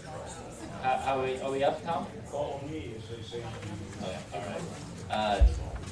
Thank you for your patience. We're a little behind schedule, but we're going to reopen our bad meeting into open session. Dag, if you could do a roll call. Rotten. Here. Fortuna. Here. Fox. Here. LeBron. Here. Mendoza. Here. Salih. Here. Spector. Here. Stallings. Here. Steinberger. Here. Stevens. Here. Lee. Here. Okay, we are on to the consent agenda. We're going to be moving item 2B off the consent agenda for regular discussion because there is a recommendation there. So our two folks in our QA department identified that, so we're pulling that out. Does anyone want to pull anything else out of the consent agenda for discussion? Okay, so with that, can I substitute a roll call? Actually, there's nothing being pulled off of the agenda, it's Automatically, so those were just pulled off to Which one was pulled off? B. But the balance would be. B. It would be B up to B, okay. And the text of B is being broadcast right there, the resolution. Now, is the person who's supposed to present Yeah. to be here? Oh, hi. Hi. Thank you. Welcome. Thank you. So this is an item related to the mandatory fee arbitration program. The Sacramento County Bar Association wants to change their rules of procedure related to the way they charge fees. And it's been vetted by the Committee for Mandatory Fee Arbitration. It falls within the guidelines, and so the recommendation from the committee is that these rules be approved. So moved. Second. Any further discussion? Can I substitute roll call? Thank you for that wonderful presentation. You're very welcome. All right, I'd like to invite Steve up here to discuss prioritization of cases. Steve, welcome. Thank you.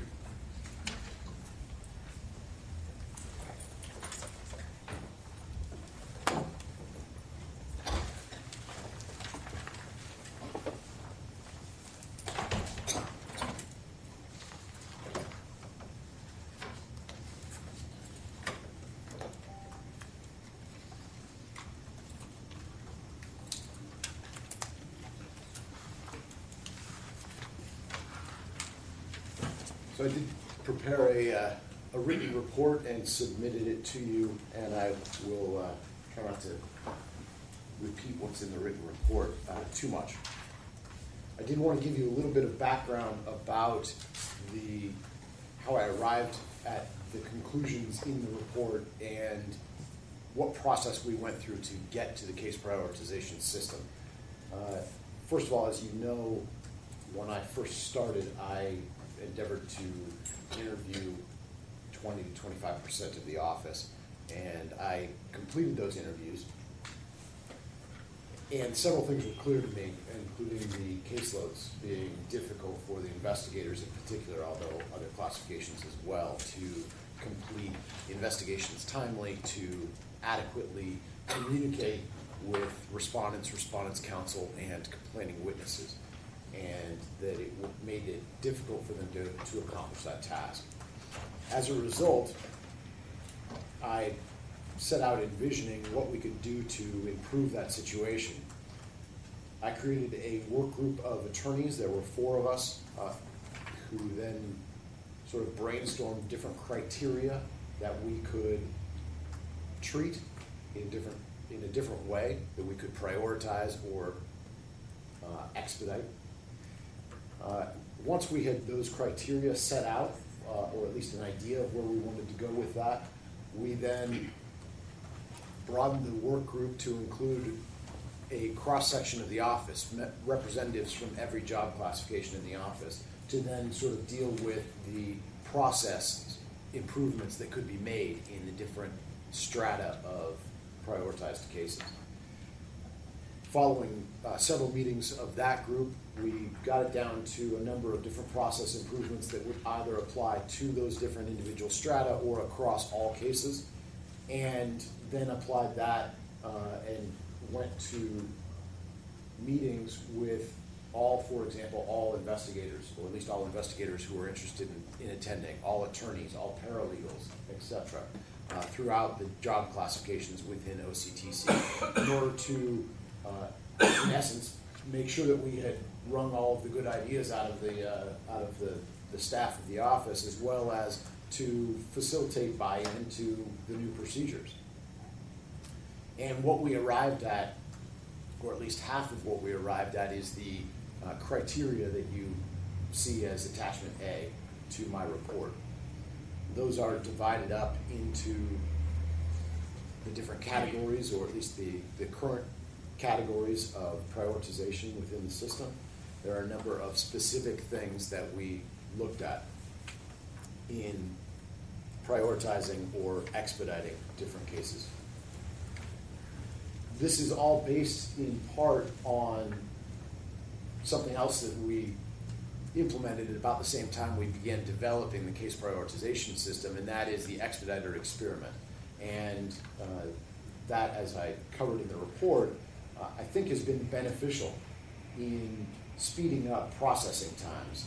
I still don't have a great metric for comparison between the amount of time that it would have taken for us to close the average life cycle of a case prior to the implementation of the expediter experiment, because we have to tweak it a little bit, and I can probably get some data to you at some point later, but I don't have it at this moment.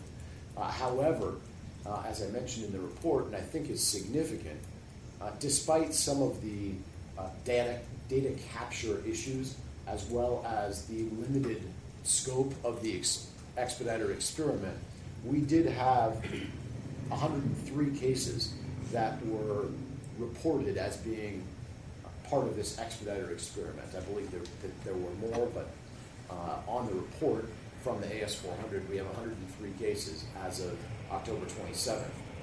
As I mentioned in the report, only 34 of those cases remain open, and the average age of the 69 expedited cases that were closed and contained on that report was 85 days. Again, because I don't have a specific metric or point of comparison, I'm left to simply surmise based on the data on the DSSR that was part of the consent agenda. I'm left with the impression that this is significantly faster processing than what otherwise would have happened. The reason that I don't have a good metric at this point is that there are a number of, we can't just compare the same time period, because that would artificially increase the amount of time spent on non-expedited cases, because it doesn't include the cases that were expedited, for example, that would have been in that pool prior to the expedited program. We also don't want to include just cases that were closed or exclude the backlog cases. So we need to drill down a little bit with DAG's assistance. I hope to get a better metric going forward.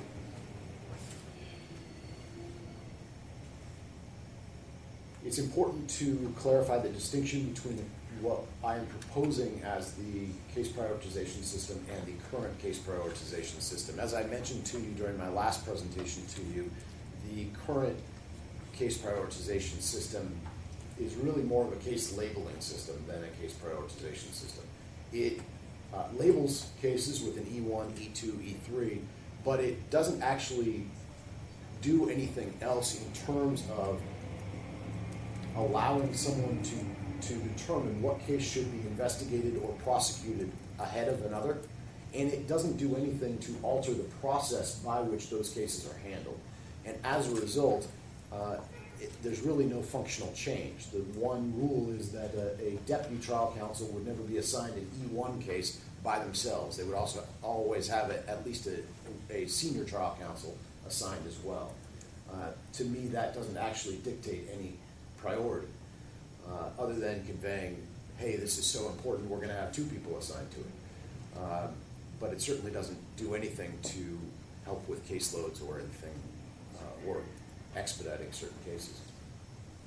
There are a number of touchstones or guidelines by which we were guided in developing these things, and I covered that in the report. They are important in the sense of, in particular, this isn't a backlog tool. It's not meant or intended to reduce the backlog. If our primary mission is to reduce the backlog, we would not institute a case prioritization system like this. The case prioritization system that we would adopt would be very simple. It would be work the oldest case first, under all circumstances. However, I think that's inconsistent with our mission of public protection, or at least not effective in carrying out our mission of public protection. As such, we designed this system to get at the public protection issues, and those are several. If you look at the high priority cases, those are the cases that we believe that we're shooting for a target of between 5 and 10% of our cases. And the rationale for that is that we can't prioritize 75% of our cases. We can't even prioritize 25% of our cases. It's too many. So we picked out the areas that we believe have the most impact, the greatest impact on public protection, with the goal of working those expeditiously and also working them effectively, with the understanding that those are cases that probably should have and receive the highest degree of formality and built-in protection process, if you will. On the other hand, on the other side of the spectrum is the between 20 and 40, possibly as high as 50% of the caseload that we are hoping will fall into the expedited category. Those are cases that fall into a number of different areas. The old worker-style cases, of which we're hoping to recreate in some sense, although in enforcement, as well as other cases that we need to address quickly, but we don't know whether at this point they have a high impact on public protection. The point is we want to get into them and make that determination early so that they don't lag. The consideration as to why we created these different strata with the expedited and the high priority goes back to my definition of protecting the public, and that is dealing obviously with the cases that have the greatest impact on the public, but also dealing with as many cases as we can as effectively as possible. And so the way to accomplish that in my mind was to strip away the unnecessary process, unnecessary tasks. As I'm sure all of you are aware, bearing with my criminal law example, a homicide is treated differently than a jaywalking or a petty theft. And there's no reason that you should have all of the process associated with that homicide case in order to prosecute that petty theft case. It's an unreasonable expenditure of resources. And so if we can instead strip away that process and make sure that that petty theft is effectively investigated with all necessary tasks to complete that investigation and prosecution appropriately and no more, then we will be better off and we can redirect those resources to other cases. And that's essentially the intent of this case prioritization system. As you'll note in my written report, I did also address some NAUPL issues. Of course, I'm prepared to take questions as to the case prioritization, but I wanted to address these other issues briefly as well. We have been moving towards, like in NAUPL cases and in immigration cases, we've been moving towards better tracking of our statistics to get them more in line with the statistics that we report out on our normal caseload, on our regular attorney caseload. We have also developed, with DAG's assistance, some additional reporting statistics that we intend to begin to distribute to this group as well as other stakeholders on a more regular basis, because I think it is important and insightful the amount of work that we are doing in this area. For example, as I mentioned in the report, through September of this year, January to September, we've received 493 NAUPL inquiries. 111 of those, or 23%, were immigration cases. And while not reflected in Attachment B, the statistics that DAG helped us create, 279 of those 493 inquiries were forwarded to investigations, and 50 of those were immigration matters. We've also made 241 law enforcement referrals on NAUPL matters, and we are working closely with allied agencies in order to increase those numbers. I have been working with the San Diego District Attorney's Office and their Community Relations Director. We have performed immigration, or at least one immigration outreach event in Fallbrook, and have several more planned. We've also reached out to other specialized communities within various areas, including Vietnamese Lawyers Association and other groups. OCTC this summer shut down a fake immigration law firm, a fraudulent law firm, and cooperated greatly with the criminal prosecution of that attorney. There were 4,000 victims in that case. We originally thought there were only 2,000, but as it turns out, there were approximately 4,000 because there were files contained within other files. And as we went through them, we determined that there were additional victims. And we've been dealing with getting those files back to those individuals and working with legal aid to get them additional representation. We've also been working on hiring staff with immigration experience, including one attorney who just came off of a 2-year fellowship in the Immigration Law Center at the University of California, UC Davis specifically. So that is an important area that I wanted to address. I also finally, also not in my report, but I know that this group is concerned with the staffing levels in OCTC, and appropriately so. I am as well. We currently have 24 positions for which we are actively recruiting. We have in San Francisco 4 investigator positions. We are in the process of extending offers on at least 3 of those positions. We have 1 paralegal position. We are also in the process of extending an offer to a candidate for that role. We have 3 deputy trial counsel positions, and we have an external candidate scheduled for interview on Friday, tomorrow.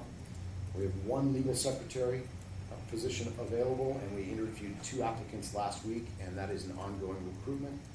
We have 1 administrative assistant position available. This position was just recently opened and resulted from a promotion, an internal promotion to another job classification. We also have a general clerk position. This is a new position to accommodate some operational needs, and that was just opened this month. In Los Angeles, we have 13 positions. We have 4 senior trial counsel positions. Second round interviews for those are scheduled for next Monday and next Thursday, the 9th. We have 2 deputy trial counsel positions. In addition to those 2, we have 3 more starting later this month in November. We have 6 investigator positions in Los Angeles.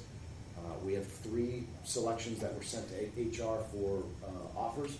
So we are in the process of extending 3 offers on those 6 and reviewing additional applications. We have 1 coordinator of records position in Los Angeles. That was posted as a backfill for case management personnel just recently. It's a new posting. The same with the 1 legal secretary position in Los Angeles. That's a backfill of a position that we believe will be 100% dedicated to the case management system development and implementation beginning in January. So now I guess it's not my role to open it up for questions, but I'm happy to take questions. Thanks, Steve. Anyone have questions for Steve? Michael and then Joanna. Feel free to not answer this question in public if you're not ready to do so. Okay. But in my stump speech as bar president, I talk about fingerprinting. And I point out, as our staff reports have pointed out to us, that the degree of criminality amongst lawyers is comparable to the degree of criminality amongst physicians. We've got better access to drugs than we have. But other than that, I would imagine the degrees of criminality are the same. Yet we're going to have something like 6,000 lawyers turn up from this fingerprinting exercise who have convictions they should have told us about and didn't. And I've been encouraging people, making clear I don't speak for you and can't speak for you, that it's probably in their interest to tell us now than to wait for a couple of years for us to come find them. And that leads people in the public policy space to ask, well, what are you planning to do when you find out about an unreported conviction that's 20 years ago from someone who had a DUI and a clean record since? And I'm wondering if, eventually we have to answer that question, and I'm wondering if the case prioritization exercise is the right time. I don't know that the answer to that question is yes, and I don't know that the answer to that question is no, and don't even expect you to answer it today if you're not ready to do so, but do want it on your radar screen somewhere. It is on my radar screen somewhere. I don't, at this point, I'm not prepared to answer it in the sense of telling you exactly what's going to be done. Obviously, we are going to need to develop a procedure for dealing with those types of cases. There are several areas where we are supposed to get notification. Obviously, the attorney is supposed to self-report. The district attorney's offices are supposed to report, and the courts are supposed to report. Now, of course, as a former deputy district attorney, it's a little bit difficult to do that because we don't always necessarily know that the individual is an attorney, and we don't, as a matter of routine practice, go onto the bar website for every one of our defendants to determine whether they in fact are. So unless that comes up as part of the investigation, we wouldn't necessarily know. I assume that that is similar in other counties as well. So we may have found out whether they self-reported or not. We may have found out, and we may have acted, or specifically declined to act based on the nature of the conviction, etc. So we're going to have to look at, and I assume the factors that you named would be primary ones, as the nature of the conviction, the proximity in time, and other factors as well, to determine how we would best react to that. I don't know, as far as fitting it into the case prioritization system, whether those are necessarily similar concepts.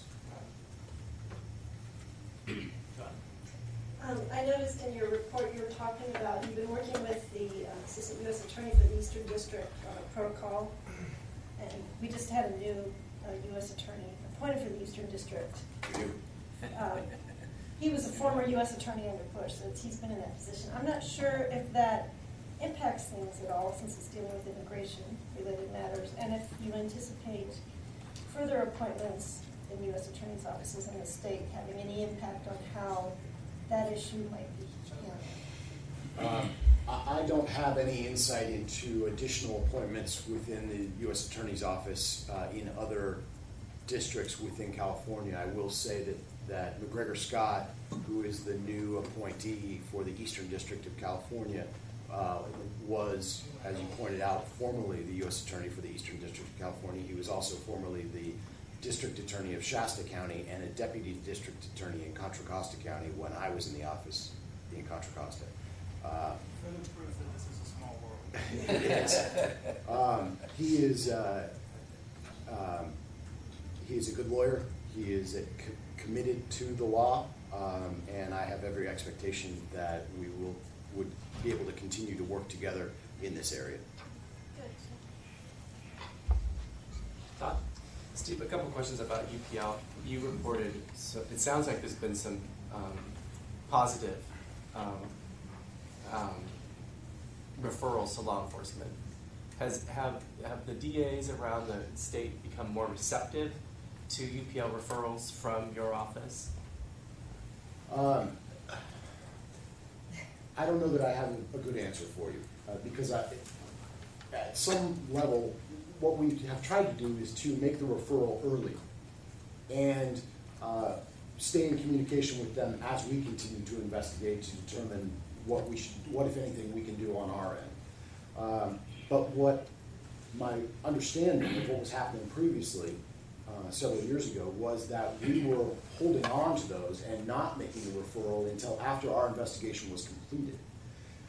In some ways, some small ways, that's beneficial in the sense that we can go to the district attorney's office and hand them more of a complete package and say, here's everything we have, and hang it in front of them and tantalize them into action.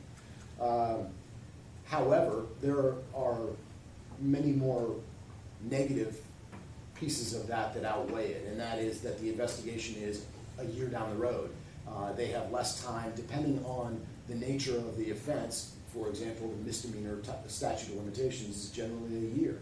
And so as a result, if we're not mindful of that in conducting our investigation, we may not get it to law enforcement in time. So I think what we're doing currently is a better process, but I can't say that I have had the insight into what happens on their end as a result.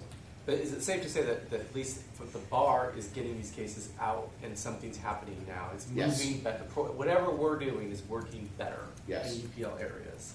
I believe so, yes. And on this 4,000, this law firm that would have 4,000 clients, quote unquote, were we able to do that? Did OCTC do that themselves, or did you have to do that in conjunction with law enforcement?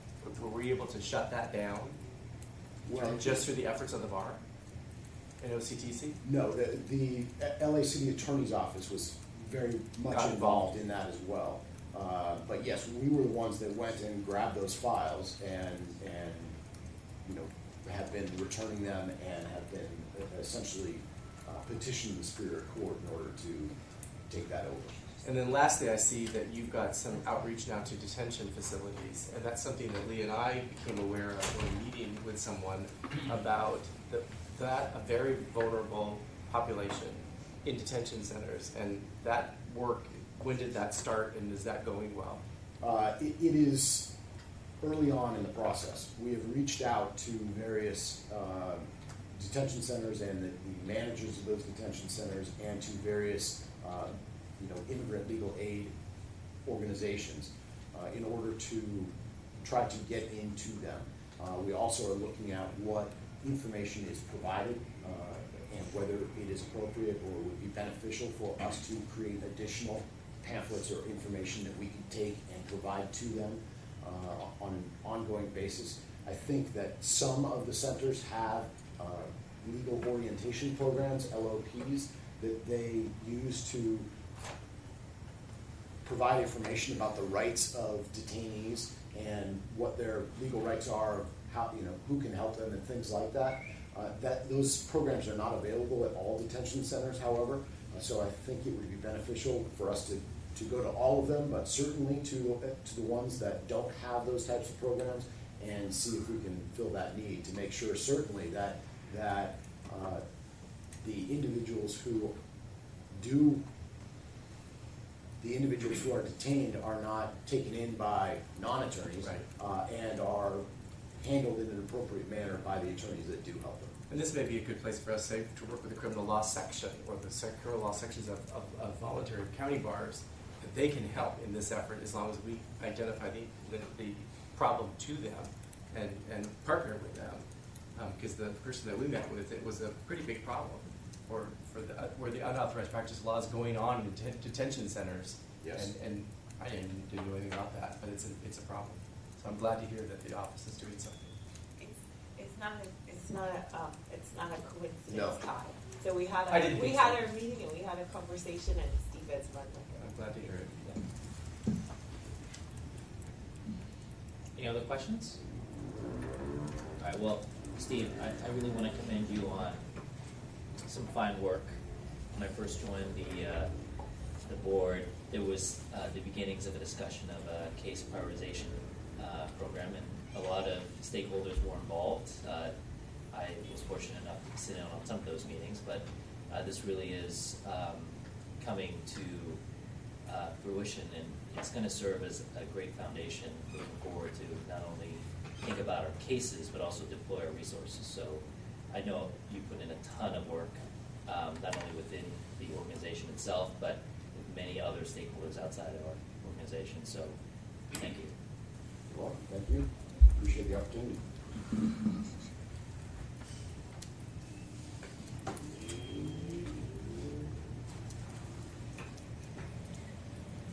All right, next. My favorite part. Our work plan. So let me just highlight some things on the work plan. And this was very ably put together by DAG, among others. As I said in my remarks, it's an ambitious plan, but let me just talk about some of the things that I've been thinking about in particular. So the annual discipline report, so every 2 weeks, DAG sets up a call with both Sean and myself to go over the status of RAD and other elements of the bar connected with RAD. So he's sort of, I say spoon-fed, it's probably too simple, but held our hand is probably another way to describe it.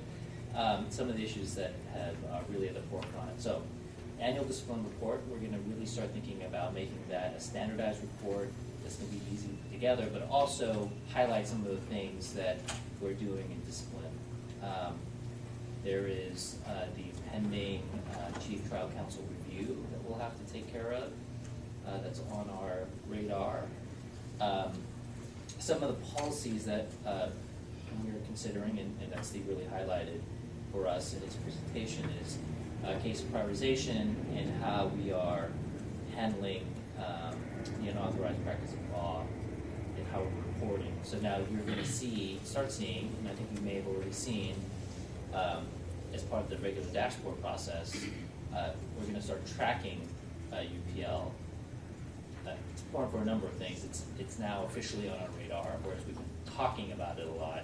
You're going to start seeing the type of not referrals, but the type of complaints we get, and then the referrals as well. We're going to continue to refine that, so everyone gets a lot of visibility into that area. There's the gigantic tech project of the case management system that we're going to hear later about, and of course, my favorite, fingerprinting. We're continuing to track that very closely. And have been getting regular reports every 2 weeks about our progress and about what we've been thinking and how to go about with a very resource-intensive project. So with that, Dag, is there, you wanted to add one thing that's not in the report that we're going to have to include? Rory Malak was kind enough to bring to my attention that SB 36 included a requirement for us to report to the legislature on the Client Security Fund, and some specific items related to the Client Security Fund are included in the report that we'll be presenting to the legislature in March. So that will need to be added to the work plan. I think that perhaps a parliamentary issue with regard to the work plan is whether it's locked in place and we just leave it. I feel like there will be items coming up throughout the year that we will need to add to the work plan on an ongoing basis, even if they won't be completed during this board's year. So I would imagine, I would amend the current recommendation so that it includes the item on the plan security fund that's in SB 36, but also just perhaps as a discussion item, how we amend the work plans going forward. Do we bring it to the full committee every time that we want to add an item or modify an item? I don't know. I think we have enough on our plate, so let's just close shop. Okay. I don't know, that is, I mean, I always felt like, from a official procedural standpoint, if anything needs to be added to the work plan, it should be brought before RAD and then presented to the board. So I think we should proceed with that. So if we amend this recommendation to include that one element that you described, the report, and then I can. Yes, go ahead, I Brian. think the chair and vice chair of the committee should have the ability to make some technical changes without coming forward. Just like, can you change a date on deadline? Is that how it needs to be? My opinion, we should have a committee for something that's, Technical in essentially nature? Sure. That makes sense to me. Unless someone tells me I can't do that. I mean, What do you think, Sean? in all seriousness, I think this work plan is our roadmap for the year. I don't think it's an amendment to the committee's charter that somehow would be support authority. So if something comes up in between meetings that is within Brad's scope, we need to address it. These calls and bring it to the next meeting. The committee is free to amend this at any time to take up something new or table something because there's a more important point. This is sort of our game plan for the year. I agree. And I think the way to balance the expediency and transparency is that when you make a change that's more than a typo, just put it on consent at your next meeting. That way we daylight for us and the public what we're doing without slowing down. And just in that vein of transparency, so that you all know what Donna and I have discussed is similar to the way in which the strategic plan is hyperlinked to the posted agenda, that we would post the committee work plans, and they'll be hyperlinked on each agenda so that the public as well can see this is the work plan and the anticipated set of activities for the year for these committees. Again, not the definitive list, it's not an exclusive list, but I think it's helpful for the public to see that as well. That's great. So, this is kind of an unnecessary comment, but I'm going to make it anyway. I just really love the way that you guys did your work plan layout, so I just want to say thank you for that. It's just super clear, and it's just really concise and to the point and easy to follow. And As opposed to other people's. no, not at all, because I liked yours because it was super short and to the point. So frankly, I actually was going to frame yours. His format and super short. Yeah, yes, but seriously, I really do, and I mean, honestly, I would love to see, like, if there was any way to develop some continuity between all the committees, and kind of have some of that as maybe a recommendation for future planning, so that we can all kind of adjust ourselves to what, the plans are, what our recommendations are, when they have to be done, and, to committee by when, to board by when, link to the strategic plan, it was just so crisp and clear. I just want to say how refreshing this was to see, for what it's worth.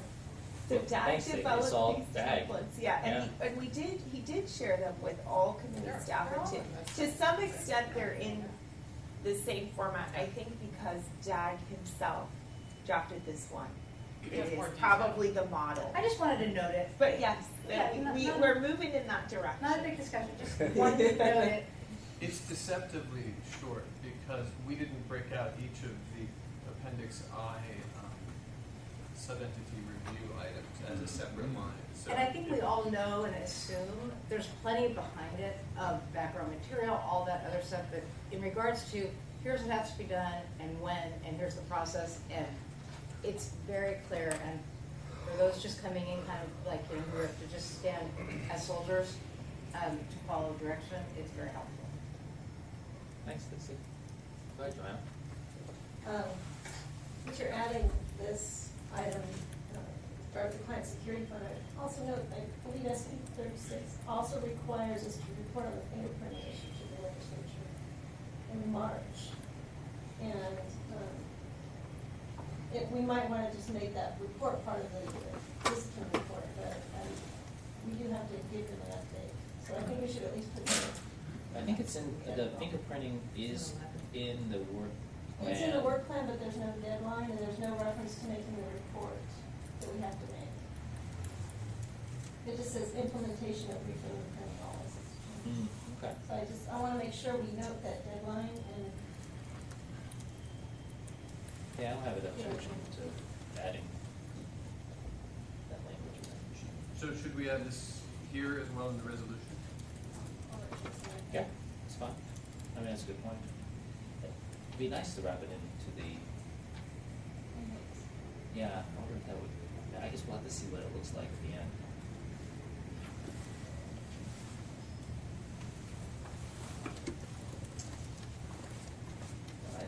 All right. Any other discussion on the work plan? Pursuant to SB 36. Jason, do we have a motion? No, no motion yet. So I'll move to adopt the resolution as shown. Thanks, Sean. Any further discussion? Can I substitute the roll call? Sean's like, let's go.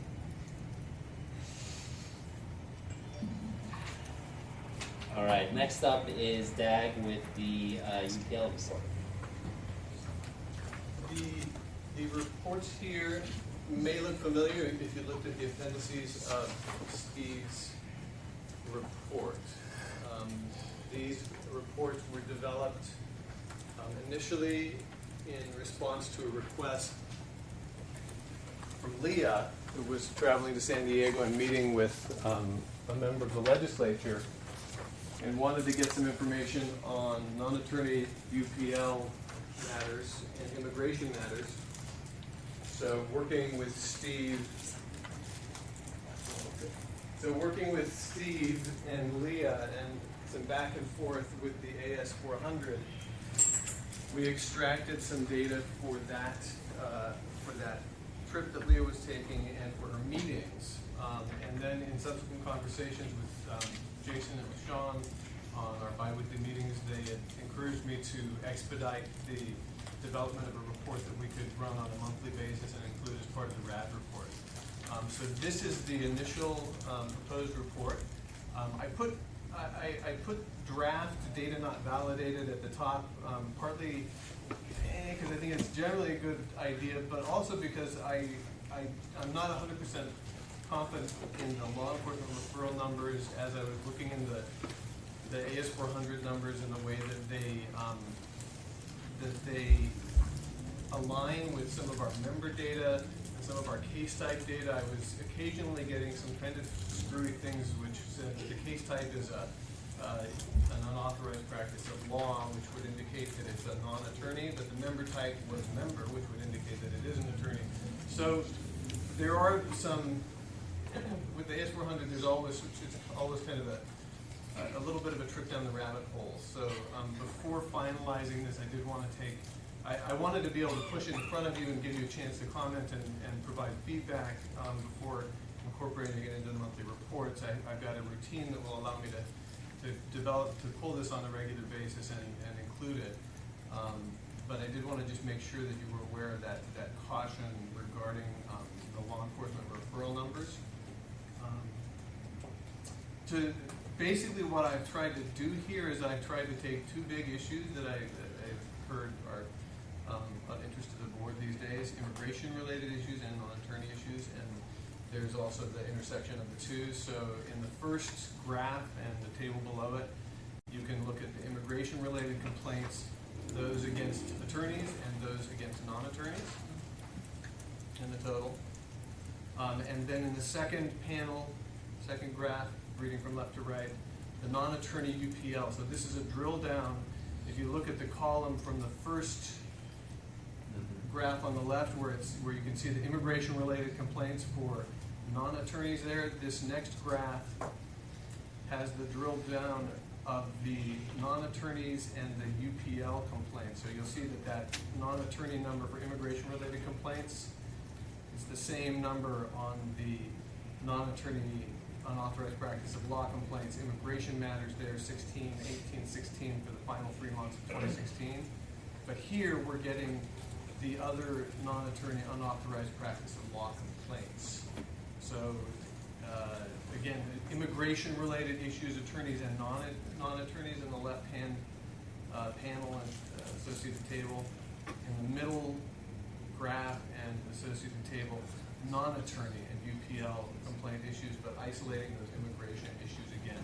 So you're saying the second column is the subset of the first column? No, the second in the middle in the middle table. Yeah.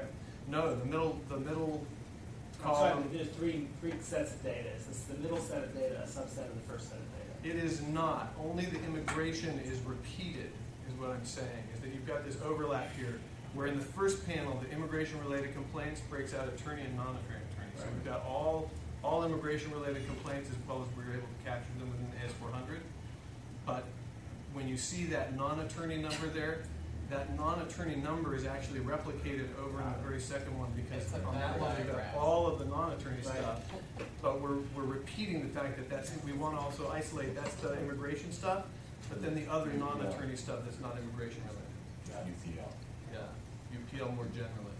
And then the final one is something like a disposition, although this isn't the complete picture in terms of dispositions, but where those where we do get law enforcement referrals, and this is a broader category because these are not exclusively non-attorney, nor are they exclusively immigration-related issues. This is a bigger category of law enforcement referrals generally, and I was hoping to narrow this so that it would be the law enforcement referrals specifically related to immigration and the non-attorney UPL stuff. But I pulled out a much broader category because I'm not comfortable with what I'm seeing in the AS400 quite yet. So this is likely this final panel is the one that I anticipated is most likely to change. Any questions for Dag? Do we track resulting law enforcement actions based on a referral?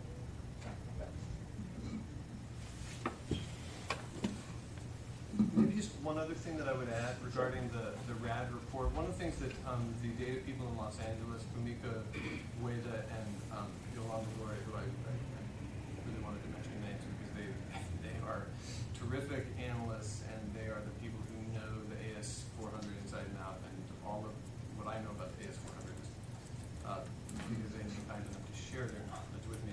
They're increasingly involved in the development of the case management system. But one of the things that they really highlighted to me when I first met with them is that the RAD report is it's an attorney report.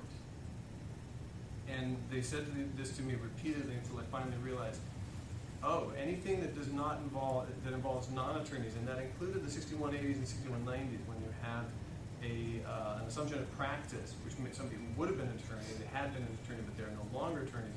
We have not historically reported those in the RAD reports. Now, for whatever reason, it was assumed that the regulation and discipline was about attorney discipline and it should not include non-attorney matters. So this report will be breaking the mold a little bit, and I think probably in a good way. That it broadens out the notion of what are we looking at when we're looking at the discipline system. It may not just be attorneys; it may be non-attorneys who are holding themselves out as attorneys and who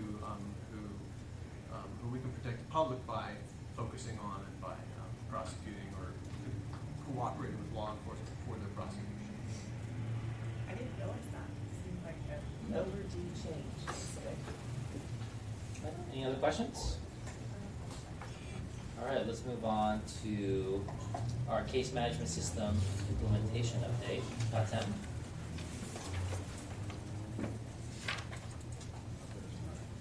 Welcome. Hello.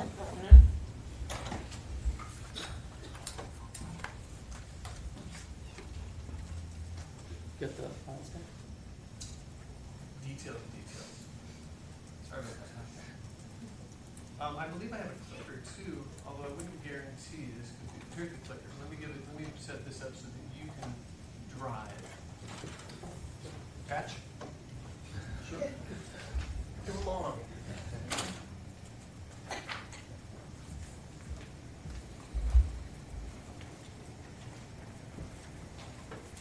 wanted to give you just a quick update on where we are with the project since the last time that we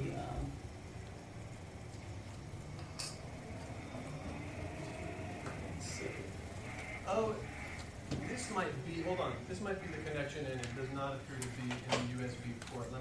Let's give this one more try here. So you talk with the company's list? Let's try now.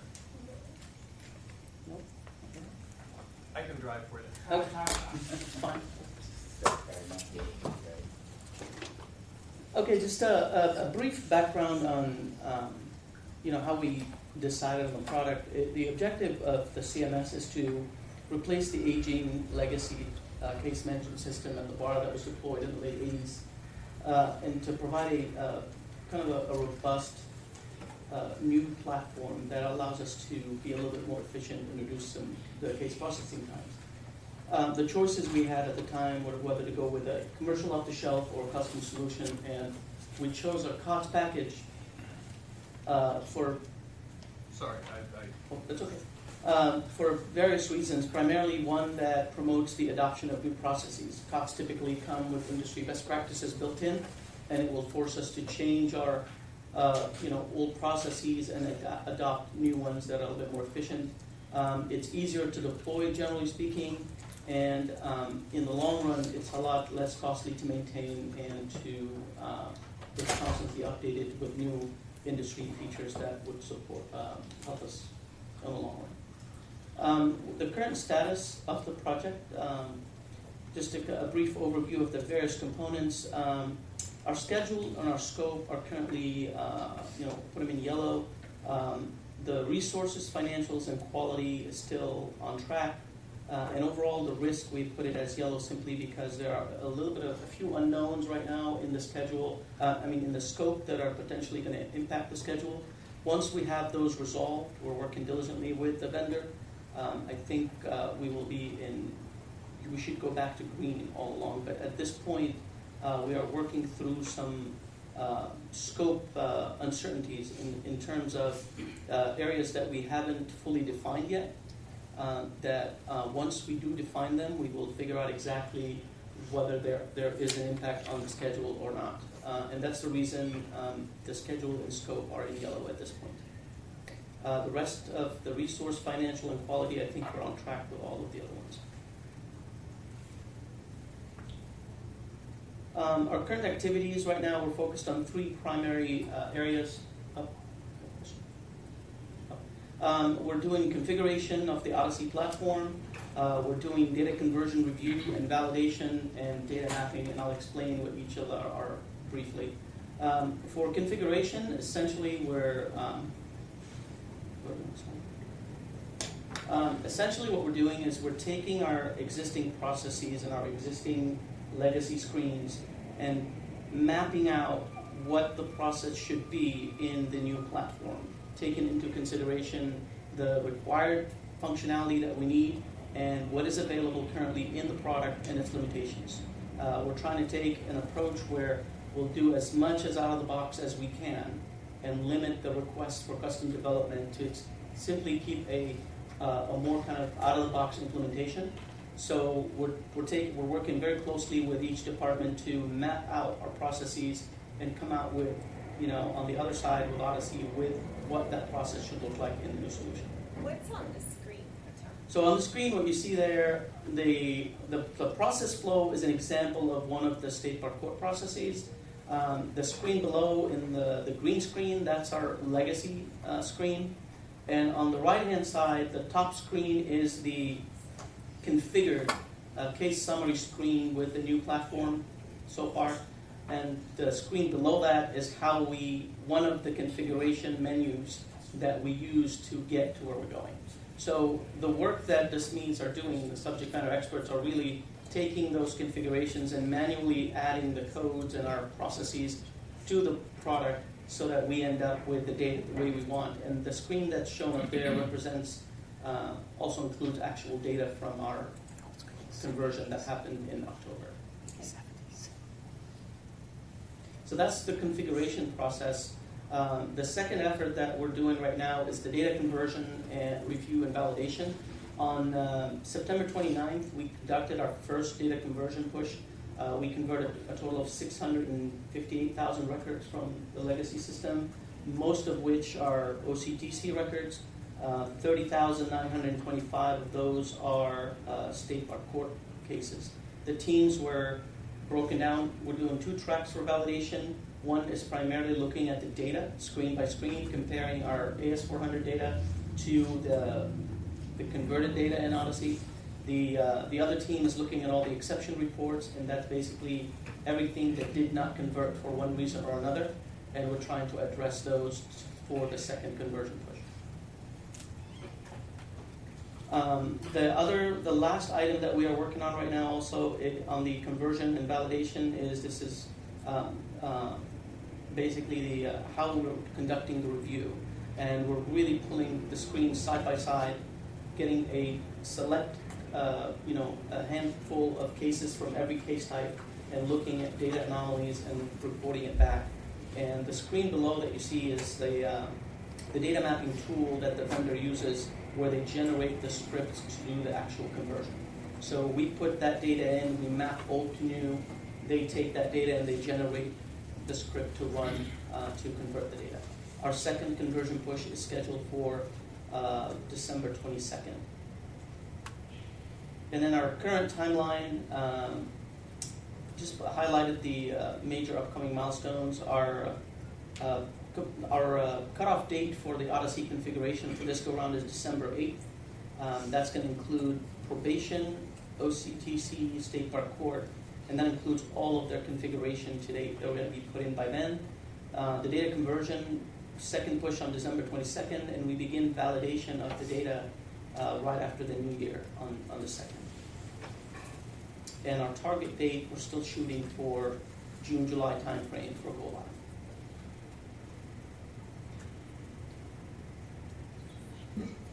Thanks. Oh, I see Q&A. Yes. Let's go. Hi, so Renee LeBron.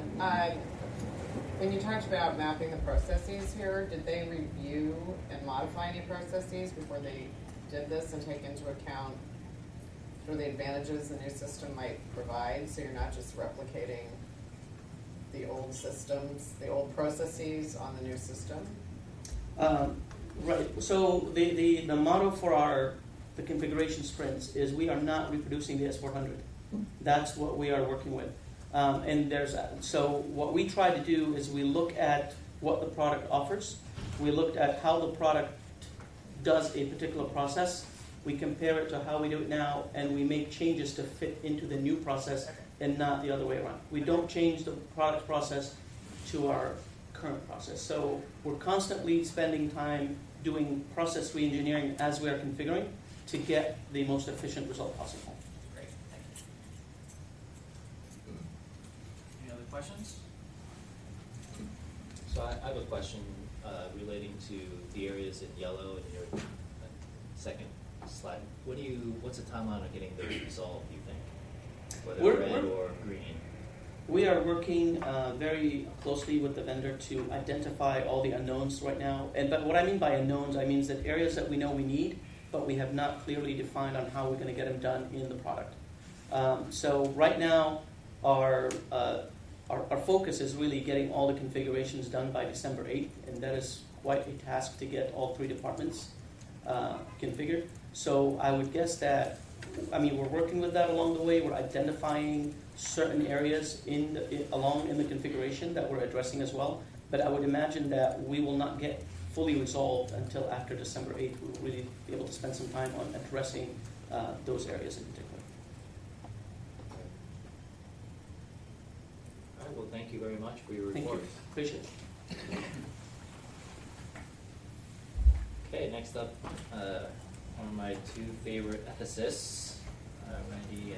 Are you coming up, Randy, or Andrew? Good afternoon, everybody. I'll take this, and hopefully it'll be quickly. This is essentially a heavily procedural item, which may require some explanation, and I hope to be concise and answer any questions you may have. Really quickly, my name's Andrew Tuft. I'm the attorney in the Office of Professional Competence, and in that role, act as staff counsel to the Committee on Professional Responsibility and Conduct. And that committee is the standing committee that advises this group, the board, on issues related to legal ethics and professional responsibility. Their main task is to draft ethics opinions, but they're also specifically tasked with studying and recommending additions, amendments, or even repeals of rules of professional conduct, as well as performing other functions that the board may direct them to with regard to the rules. And on August 31st, the then chair of COPRAC received a request from the San Francisco District Attorney requesting that COPRAC consider a new rule of professional conduct. The proposal would prohibit an attorney from disclosing a party or witness's immigration status in either open court or in public record unless certain circumstances are met. The next COPRAC meeting was October 13th. Staff worked up the item, brought it to the committee's attention. The committee reviewed it, and with the recommendation of staff, suggested that the committee request that the board refer this matter to the Rules Revision Commission. And the reason for that is they have an excellent wealth of knowledge of the new set of proposed and amended rules, which are currently sitting before the Supreme Court. And so why this is before RAD is because COPRAC reports to RAD, and COPRAC wanted to do its due diligence to advise RAD of the item and how it came to them. And the reason why it has to go to the board is because the current composition of the Rules Revision Commission is limited. Some of you may recall March 9th of last year, we extended the Rules Revision Commission for 1 year, and it's just, I believe, 6 or 7 members, and their charter is limited to responding to questions and concerns raised by the court with respect to the rules that they've already developed. And so this rule proposal arguably falls outside of that. And the request is that RAD recommend that the board tell the Rules Revision Commission just to do an initial study. It's not to work up the rule, it's just to review the rules that they've already sent to the court and see how this rule proposal may or may not be addressed by the rules that they've already drafted. And then the report would come back to the board, and the board would have all and every option that they would normally have. They could ask COPRAC to work up the rule, they could ask staff to work up the rule. If the commission suggested that the concern is already addressed by the rules that they've written, the proposed rules that they've written, and that no rule be adopted, the board could take that and agree. Or the board could extend the commission to study this rule if they were so persuaded. So there's no limitation on what the board may do. Again, as I try to say in the introduction, it's just a heavily procedural request. We wanted to come to RAD first because COPRAC reports to RAD, and then the recommendation does require board action and staff's view to direct the commission to kind of expand what they're currently charged with doing and review this request and provide what I expect to be 2 or 3 page initial report on what they think about the recommendation. And that's it, unless Randy, you have anything to add? Only that if you do look at the board book and the provisions concerning COPRAC, COPRAC is your advisory body when it comes to the rules of professional conduct. The only time that isn't true is when the Rules of Revision Commission is in session.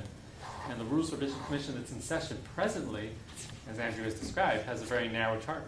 They're only looking at the rules that have already been submitted. And they have a hard stop date next March. And so it would be likely that if this rule were worked up, have to go out for public comment, have to come back, maybe go out a second time, that would extend beyond their current lifetime. So this is to get a quick shot at getting their input before perhaps they end, and the board and COPRAC can take it from there. Did you want to report on the court's action today regarding the rules? I may, if you like. The board had on a separate track proposed amendments to current Rule 5110, which is the special responsibilities of a prosecutor. On May 1st, the court issued an initial order, and in that order, the court approved in part and denied in part the amendments to that rule. They approved some very important reforms in terms of having to take steps on the prosecutor to remedy a wrongful conviction, but they didn't approve at that time the essential Brady requirement. provision of the rule that addressed the prosecutor's obligation to disclose to the defense exculpatory information or evidence.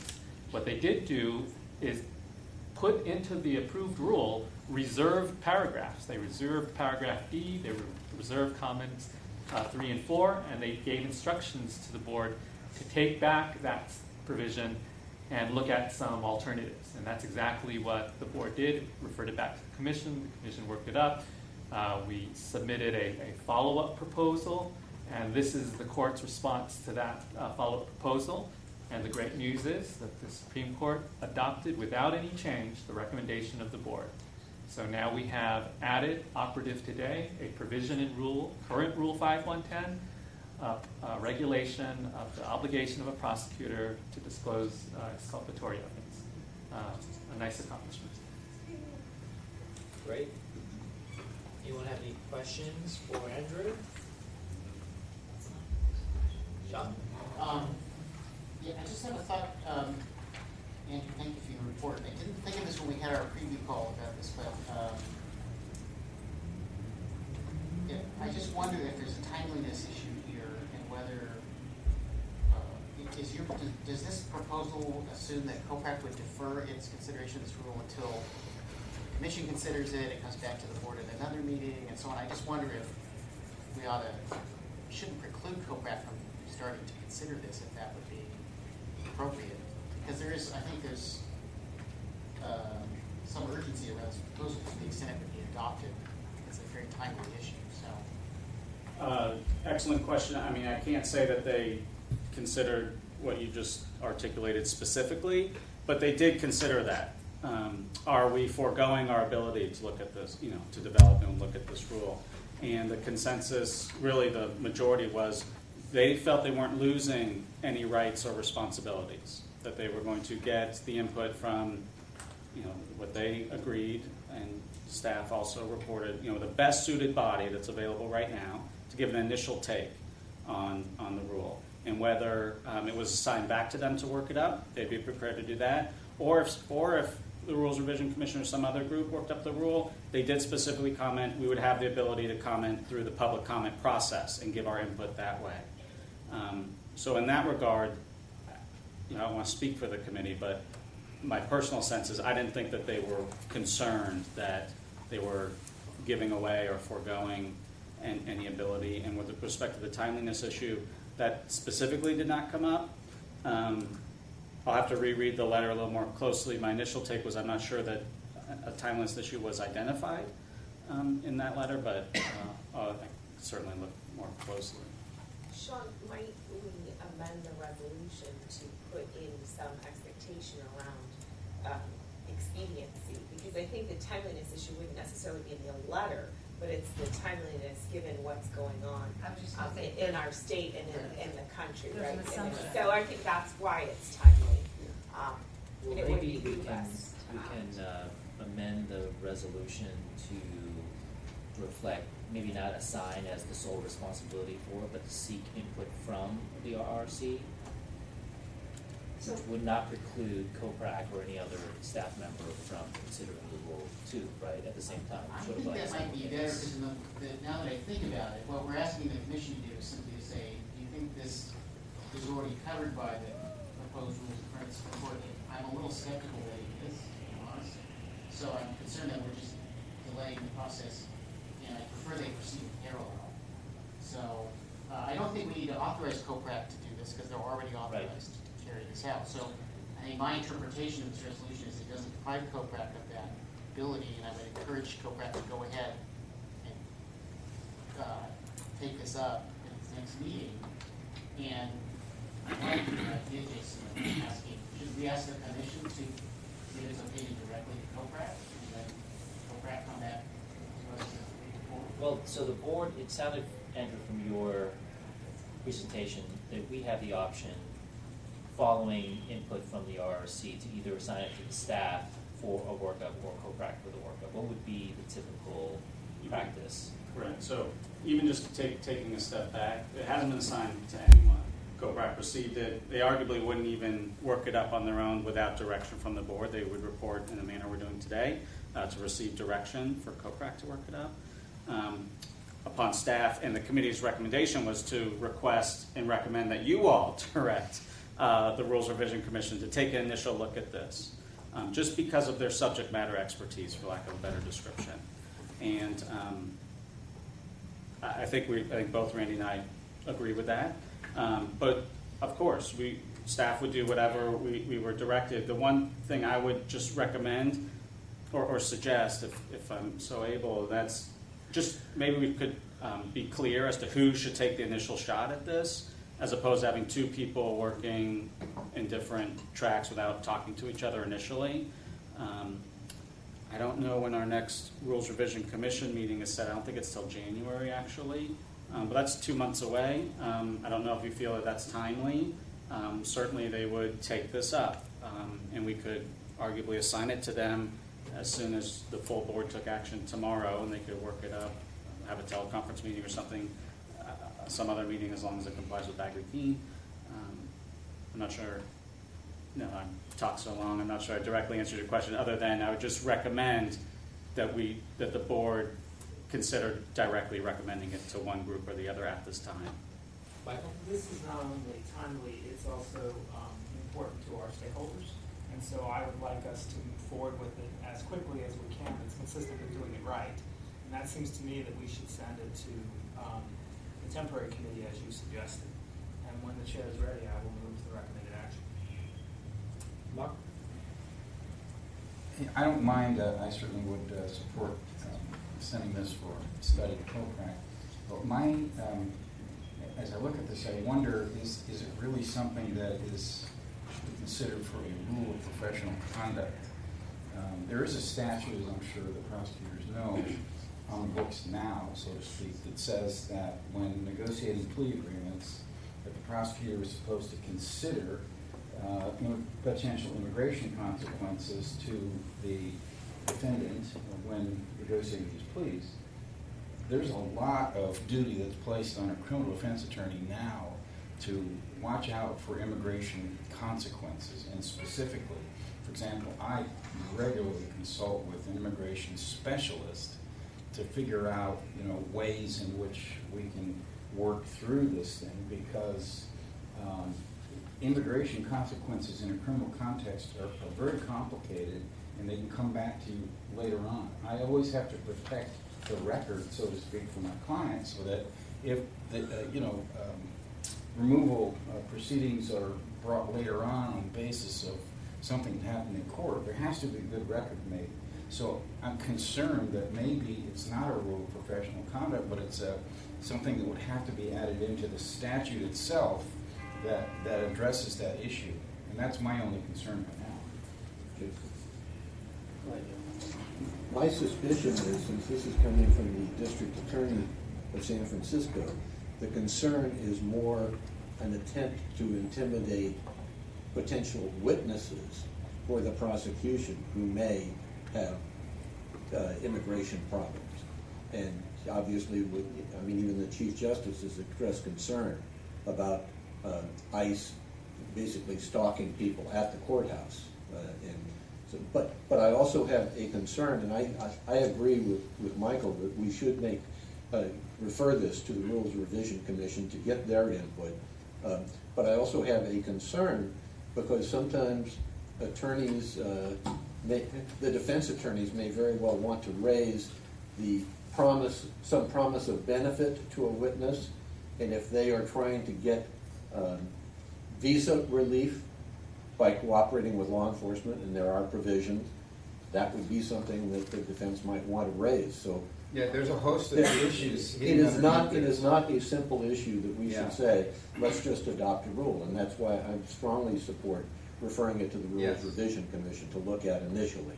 And I hope that they're going to look at it outside of just the criminal context, because where I've heard of this happening as well as civil harassment, family law, contested custody, threatening to expose immigration status as part of that process. So it's not just in the criminal context.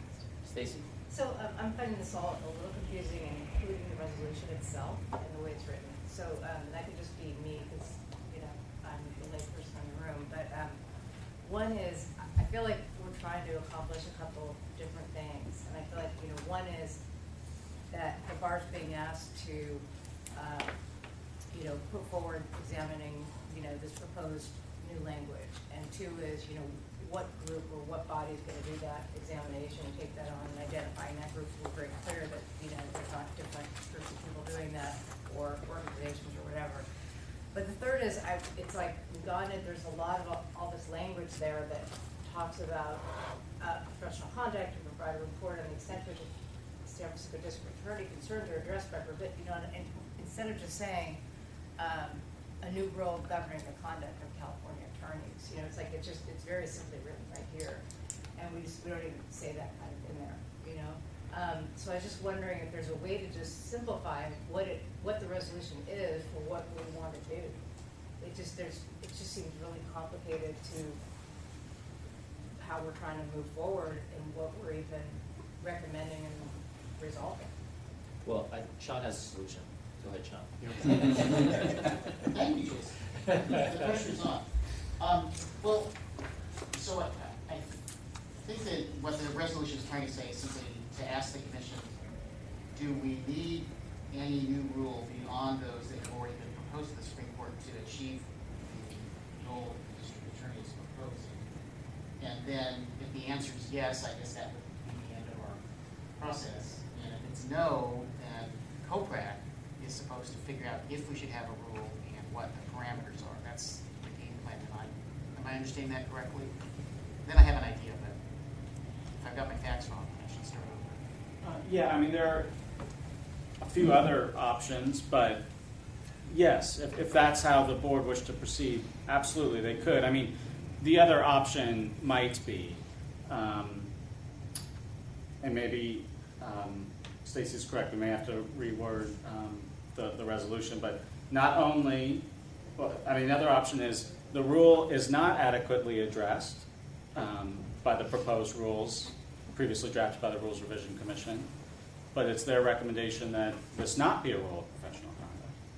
And then the board, informed with that decision, would then make a decision to assign it to COPRAC, notwithstanding that recommendation, to work it up, as opposed to COPRAC taking it up on their own, which I'm not sure if I understood you correctly to be doing. Okay.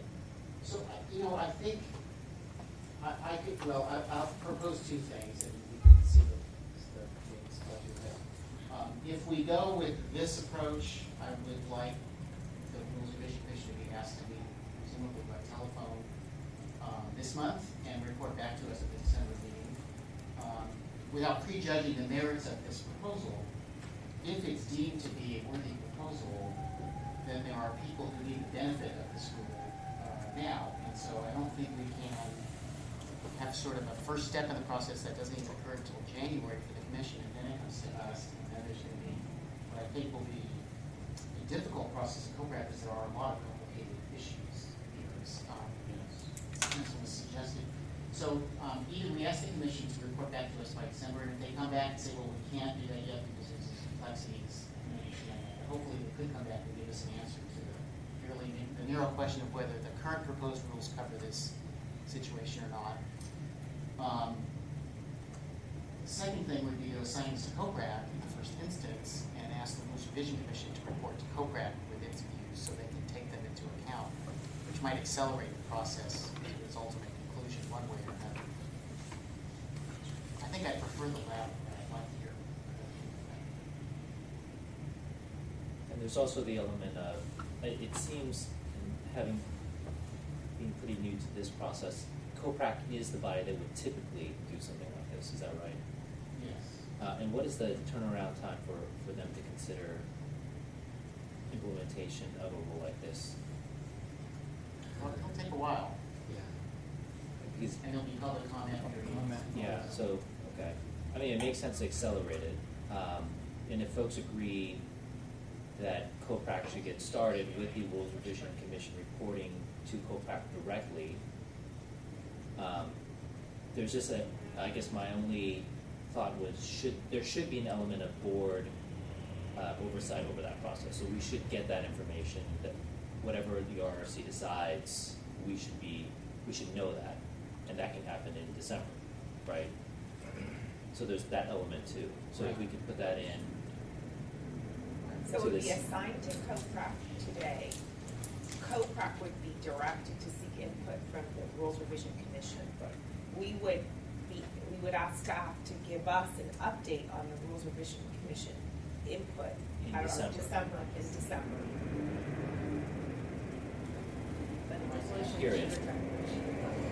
Yeah, it's a different resolution. Yeah, totally different. And But I like that Does result. that prevent any operational challenges, or present any operational challenges for your staff? When's the December board meeting? December 1st. That could be difficult with respect to 10 days for Bagley Keene. We did go in the holidays. We did go through a process. I don't think we focused narrowly on November, but we tried to schedule, the Rules Revision Commission met 2 weeks ago, and we scheduled their next meeting. Everyone had their calendars in front of them, and it was relatively difficult to find a day. It was January is the next tentative day. That's not to say that no one had a December date, and I honestly don't think we looked at November. But as you all as attorneys can relate to, it may be tough to get them together before December 1st with all the procedural requirements. Michael has something. I'm wondering Randy if may it have would a- work to send it to the smaller committee. And if their recommendation is that no new rule is required, bring it back here when it's convenient. But if their recommendation is that a new rule will be constructed, then have COPRAC start the process of drafting that new rule without coming back here for a month or may I to do so. So you can skip a return to this board and save some time, but still move forward on the meeting schedule you have in mind, or is that naive in some way? What am I missing? What my question was, don't they have specific authority that they can only consider the rules that are currently before the Supreme Court? And if so, would we have to expand their authority to consider a new rule? But we can do that by resolution today. Yeah. Yeah, I think this is the part of it is us expanding for this particular purpose, their consideration of the district attorney's proposal. Another element is we can just say, you know, report no later than their January meeting. Yeah, and they'd be prepared. I mean, we did alert them that this request came in. It wasn't assigned to them. They couldn't take it up under Bagley Keene rules, but they know it's coming, and it absolutely would not be no shock, and they would be prepared to take it up, certainly at the January meeting, if not before, if so directed. Is there a smaller subset of that, of the rules commission that might be most appropriate to review this, so that we wouldn't have to try to get the whole group together? If there was Be probably George. a desire to do something more informally, because all that COPRAC needs and the board needs is that input from perspective, special knowledge that the commission has about what's in the new rules. And you could do that by simply, COPRAC meets in open session by inviting members of the commission in their individual capacity, as long as you don't get a majority of them in that room or on the phone, to provide that input. I don't think there needs to be an official motion and vote of the commission to give guidance to COPRAC. I think certain individual members of the commission, if they're available, can similarly provide that valuable input and not delay COPRAC and even avoid having to expand the charter of the commission. I think all we're really drawing upon is the knowledge of the commission members on what is in the rules so that COPRAC has that to work off. Now, I know there's an interest in expediting, but this issue right now, as presented to COPRAC, was for a rule of professional conduct. But it could be that the study ultimately is, well, maybe not a rule as narrow and dedicated to this topic right now today, but maybe an ethics opinion coupled with something in the new rules. There is a provision in the new rules for an 8.4D that prohibits any conduct prejudicial to the administration of justice. And if you had an ethics opinion that said this type of activity is conduct prejudicial to the administration of justice, then maybe you don't need to have a very special rule. And another thought is that, is this even a rule of professional conduct? Because that places the specter of discipline over the head of an attorney when you're looking at a standard as written by the district attorney that is essentially a strict liability prohibition for saying something in court, an open record. What happens if someone who's on the stand on direct or cross says something and you are now in a position to further that statement? Are you now compromised in your advocacy by a strict liability rule that has no mens rea component concerning mentioning someone's undocumented status? And if you look at the district attorney's rule, in the big part of the middle of that proposal, there's a lot of process about getting a protective order, going in camera to see if the issue of undocumented status is valid. We've heard some reasons why it would be and why the attorney should be allowed to bring it into the proceeding. To me, that resonates as a rule of court, not a rule of professional conduct. And so there's a lot of directions that this initiative can go that could take some time. It isn't something to me where we just grab it and run with it and propose a rule of professional conduct to try to catch up with the rules that are already there. We should look very closely at exactly what the policy fix is for this problem. If it's a rule of court, then the attorney could be sanctioned if they don't follow the procedures, but it wouldn't necessarily be disciplined. Well, maybe the quickest and most expedient way to do this is just to direct COPRAC to consider the rule. Is if the RRC is just going to provide, well, if members of the RRC are just going to provide advice or be available for counsel on an informal basis, then there's no reason for us to do anything other than just tell COPRAC to go about it, right? So can we have a motion, if everyone agrees, to just direct COPRAC to consider the rule? Let me throw out one other idea. I think that's the best approach. In general, I wonder if we should authorize the commission to consider this issue at its full meeting if it so chooses, so that we don't tie their hands, right? Because there might be a diversity of views on this point, and that's why maybe I wanted to be clear on not prejudging the merits of this, just because it's very complicated. But I want it to be studied and addressed as quickly as possible. So I'd say the motion would be to assign the issue to COPRAC, to authorize the Rules Revision Commission to evaluate whether the current proposed rules in front of the Supreme Court already address the issue and provide input to COPRAC as they see fit, and report back to RAD. Yeah. Does that make sense? Yeah, that's a nice, elegant solution. Is that a motion? Second. Yes. Dave, come on, Dave. As soon as we get May May it I up. ask just a point of clarification? So it's point 3, COPRAC's reporting back to RAD, taking into the Rules Revision Commission's consideration.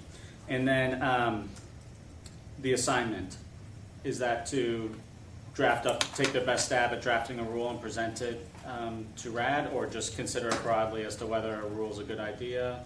Or am I over lawyering this? Consider all of it. So Yeah. they could come, the COPRAC can come back and say they could say the rules cover this. We don't need anything more. They could say we're considering an opinion. They could say we're considering a proposed rule. They could come Understood. back with some. Okay. Well, there's different options. Sure. Whatever in their judgment. I'm not intending to suggest we prejudge this, but that we just No figure problem. out I the just- expeditious way to study it and bring it back. Just want to know what the assignment was. Yeah. But I understand. Okay. Thank you. So, I've got parts of it. Go ahead, Sean. Okay, somebody should come to our office. So after, so here today, and to report to COPRAC as the commission sees fit. With COPRAC to report its conclusions and recommendations back to RAD. Can I ask that we not use the phrase to determine if the issues are covered by existing rules? Simply say to review the proposal. Yeah. I'm going to put my thumb on the scale. Friendly amendment accepted. That works. 32 letters in. To review the proposal. I also say these bad words. Should we spend later? Do you want to set the put a time on the review the proposal at its January meeting, just so. COPRAC next meets also on December 1st. There is time to get this on their agenda and get the assignment to them. I mean, I could definitely report a status update. I can't imagine, just knowing how committees work, I don't know that they're going to have It all worked a out. great product to report. You know what I mean? But certainly, That's very reasonable. Very we will. diplomatically But said. that is January meeting? For the Rules Revision Commission to review the proposal at its January meeting.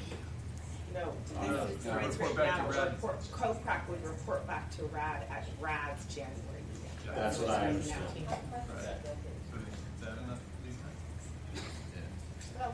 Yeah. It's Well, time you for can both report of the those. status. Okay. If it's not a finished product, it's not a finished Yeah, product. this is a report. Yeah. Okay. So we got a motion, and we got a second. And the motion was from, was it Michael? John. John, sorry. Second, but Second. very quickly, but. Okay. Roll call, Broughton?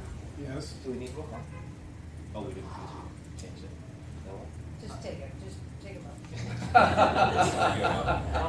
Substitute the roll. Substitute roll. Let's do it. Substitute roll. Anyone, any objections? No? Okay. Thank you. Thank you. Well, with no more business before RAD, going once, going twice, we are adjourned. Thank you, everyone. We will be starting promptly at 8:30 tomorrow morning, and we've got dinner reservations at 6:30 if you need to leave that work out. Did you want it? Oh, you mean, I did asked everyone get the Francis announcements for the check dinner? About 5:30. Yeah. Tuesday straight dinner. Yeah.